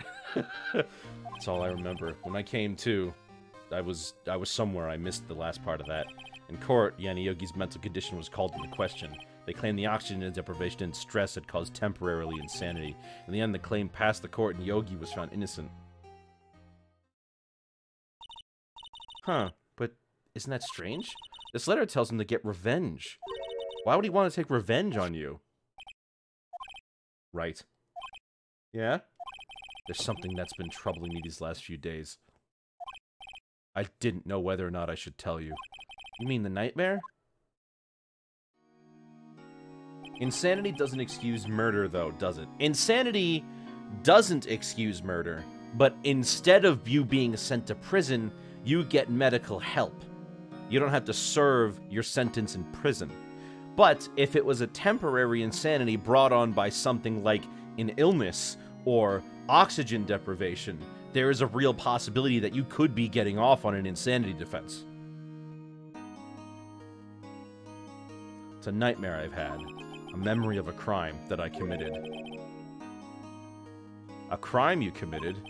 A memory of a murder. I think the time has come to tell all. For the last 15 years, I've had that same dream almost every night. I wake up in a fearful sweat every time. What kind of dream? It's a dream about my father's killing in the dark. Help! I can't breathe. Quiet! I said quiet! You're not making this any easier. I want to get out. Help! Get us out! Don't shout! You'll just use up more oxygen. I can't breathe. You're using up my air. What? Stop breathing my air. I'll stop you. What? What are you? Stop breathing my air. No, Father. He's attacking Father. Then I see the pistol lying by my feet. I don't know if it was evidence from that day in the court of the bailiffs. In a daze, I pick up the pistol. Get away. Get away from my father. Ugh.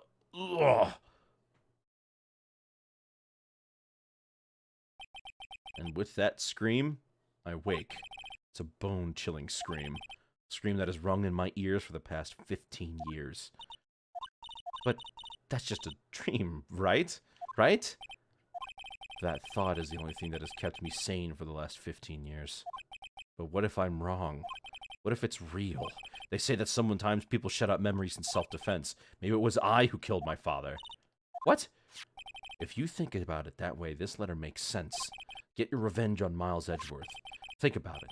Yogi was really innocent. That's why he wanted revenge against me. Wait, Edgeworth, you mean it was me. I was the true criminal of DL6. I shot my father. This is bad. What are we gonna do, Nick? What can we do? I don't know. I don't think there's anything we can do, like it or not. If there's something else that knows about a lot about the DL6 incident, maybe. There is, Nick. There's someone else who knows about DL6. Alright, now we go to Grossberg. Mr. Grossberg. Oh, hello there. What's wrong? You look troubled. No kidding. I can't believe you're not. My. Just calm down and tell me what happened, hmm? It's Mr. Edgeworth. He's...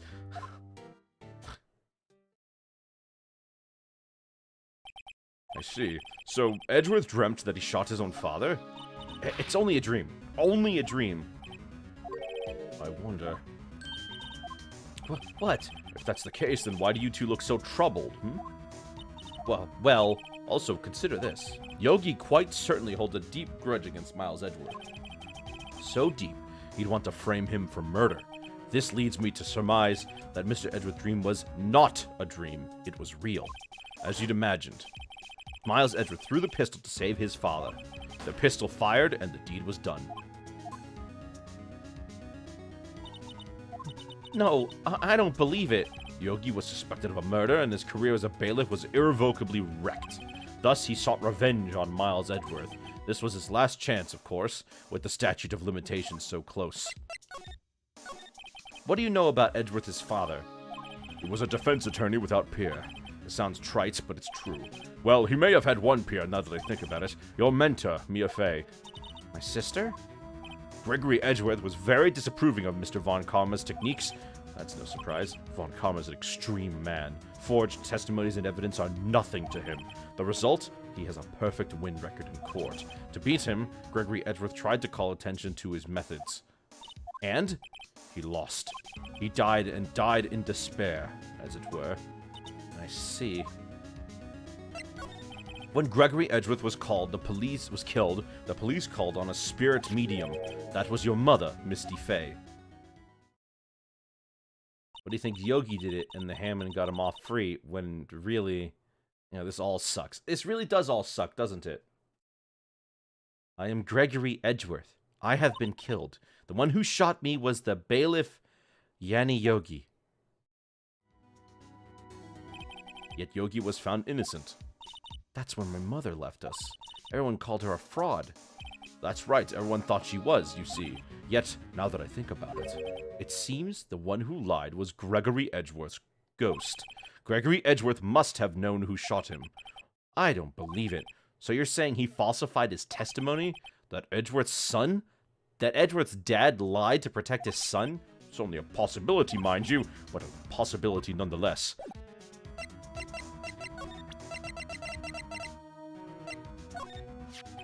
Oh, so this is the letter. It does seem that Yogi was following this letter when he killed Hammond. But why kill Robert Hammond? Hammond was a skilled defense attorney, but he defended clients not for their own sake, but for his own. Huh? His own sake? He never trusted his clients, that one. The only thing he trusted was his own ability. But he got his client found innocent, so why should it matter? Actually, my dear, it's quite different. He won that innocent verdict for no one but himself. Yogi was a free man, but socially, he was ruined.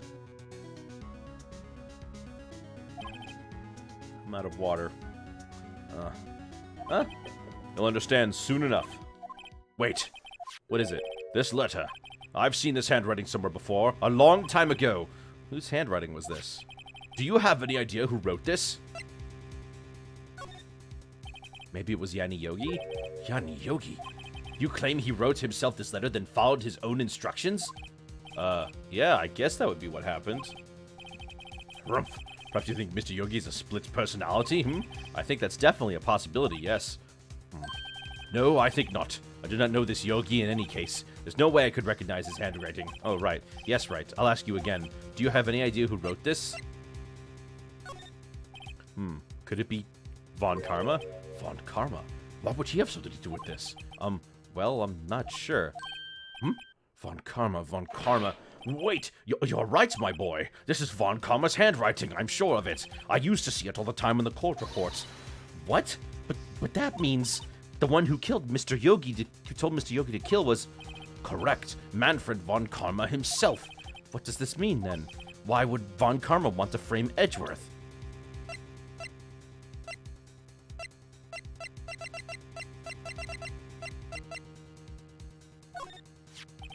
Gregory Edgeworth was a gifted man. His death was truly a loss. Wonder what would have become of Von Karma were he alive.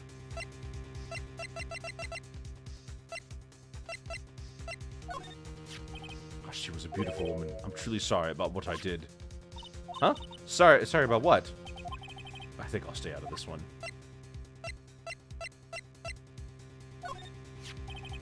This incident took place 15 years ago tomorrow, so tomorrow we'll see the completion of not one but 2 trials, all thanks to the statute of limitations. However, I'm afraid the damage of DL6 incident has done will never be eased.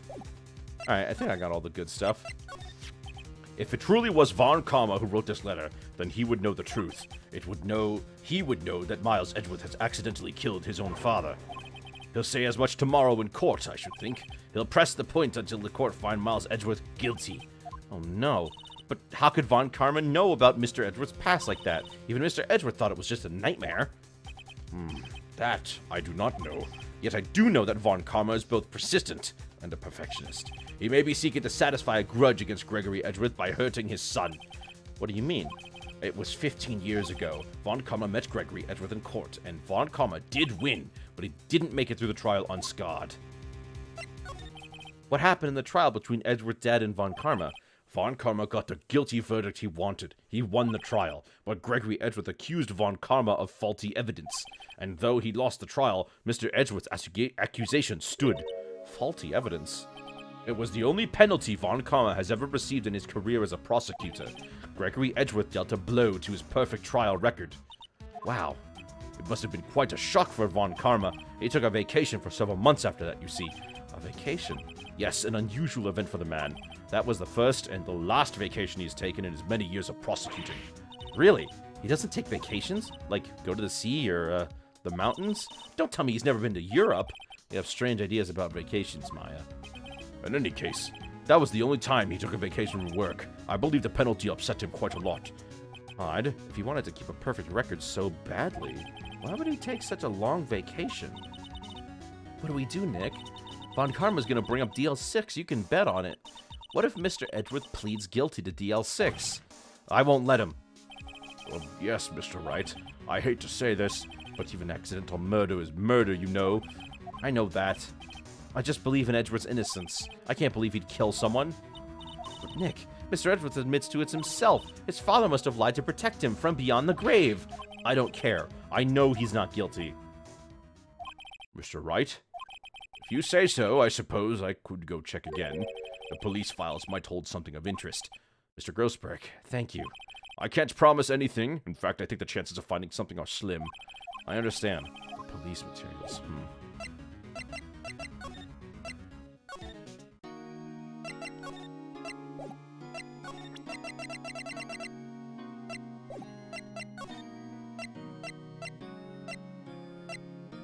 Yeah, things are happening pretty fast. There's hardly anyone here. Everyone must be out looking for the old guy, Yogi. Ah, it's you. I don't think Gumshoe will be coming back today. He's staying out late looking for someone. Sounds like Detective Gumshoe is pounding the pavement for real. Well, we were wondering if you can check the records room again. Well, now I can't have just anyone wandering around in there. But I guess Mr. Von Karma is in there now anyway. You can go in there as long as he's there. Von Karma? Yes, he just arrived, actually. Von Karma's in the records room. Nick, let's hurry.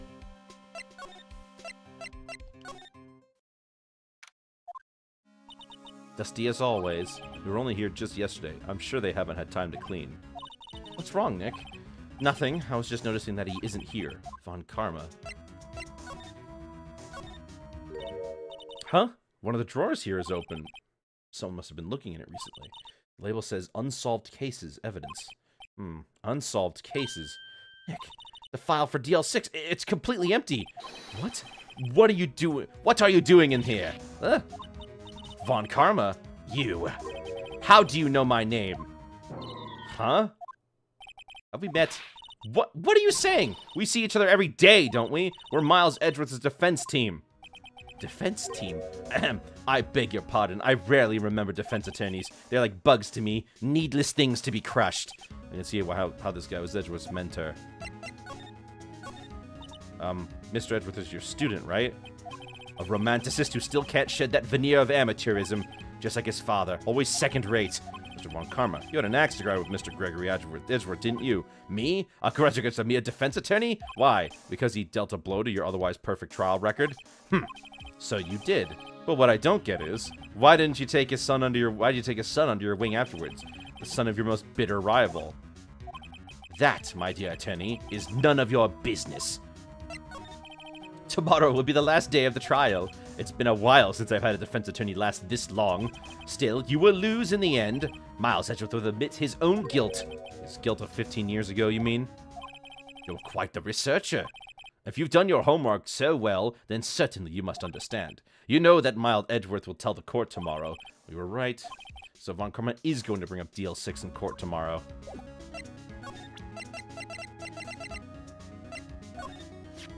Mr. Von Karma, have a look at this. This was you, wasn't it? You instructed Yanni Yogi to commit murder. Yanni Yogi. How many years has it been since I've heard him called by that name? He's a fool. I told him to burn it after he read it. So you admit it? You wrote Mr. Yogi this letter. Yes, my dear defense attorney. Thank you for taking the trouble to bring it to me. You've saved me from a lot of needless hassle. What? Nick, what is that thing? A taser? A stun gun for self-defense, usually. Indeed, 600,000 volts will course through your body like a dog touching an electric fence. 600,000. Oh, don't worry. People don't die from it, usually. Now, give me the letter. No. No! Whoa, what are you... Nick, run! Ah! Why is he so stupid? Stop showing people the most incriminating evidence you have on them. Maya, out of my way.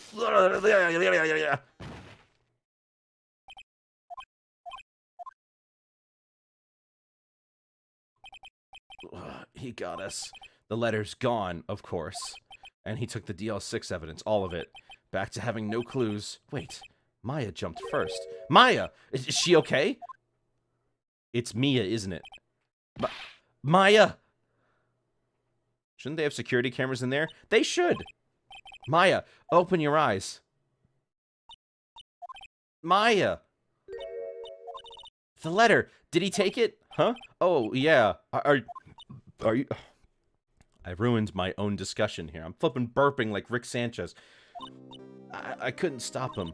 I jumped as fast as I could, but one shot from that thing knocked me out cold. I'm useless. I'm no good as a lawyer or a medium. I can't even call my sister. Not even now when we need her the most. I wish I hadn't woken up at all. Maya. There'll be some way I can help her. Better do something about her self-confidence first. Maya. She's holding something. What is that? A bullet? DL6 Infinite's evidence number 7 taken from the heart of Gregory Edgeworth. I remember. Von Karma was holding this when Maya jumped him. I'll prove it to you, Maya. You're most definitely not useless. I'll prove it to you in court tomorrow. Alright, let's do it. Now it's the time.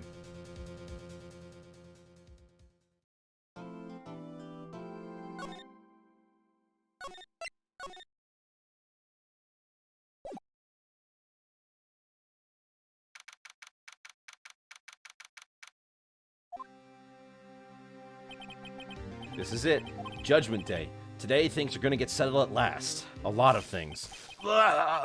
What's the big idea? Sorry, Nick. I only touched your shoulder.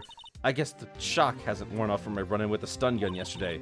Anyway, today's the last day of the trial. Good luck. Yeah, thanks, Maya. Edgeworth is looking glum as always. I hope Von Karma doesn't push him too hard. Whoa! What are you doing? Sorry. I'm sorry. I just thought I'd cheer up with a pat on the back. Maya, maybe you should go outside and discharge. Right, good idea. Try not to electrocute anyone on your way out. Whoa, what are you, pal? What's gone into that girl? Detective Gumshoe. Morning, Mr. Edgeworth. Good morning. How did it go, Detective? Oh, excuse me. How did it go, Detective? Have no fear. As promised, I've captured our runaway caretaker. I just brought him in. Took all night, pal. Thanks, Detective Gumshoe. You must be tired. Actually, after that shock I got on the way in, I feel pretty good. Yogi says he's forgotten his own name, but that has to be a lie. Why would he want revenge on Edgeworth if he couldn't remember his past? He does remember, and I'm going to prove it. You'd think after nearly getting murdered by Vasquez for showing off your dirt on her, he wouldn't do something that stupid a second time. Yeah, I know, but also you'd think but also the thing is that there was almost nobody in the police station. Court is now in session for the trial of Miles Edgeworth. The defense is ready, Your Honor. The prosecution is ready. Right, very well. We have reached the final day in our proceedings in this trial. I ask that the prosecution to submit decisive evidence. Understood. Come on, don't be awed into silence for every little thing he says. Very well, Mr. Von Karma. Your opening statement? Right. Thanks to Detective Gumshoe's efforts, the boat rental shop caretaker has been arrested. In yesterday's trial, the defense asserted that the caretaker was the murderer. However, the caretaker has yet to confirm this. I would like to ask the defense to cross-examine him as much as necessary. Very well. Please bring the witness into the courtroom.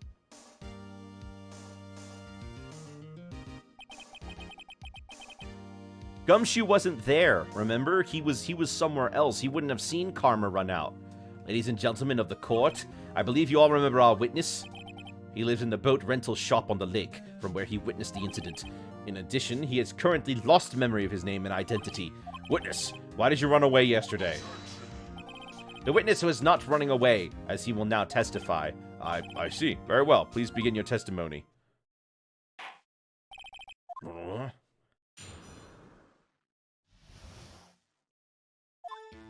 I'm really sorry about just leaving yesterday like I did. When I wasn't running away or nothing, I went to buy some food for Polly, see? Figured I got nothing to do with this incident anyhow. I mean, I'd need one of those motive things, right? And I don't got one. So my testimony yesterday stands as is. Very well. Let's begin the cross-examination, shall we? He has to know his name. Yanni Yogi. You're Yanni Yogi, and I'm going to prove it.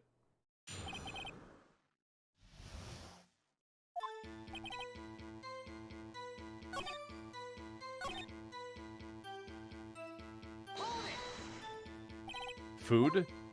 Well, Polly's a bit of a gourmand, you see. She only eats these high-quality bird pellets from France. They only have them in the big pet shop downtown. But you weren't arrested until this morning. Why didn't you go back to the caretaker's shack? Well, I kind of got lost, you see. The witness has trouble remembering things sometimes. When the police apprehended him, he was on his way back to the shack. Yeah, right. Nice try, Von Karma. No one's gonna believe that. I see. So he was lost. Please, Your Honor, come to your senses.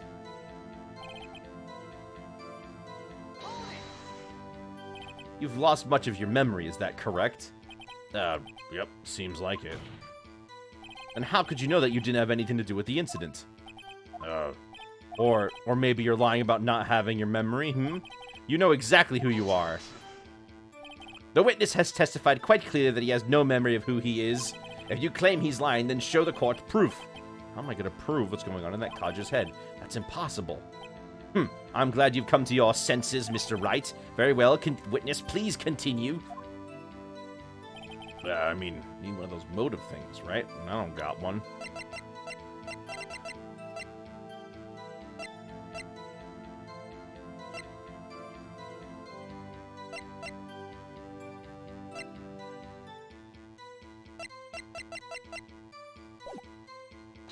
He remembers his parrot, yeah. How could you say you had no motive? I say you do. You had a grudge against the victim, Robert Hammond. That's why you took revenge on them, right? Please don't make me repeat myself, Mr. Wright. This witness has no memories of anything beyond several years ago. He can't hold a grudge. It's impossible. I have to prove he's lying about his memory. Otherwise, it's going to be the same thing over and over until the trial ends. Might I say something, Mr. Wright? Yes, Your Honor. You've been saying the same thing now over and over. You've been calling the witness's memory of the past or lack thereof into question. But does this really have anything to do with the current case? Of course, Your Honor. The witness has said he has nothing to do with this case, and no motive. Both of these statements are lies. He remembers his parrot. It's true, he does remember the parrot. Order. Mr. Wright, there's a serious problem with your claim. Or are you saying that you know who this witness is? Of course, Your Honor. Oh, now this is interesting. I would like to know myself. So, who is he? Don't play dumb, Von Karma. Mr. Wright, please tell me this witness's name. His name is Yanni Yogi, a former court bailiff. Yogi? That name seems familiar. Oh, Yanni Yogi, from the DL6 incident. It figures the judge would have heard of it. It was such a famous case. But what does this mean? Your Honor, if this man is Mr. Yogi, then he has a clear motive.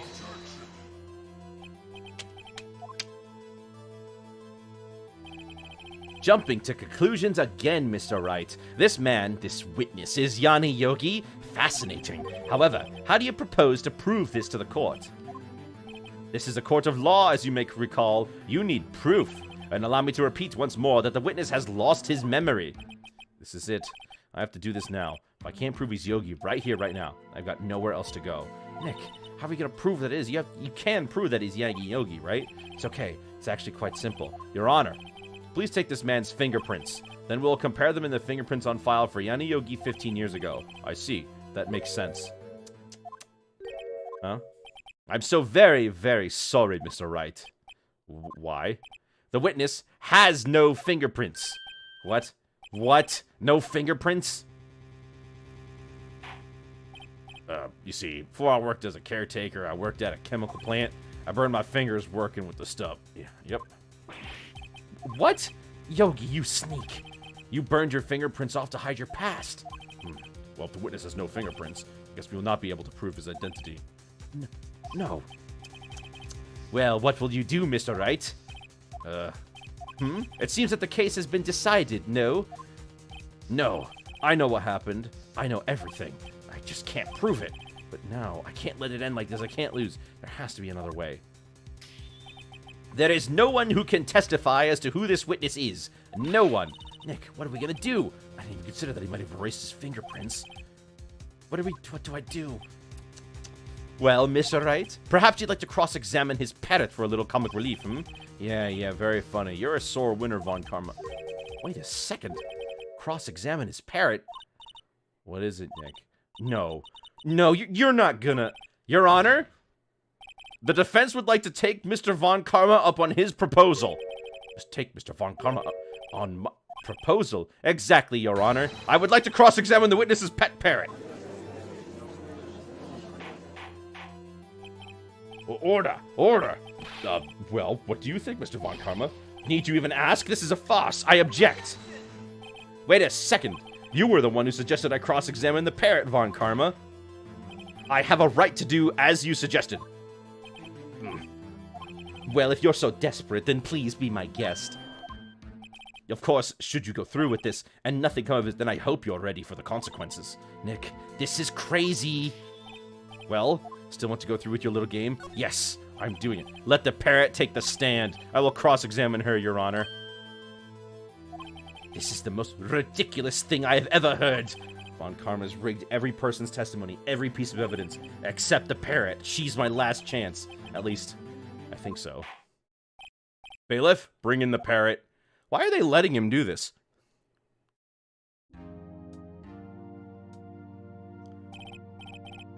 That's quite a bird. Please tell us your name. Name! The witness is ignoring me. Must hurt to be ignored by a bird. Very well, witness. Who is your owner? Please testify for us. Who is your owner? Hello. Right. Certainly the most concise testimony you've had so far. Very well, begin your cross-examination. Right. What are you gonna do, Nick? I don't know. What do we do, Maya?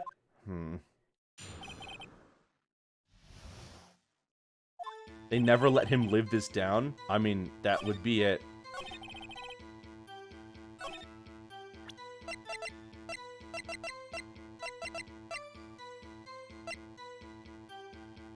Say something stupid.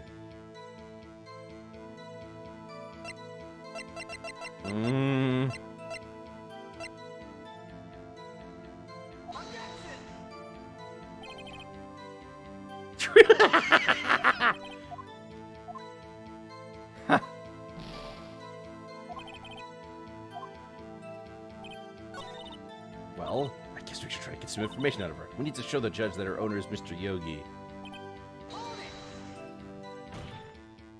Witness, you can't just say hello and expect us to get anywhere. I want you to testify. Maya, you talk to her. Right. What do I say? As I recall 2 days ago. Polly, have we forgotten something? Quack. Don't forget DL6, quack. If I could get Polly to say that here, that will prove that the caretaker had something to do with DL6. Polly, have we forgotten something? Hello. That's what you're supposed to say. Forgot. Something we forgot. Hello? Uh-oh. It's not working, Nick. She won't say it. This is ridiculous. Why won't she say it?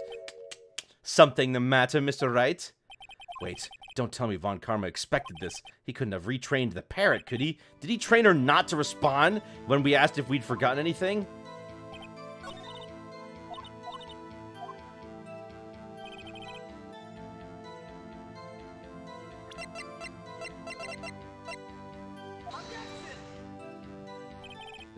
Oh.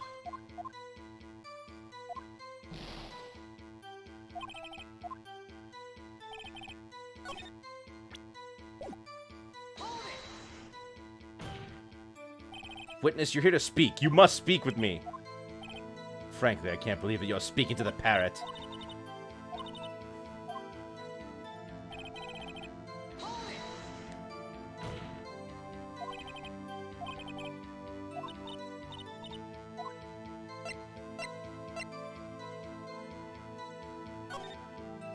Where'd you get her to say her name? Polly, Polly, what's your name?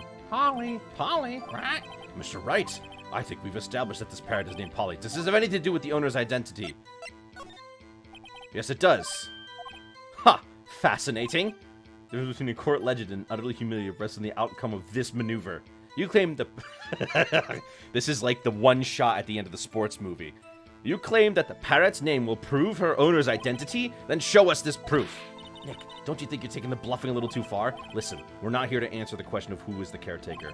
We're here to prove that he is Yanni Yogi.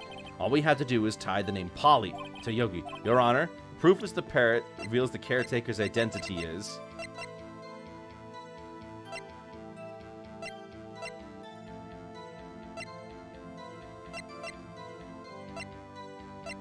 Oh gosh, not the lake photo, not Misty Faye's photo.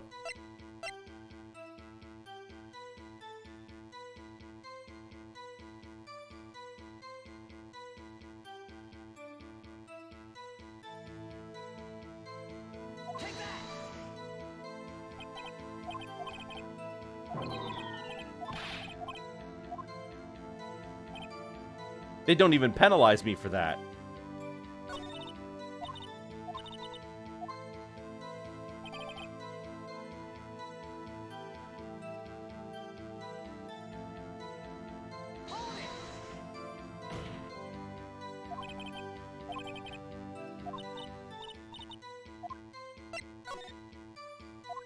Alright, hold on.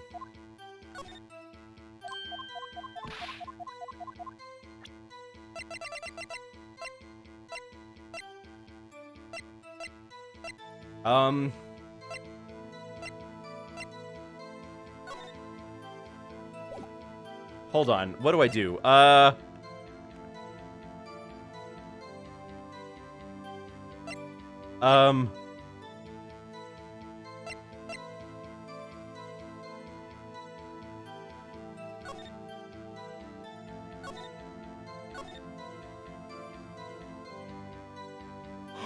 Polly Jenkins! The DL6 case file? It's quite a large file you have there. Which page is this proof on, then? Show us or stop wasting our time. Very well. Mr. Wright, please show us the page. Where in this file is the information connected to this parrot's name?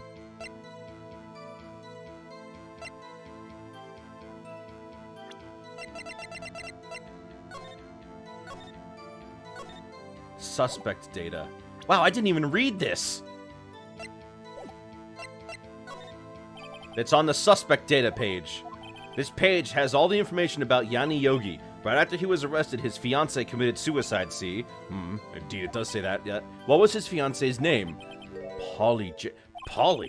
Exactly, Your Honor. He wanted to remember the name of his fiancée who had committed suicide. That's why he named his parrot after her. I see. I guess that is possible. Bah! A mere coincidence, that's all. My granddaughter has a dog she calls Phoenix. Well, Mr. Phoenix Wright, does this make you my granddaughter's fiancé? She's only 7 years old. Ugh, indeed. Alone, it is a little weak for evidence in a murder trial. We would need some other corroborating evidence. Where am I gonna find that? Nick, we're getting closer. One more. We could just get one more piece of evidence right. But what? Very well, witness. You may continue. Well, I guess we should try to get some information out of her.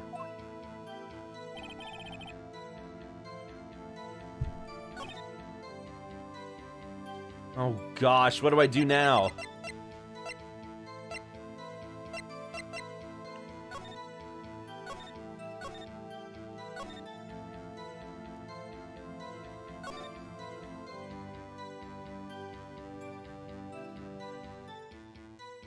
Oh my gosh, why can't I figure this out?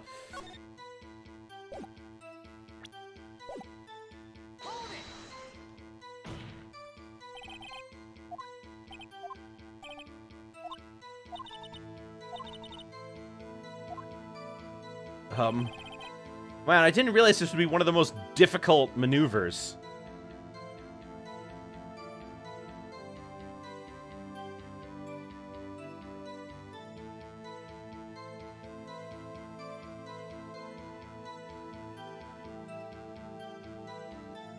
Okay.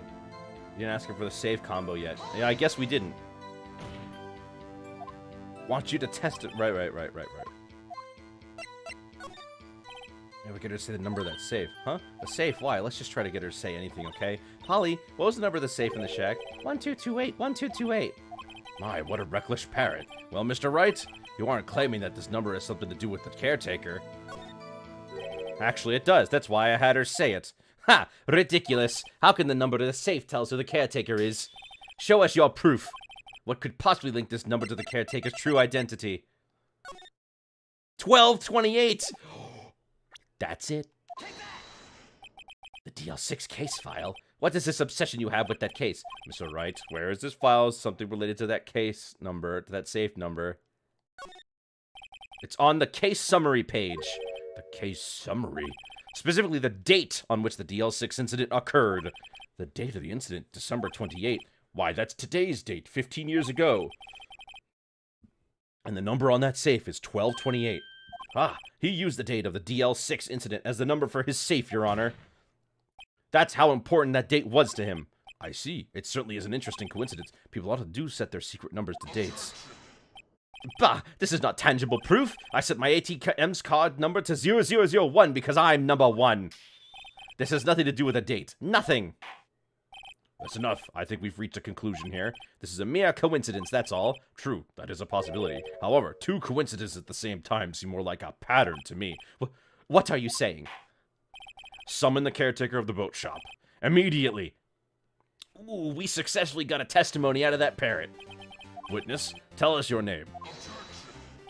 Wait, this witness, he doesn't remember. No, it's okay. I've accomplished what I wanted to do. I'm done. Nick, he looks totally different. This is the real Yogi, I think, finally. He's been acting feeble to hide his true identity. Acting for 15 years. Well, let us ask you again. Please state your name for the court. My name is Yanni Yogi. 15 years ago, I served as a bailiff in this very court. Everyone in the court just stole his money. What? Oh, yeah, the ATM card. Wow, everybody got the money before I did. Well, I missed my chance. Order. Yanni Yogi, so it was you who killed Robert Hammond and tried to frame Miles Edgeworth for his death? Yes, it was me. I did it. They put me on the witness stand 15 years ago.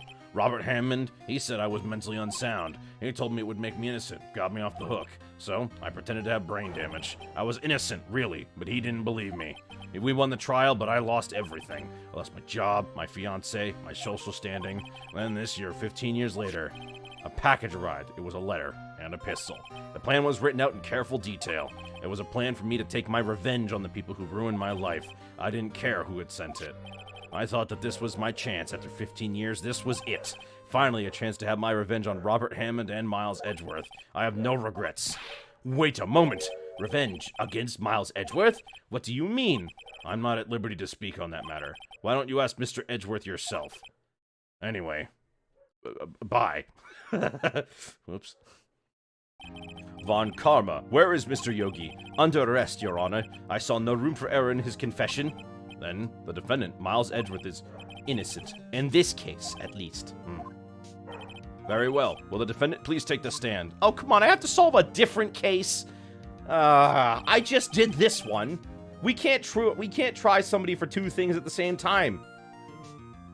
There are a few mysteries left unsolved. Still, you are cleared of suspicion for this particular case. So I'd like to pass judgment on the murder of Mr. Robert Hammond. Any objections? I don't believe it. Why isn't Varkammer saying anything? Very well. This court finds the defendant, Mr. Miles Edgeworth, not guilty. Except now we're going to get an objection.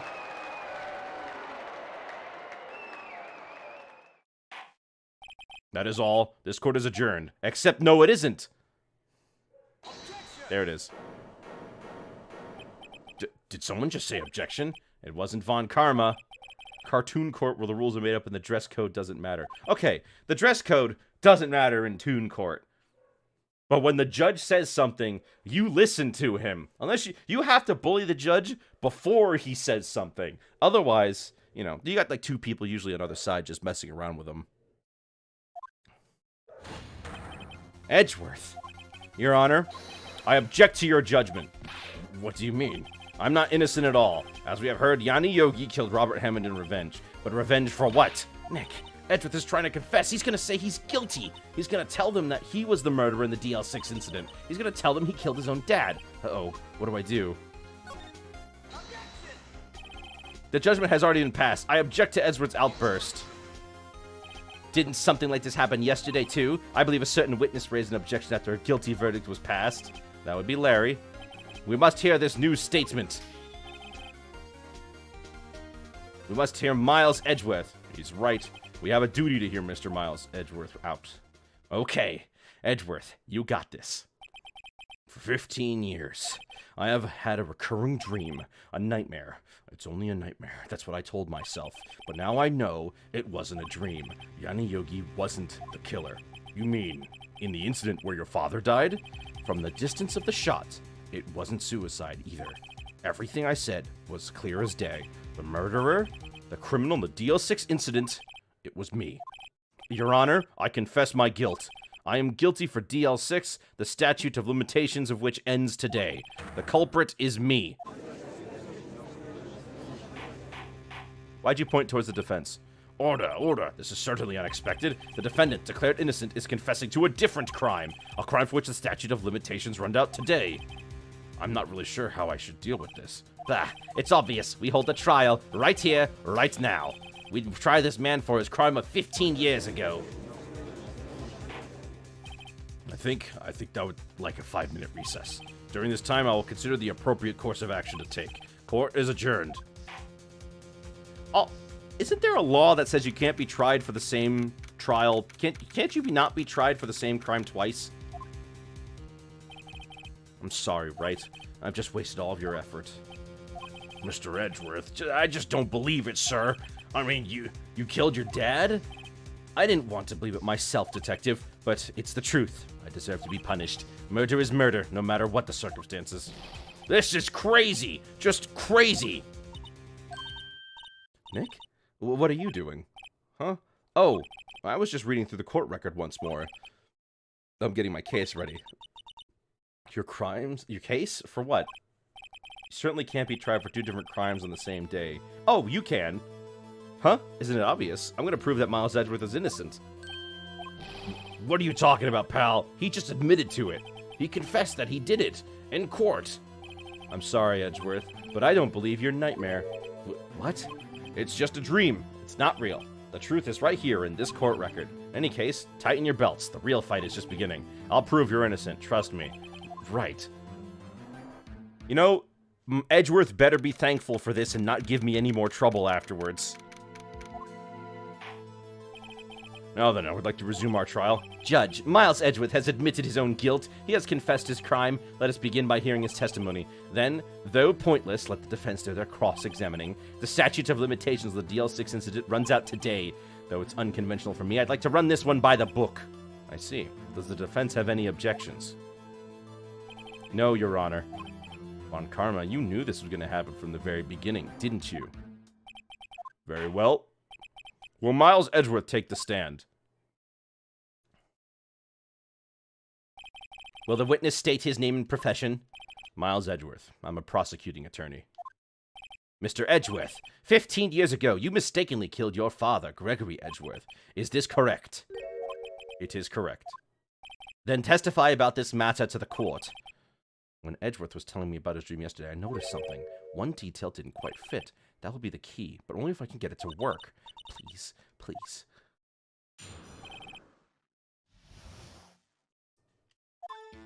That day, I had gone to the courtroom to observe one of my father's trials. As we went to leave, an earthquake struck, trapping us in the elevator. My father and Mr. Yogi lost their composure and began to argue. Just then, something heavy fell at my feet. I picked it up and threw it at Mr. Yogi.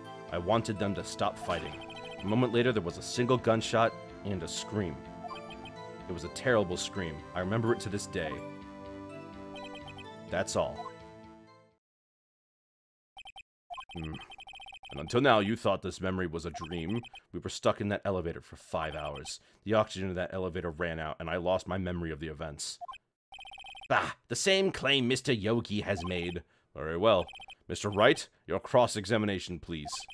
If that's the case, he's not guilty. It wasn't a murder. Well, they're considering it a murder anyway.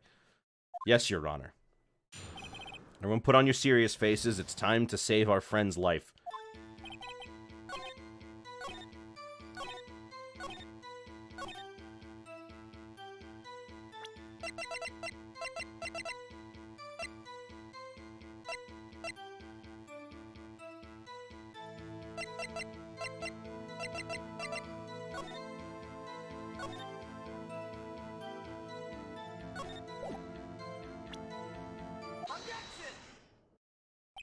What degree is it accidental? I think that's, second.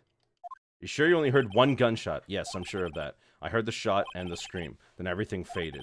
I was unconscious until the rescuers came. I see. No, Your Honor. Unfortunately, you don't. Look at this file one more time. This plainly contradicts the witness's testimony.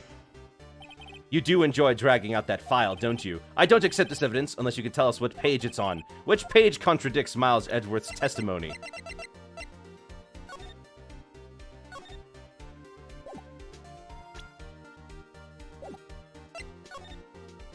Look at the victim data in this file. It says it quite plainly. The murder weapon was fired twice. Miles Edgeworth only heard one gunshot, yet the murder weapon was fired twice. The first shot was the accidental firing when the pistol was thrown. So, who fired the remaining shot? Was there perhaps another shooter who fired that second shot? Your Honor, as I'm sure you're aware, this incident occurred 15 years ago. The evidence is dated. The pistol did fire twice. However, we did not know when that second shot was fired. That might have been fired the day before the incident. There is no proof that the second shot had anything to do with this incident. What? I see. You do have a point, Mr. Wright. The murder weapon was fired twice, as we have heard. One of those shots was fired by the defendant, a boy at the time. Do you have any proof that the other shot fired had something to do with the case? Your Honor, I think I will be able to show you proof. What? Impossible! Now, Mr. Von Karma, save your surprise for after you've seen the evidence. Very well, Mr. Wright, show us your proof. Do you have any evidence that the second firing of this pistol is related to the incident?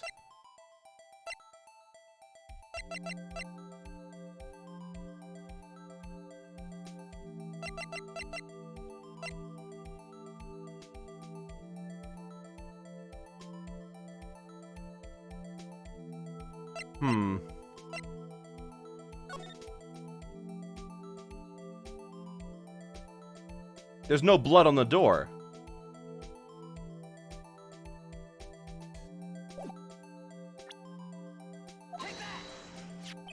Look at this photograph. This is a photograph of the crime of the scene 15 years ago. I can see that the victim laying there is Gregory Edgeworth. This proves the murder weapon was fired twice at the time of the incident. This photo proves it. So let me get this straight. This photo proves 2 shots were fired? Where? Your Honor, please get a clue. Show the judge the contradiction in the photo. Right here. As should be obvious, the contradiction is here. I see. A bullet hole in the door. Your Honor, Gregory Edgeworth was killed by a shot from the pistol. Yet there is also a bullet hole in the elevator door. We also know that the murder weapon was fired twice. Thus, someone other than Edgeworth fired that second shot. Order, order. Mr. Wright, what are you driving at? It's simple, Your Honor. At the time of the incident, 2 shots were fired. One went into Gregory Edgeworth's heart. The other hit the elevator door. Remember, the defendant lost consciousness after the shot he fired rang out. In conclusion, we must agree that the second shot was fired by someone else. Mr. Wright, but who could that someone else be? The murderer, of course. I knew I should have stepped in before your wild fantasies got out of hand. Mr. Wright, look once more at the DL6 incident case file. Look closely. Try the case summary page. The case summary page, that's on page 1. Look what is written there. Not a single clue was found on the scene. If the pistol had indeed been fired 2 times, then the other bullets would have been discovered on the scene. It does have a point. That second bullet has never been found. Why? Because the second bullet does not exist. The bullet that claimed Gregory Edgeworth's life was the one fired by his own son. That is the truth of this matter, the whole truth. It was undoubtedly something else that made the bullet hole in the door. Order. I will have order! Mr. Wright has proved one thing to us quite clearly, that the murder weapon was fired twice at the time of the incident. However, as Mr. Von Karma says, the second bullet fired was not found. It is highly unlikely that the police merely overlooked this second bullet. So when all we have is the single bullet fired, I'm afraid I have to discount the defense's claim. I praise the judge for his wisdom in this manner. How did this happen? I don't believe that the second bullet didn't exist. Was I wrong? Have I been wrong about this whole incident? What are you doing, Nick? Why aren't you raising an objection? I'm sorry, Maya. What? It looks like I was wrong. Nick, if the second bullet wasn't there, then all my conjectures are for nothing. No, but you said you'd do it, Nick. You said you'd get Edward declared innocent. I'm sorry. It's just when I saw the photograph, I thought that 2 shots had been fired. I was so certain of it. I thought I'd won. I thought there was another person, someone who could fire the killing shot. But now, I was wrong to think it could be that simple. This case has stood unsolved for 15 years. Nick. Well, it seems that we have finally cleared up this incident. Only 1 bullet was found on the scene of the crime. That shot was fired by Miles Edgeworth. Precisely. I would like to ask one thing about Edgeworth before passing my verdict. Have you been paying attention to the trial so far? Yes, Your Honor. Do you have any objections? No. No, I do not. So you killed your father, though that was not your intention. Yes, I did. Oh no, he's accepting the guilt.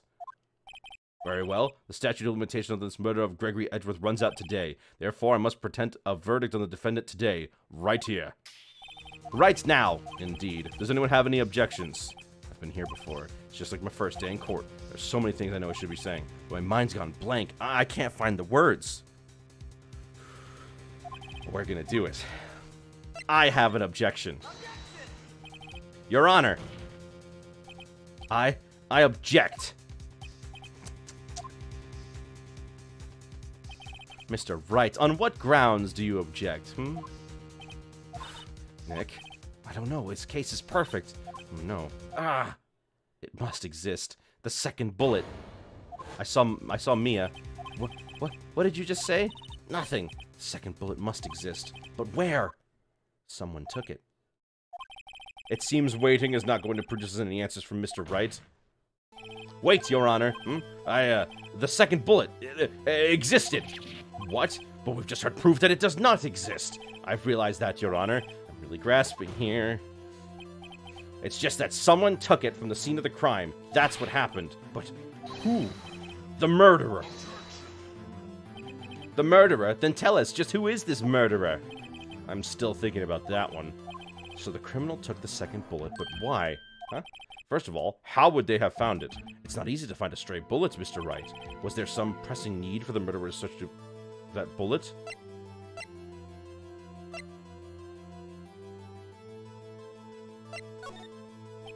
Of course there was a need. That's why they took it. What possible reason could they have had? Well, the reason on the murder took away the bullet from the scene is... maybe they thought the bullet would be used as proof? Proof. It was a special bullet, so they took it with them. If that was the case, then should have taken the bullet from inside Gregory as well. Huh? Why would they only take one of the 2 shots fired? Oh, right. Uh-oh.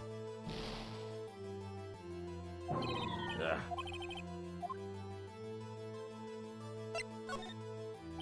Why would the murderer have spent the time to look for that stray bullet? I haven't got a clue. What's wrong, Mr. Wright? The murderer had no reason to take that bullet. You don't want to admit it, but it's true. Had to take it. Had to take it. The murder, what does that mean? You're thinking too normal. Think crazy. Don't think why the bullet was taken. Think why the bullet had to be taken. Mr. Wright, yes, You're not. I have no idea what I'm doing. The murderer had no intention of taking the bullet from the scene, but the murderer had to take the bullet. Had to, Mr. Wright? What do you mean? Well, for instance what? Maybe the bullet, hit the murderer? The bullet hit the murderer? Just saying, for instance, I mean, if it hit you, would You would have to take it with you, wouldn't you? It's not like you could perform surgery right there. You know. Wait a second. I was just talking at the top of my head, but what if that's really what happened? Let me get this straight. So at the time of the murder, the murderer himself was shot, and they left with the second bullet still inside of them, thus leaving only one bullet at the scene of the crime? Yes, I guess that's how it would work, yes. But there's a problem with that. The other two people rescued from the elevator, Miles Edgeworth and Yanni Yogi, were both unharmed, so that would mean the murderer came from outside, yes.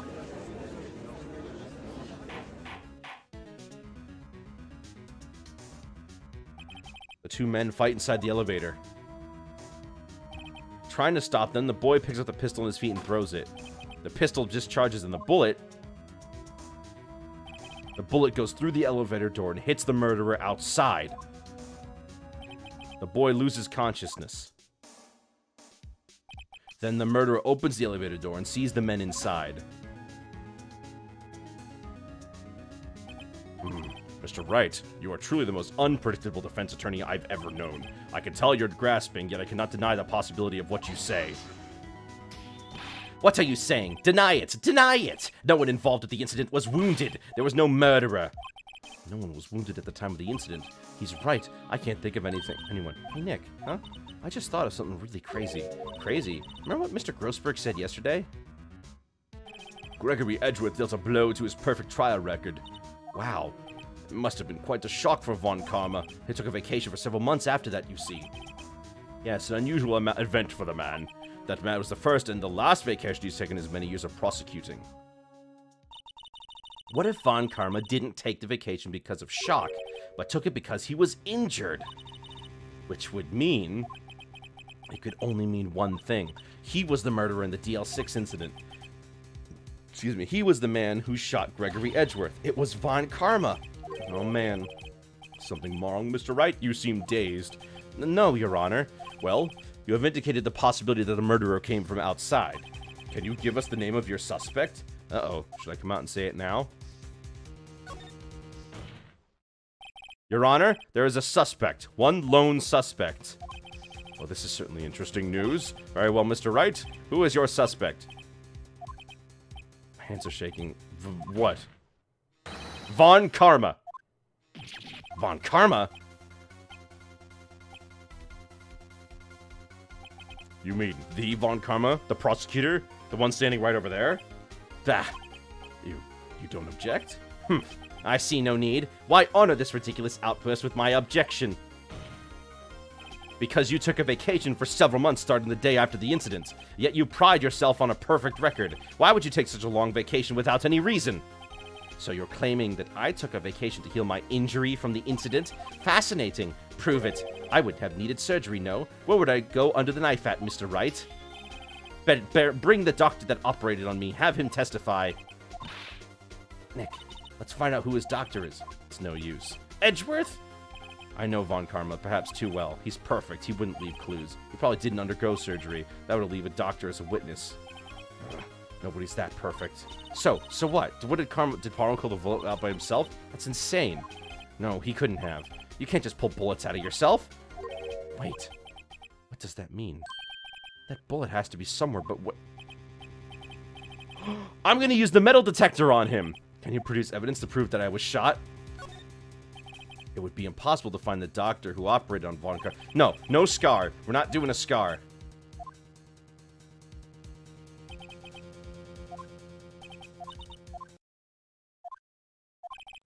Court record. What could be in there? All right, Von Karma. I'll prove it, and I'll even use evidence. I know how you like it so much. But what? The evidence that proves Von Karma was shot is...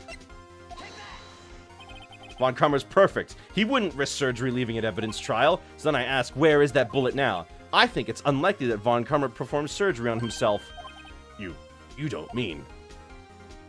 I do. There is the possibility that the bullet is still inside Von Karma. Is that even possible for all these years? Well, there's one way to find out. We could use this metal detector. Well, Von Karma, I'm going to run this over you and see what we find. I refuse. You'll refuse. What refusing this means? You acknowledge that the bullet is still inside you? Can you live healthily leaving a bullet in your shoulder? Maybe. Maybe you can. Your Honor, the defense requests that be allowed to use the metal detector. Judge, I call for a suspension of this trial. This is an invasion of privacy. And that statute of limitations runs out on this case today. It was you who said we had to end it right here, right now. Enough. I permit the use of the metal detector. Mr. Von Karma, you will submit yourself to testing. Nick, what does this mean? I don't know, but we have to give it a shot.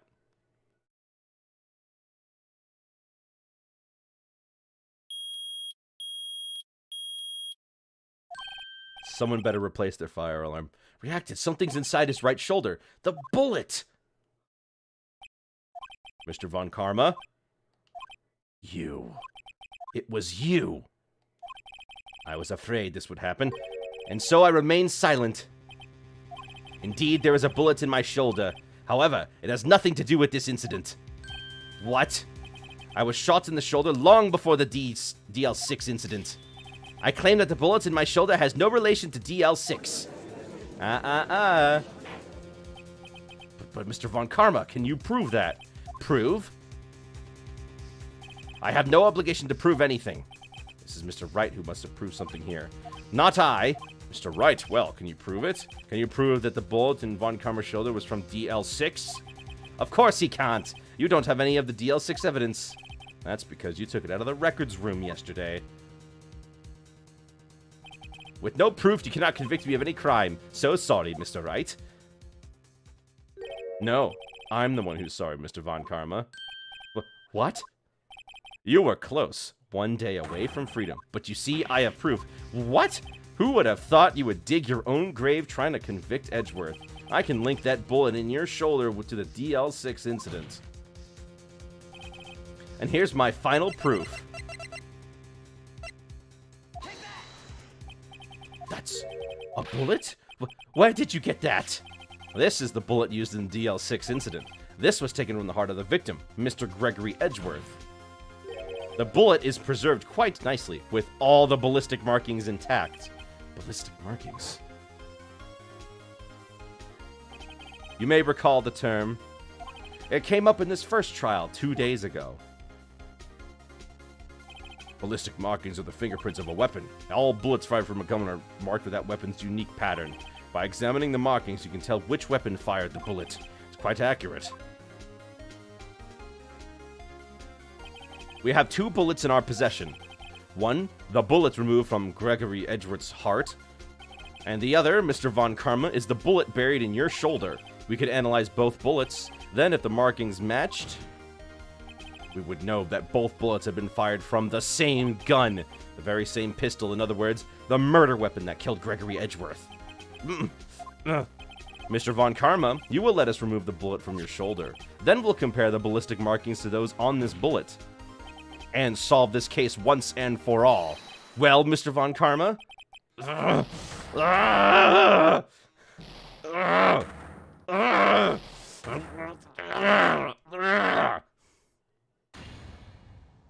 scream. I've heard that scream before. Wait, I know. Help! I can't breathe. Quiet! I said quiet. You're not making this any easier. Stop breathing my air. I'll kill you. Stop breathing my air. Get away. Get away from my father.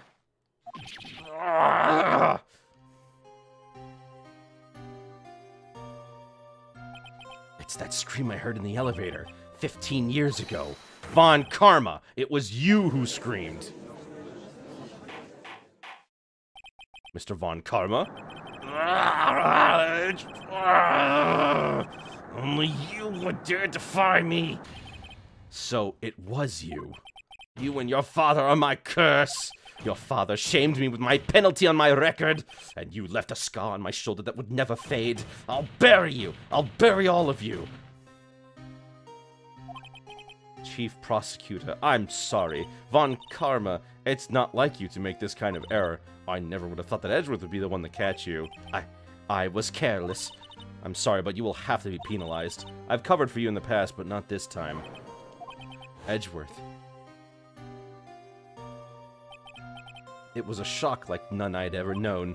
Me, penalized. It took hours for me to regain my composure. Suddenly I found myself in the darkness. I was in the court records room. I must have wandered in there without thinking where I was going. The court was pitch black. The lights must have gone out. I went out into the hall and felt my way to the elevator. I pressed the button, but nothing happened. Then there was a noise. I was in pain, a horrible burning pain in my shoulder. Just then the lights came back on. The elevator door opened before my eyes. I saw 3 people inside, all lying unconscious from oxygen deprivation. Much to my surprise, a pistol lay at my feet. I knew then it was destiny.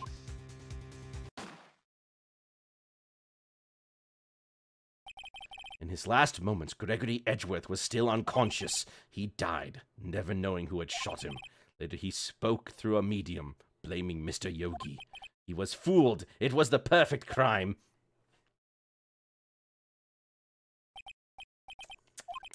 Who would have thought another man would have come to open that elevator door? Judge! What are you doing? Do your job. Bring an end to this miserable charade. Now, end it. Very well.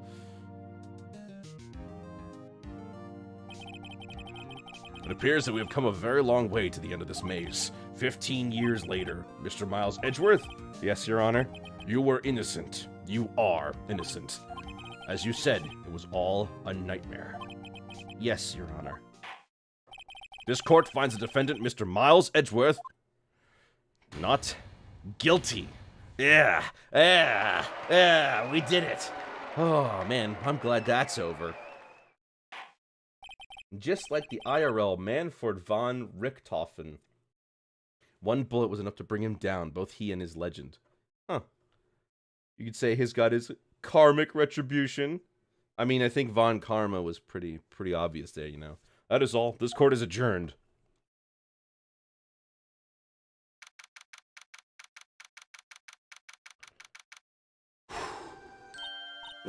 Nick, we did it. Did you see his face? Von Karma looked even paler than usual. He's pretending to be all cool, but inside you crushed him, Nick. Crushed. I gotta say, I'm impressed. It was pretty close, though. I was sure we'd had it. I know, I was on the verge of my tears. I was verge of tears the whole time myself. But now it's all just a good memory. So, it's finally over. Edgeworth? Right? Yeah? I'm not sure how to say this. I know. Try thank you. I see. Thank you, right? You're welcome. I think you could have done better than that. Sorry, I'm not good at this sort of thing. You got a lot to learn, Edgeworth. She's got you there. Oh, amazing, pal. You pulled through that just like I thought you would. I'll never forget this. I owe you one, pal. And tonight, let's party. Dinner is on me. Yeah, my salary went down a bit this month, but who cares? See, Mr. Edgeworth, you should take a lesson from Detective Gumshoe. That's how you say thank you.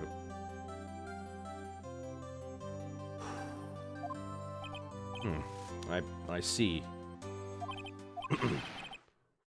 Whoa. I feel foolish.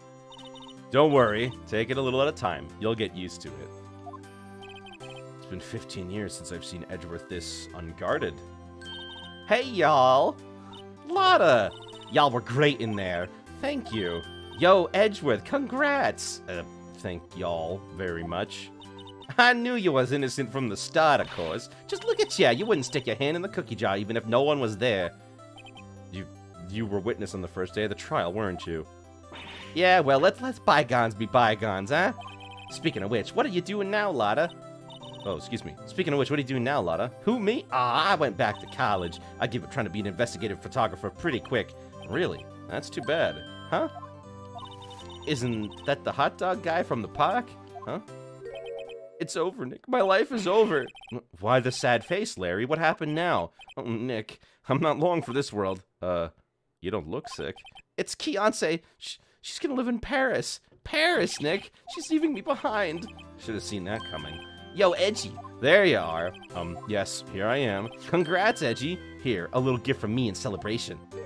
Celebration? That's unusual for you. Hurry butts, you come along tonight too. My treat, pal. Huh? Oh, thanks. Looking forward to it. Yo, Nick, that's the suit that questioned me. When he says treat, that's not police talk for prison food, right? Right? I think you'll be fine, Larry. Right? Yeah? What's up? That envelope that Larry gave me, it's got money in it. Well, yeah, that's not that strange. People give money away to celebrate sometimes. It's $38, right? Huh? What a weird amount. I mean, it's not a little, but it's not a lot either. $38 exactly. Nick, wasn't that exactly the amount of lunch money that was stolen from Mr. Edgeworth in school? $38. No. No, Larry, it was you! What are you so surprised about, right? Huh? Larry was absent that day from school, right? But that doesn't automatically rule him out as a suspect. What? Think back to that day, 15 years ago. Larry took the day off, but he was bored, so we came into school anyway. Then he saw the money laying there, and the rest is history. I never was good at history, haha. Edgeworth, you didn't know, did you? I suspected. I just couldn't picture Larry protecting you like he did that day. Everyone else was saying you did it. The whole class was against you, remember? Yeah, all too well. Right? You may not know this, but we used to have a saying back in school. When something smells, it's usually the butts. I know. Really, Bright. I'm surprised you didn't figure it out. Well, this sure is an unexpected turn of events, huh? Edgeworth. You should have told me. Now, Nick. It was 15 years ago. Don't you think the statute of limitations has run out, Mr. Edgeworth? I'd say so, yeah. There you have it. Ugh. Where does that leave me? I became a defense attorney because of what you two did. Well, you have always been something of an insufferable emotionalist. Yeah, and you got worked up too easily, too. Death. The death sentence for both of you. Man, if only I'd known I'd become a prosecutor. The same goes for me, only the other way around. For the longest time, I thought that I might have killed my own father. I thought I might be a criminal. I became a prosecutor in part to punish myself. If I had known the truth, I might have become a defense attorney after all. Edgeworth. Want to switch, right? Hey, y'all. Line up. I'll take a photo. Oh, photo time. Let's go. And after that, dinner on me. Get a nice picture. Detective Gumshoe took us out on the town that night. We celebrated Edgeworth's newfound freedom, even though Edgeworth himself was still in detention. Wait, why? Whoa, I went a little overboard yesterday. My head hurts. Huh? It's still only 5 o'clock. Maybe I should go back to sleep. What's this? A letter? Good morning, Nick. You were really impressive yesterday. Seeing you, it made me think about what I'm doing here. I'm a spirit medium, in training, of course. I wanted to help Mr. Edgeworth, too. I wanted to help you, but I couldn't. I was useless, so I've decided to go back to my training. I'll become a full-fledged spirit medium. I couldn't say it to your face, so I left this letter. Goodbye, Nick. Goodbye? What time is it? The first trains for the mountains have already left. To the station.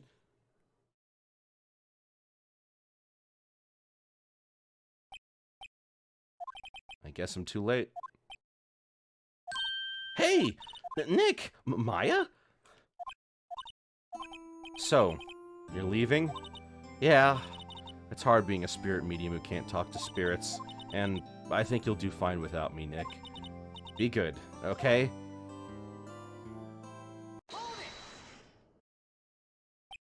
Wait! What? I never could have saved Edgeworth without your help, huh? On the last day of the trial, I heard her. I heard Mia's voice. You heard my sister? Yes, only her voice, but still. It was at the very end when I thought we'd lost everything. Well, that's my sister for you. Detective Gumshoe helped, and even Mr. Grossberg and Larry. I'm the only one who couldn't help. I was useless, Nick. But you were the one who stopped Von Karma, Maya. Huh? I didn't do anything.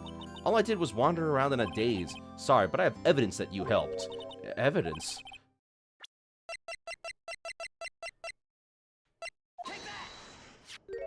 A bullet? Von Karma was convinced he had taken all the evidence pertaining to DL6, but you were the one who rescued the last piece of evidence we needed. This was the bullet that put an end to Von Karma, and you were the one who gave it to me. You took a taser to help with this case, girl. Thanks, Maya. I couldn't have done it without you. I'll be back soon. Huh? I'm gonna complete my training and come back. Okay. I'll be waiting. Of course you will. You can't run that office by yourself. You're helpless. I don't know about that. So, this is it. See you soon, Maya. Aw. Thanks, Nick. No more games should thank me. And so my story ends. Time to turn a new page and say goodbye to the novice defense attorney that I once was. Now a new story begins, with the same old crazy cast of characters. What? Ha! Don't think you've graduated yet, amateur. Mr. Wright, perhaps you'd like to rethink that claim? Yes, Your Honor. Uh-oh, I got a bad feeling about this.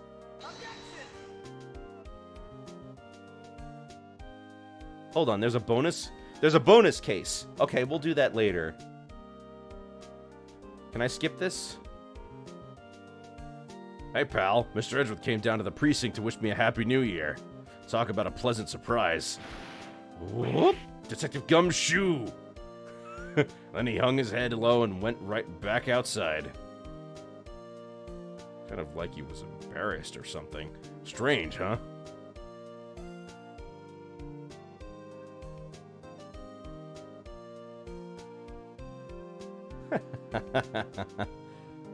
Well, we're not done yet. We're gonna come back to this tomorrow. Huh? Nick? No, I haven't seen him lately. Who, me? I've been working at a cheese shop. That Missy's a nice lady, but she's not exactly what you'd call a cheap date. Huh? Oh, she's in Hawaii right now, yeah. Man, Larry, how do you keep landing these women? The opening to is pretty hype. Well, we'll take a look at that tomorrow. Who? Right? Yeah, I remember him. I hear he's been busy lately. You know, not to ring my own bell, but I sort of taught him everything he knows. I'm sure he's grateful.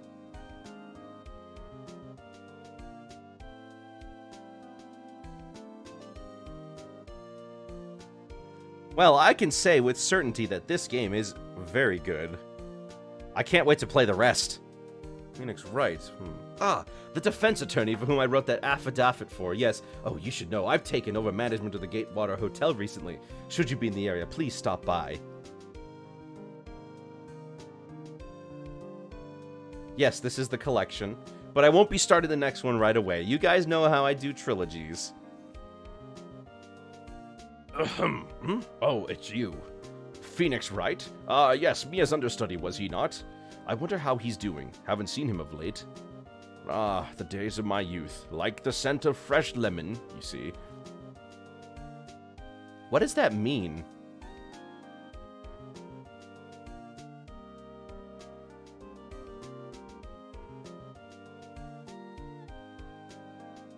Phoenix Wright? Is he an actor? Well, I'm not buying it. You can't be a star with a name like Phoenix. Do you know, did you know? Oh my gosh, never mind. She's gonna keep going.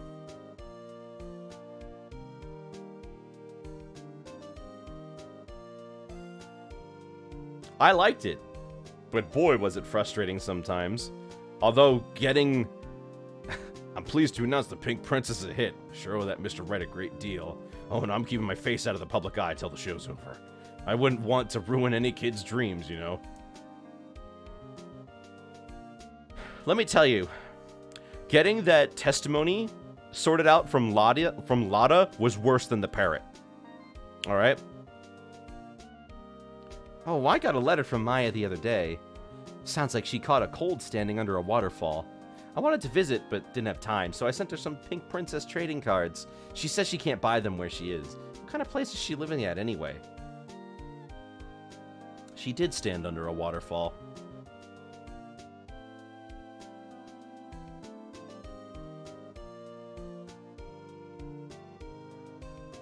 Right, who's that? You want to talk? Let's talk Pink Princess, all right. But, you know, I snuck into the studio the other day, and I saw her, the one inside the Pink Princess suit. Ah, what a dog. It was kind of a shock for a boy of my tender age.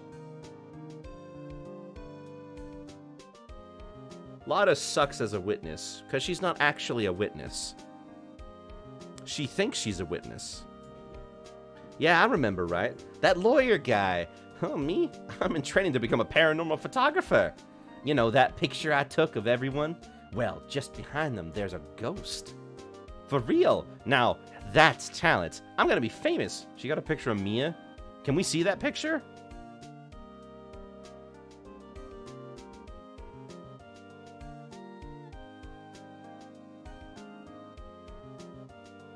There she is.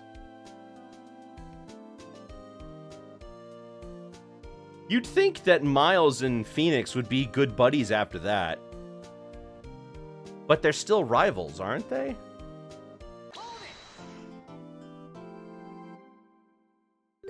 Wait, who are these people?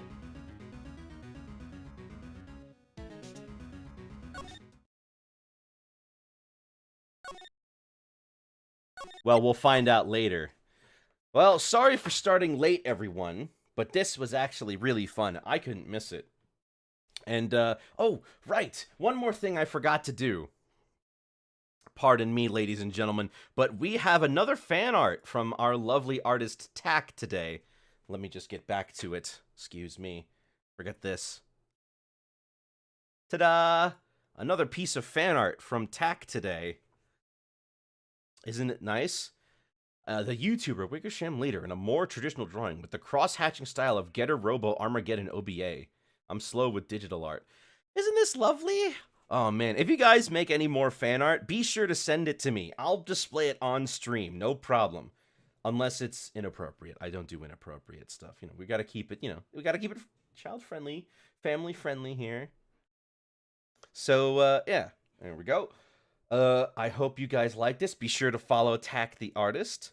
I'll be seeing you guys later. Have yourselves a very good night. And be sure to come back tomorrow when we play the final episode of Phoenix Wright Ace Attorney. Bye-bye.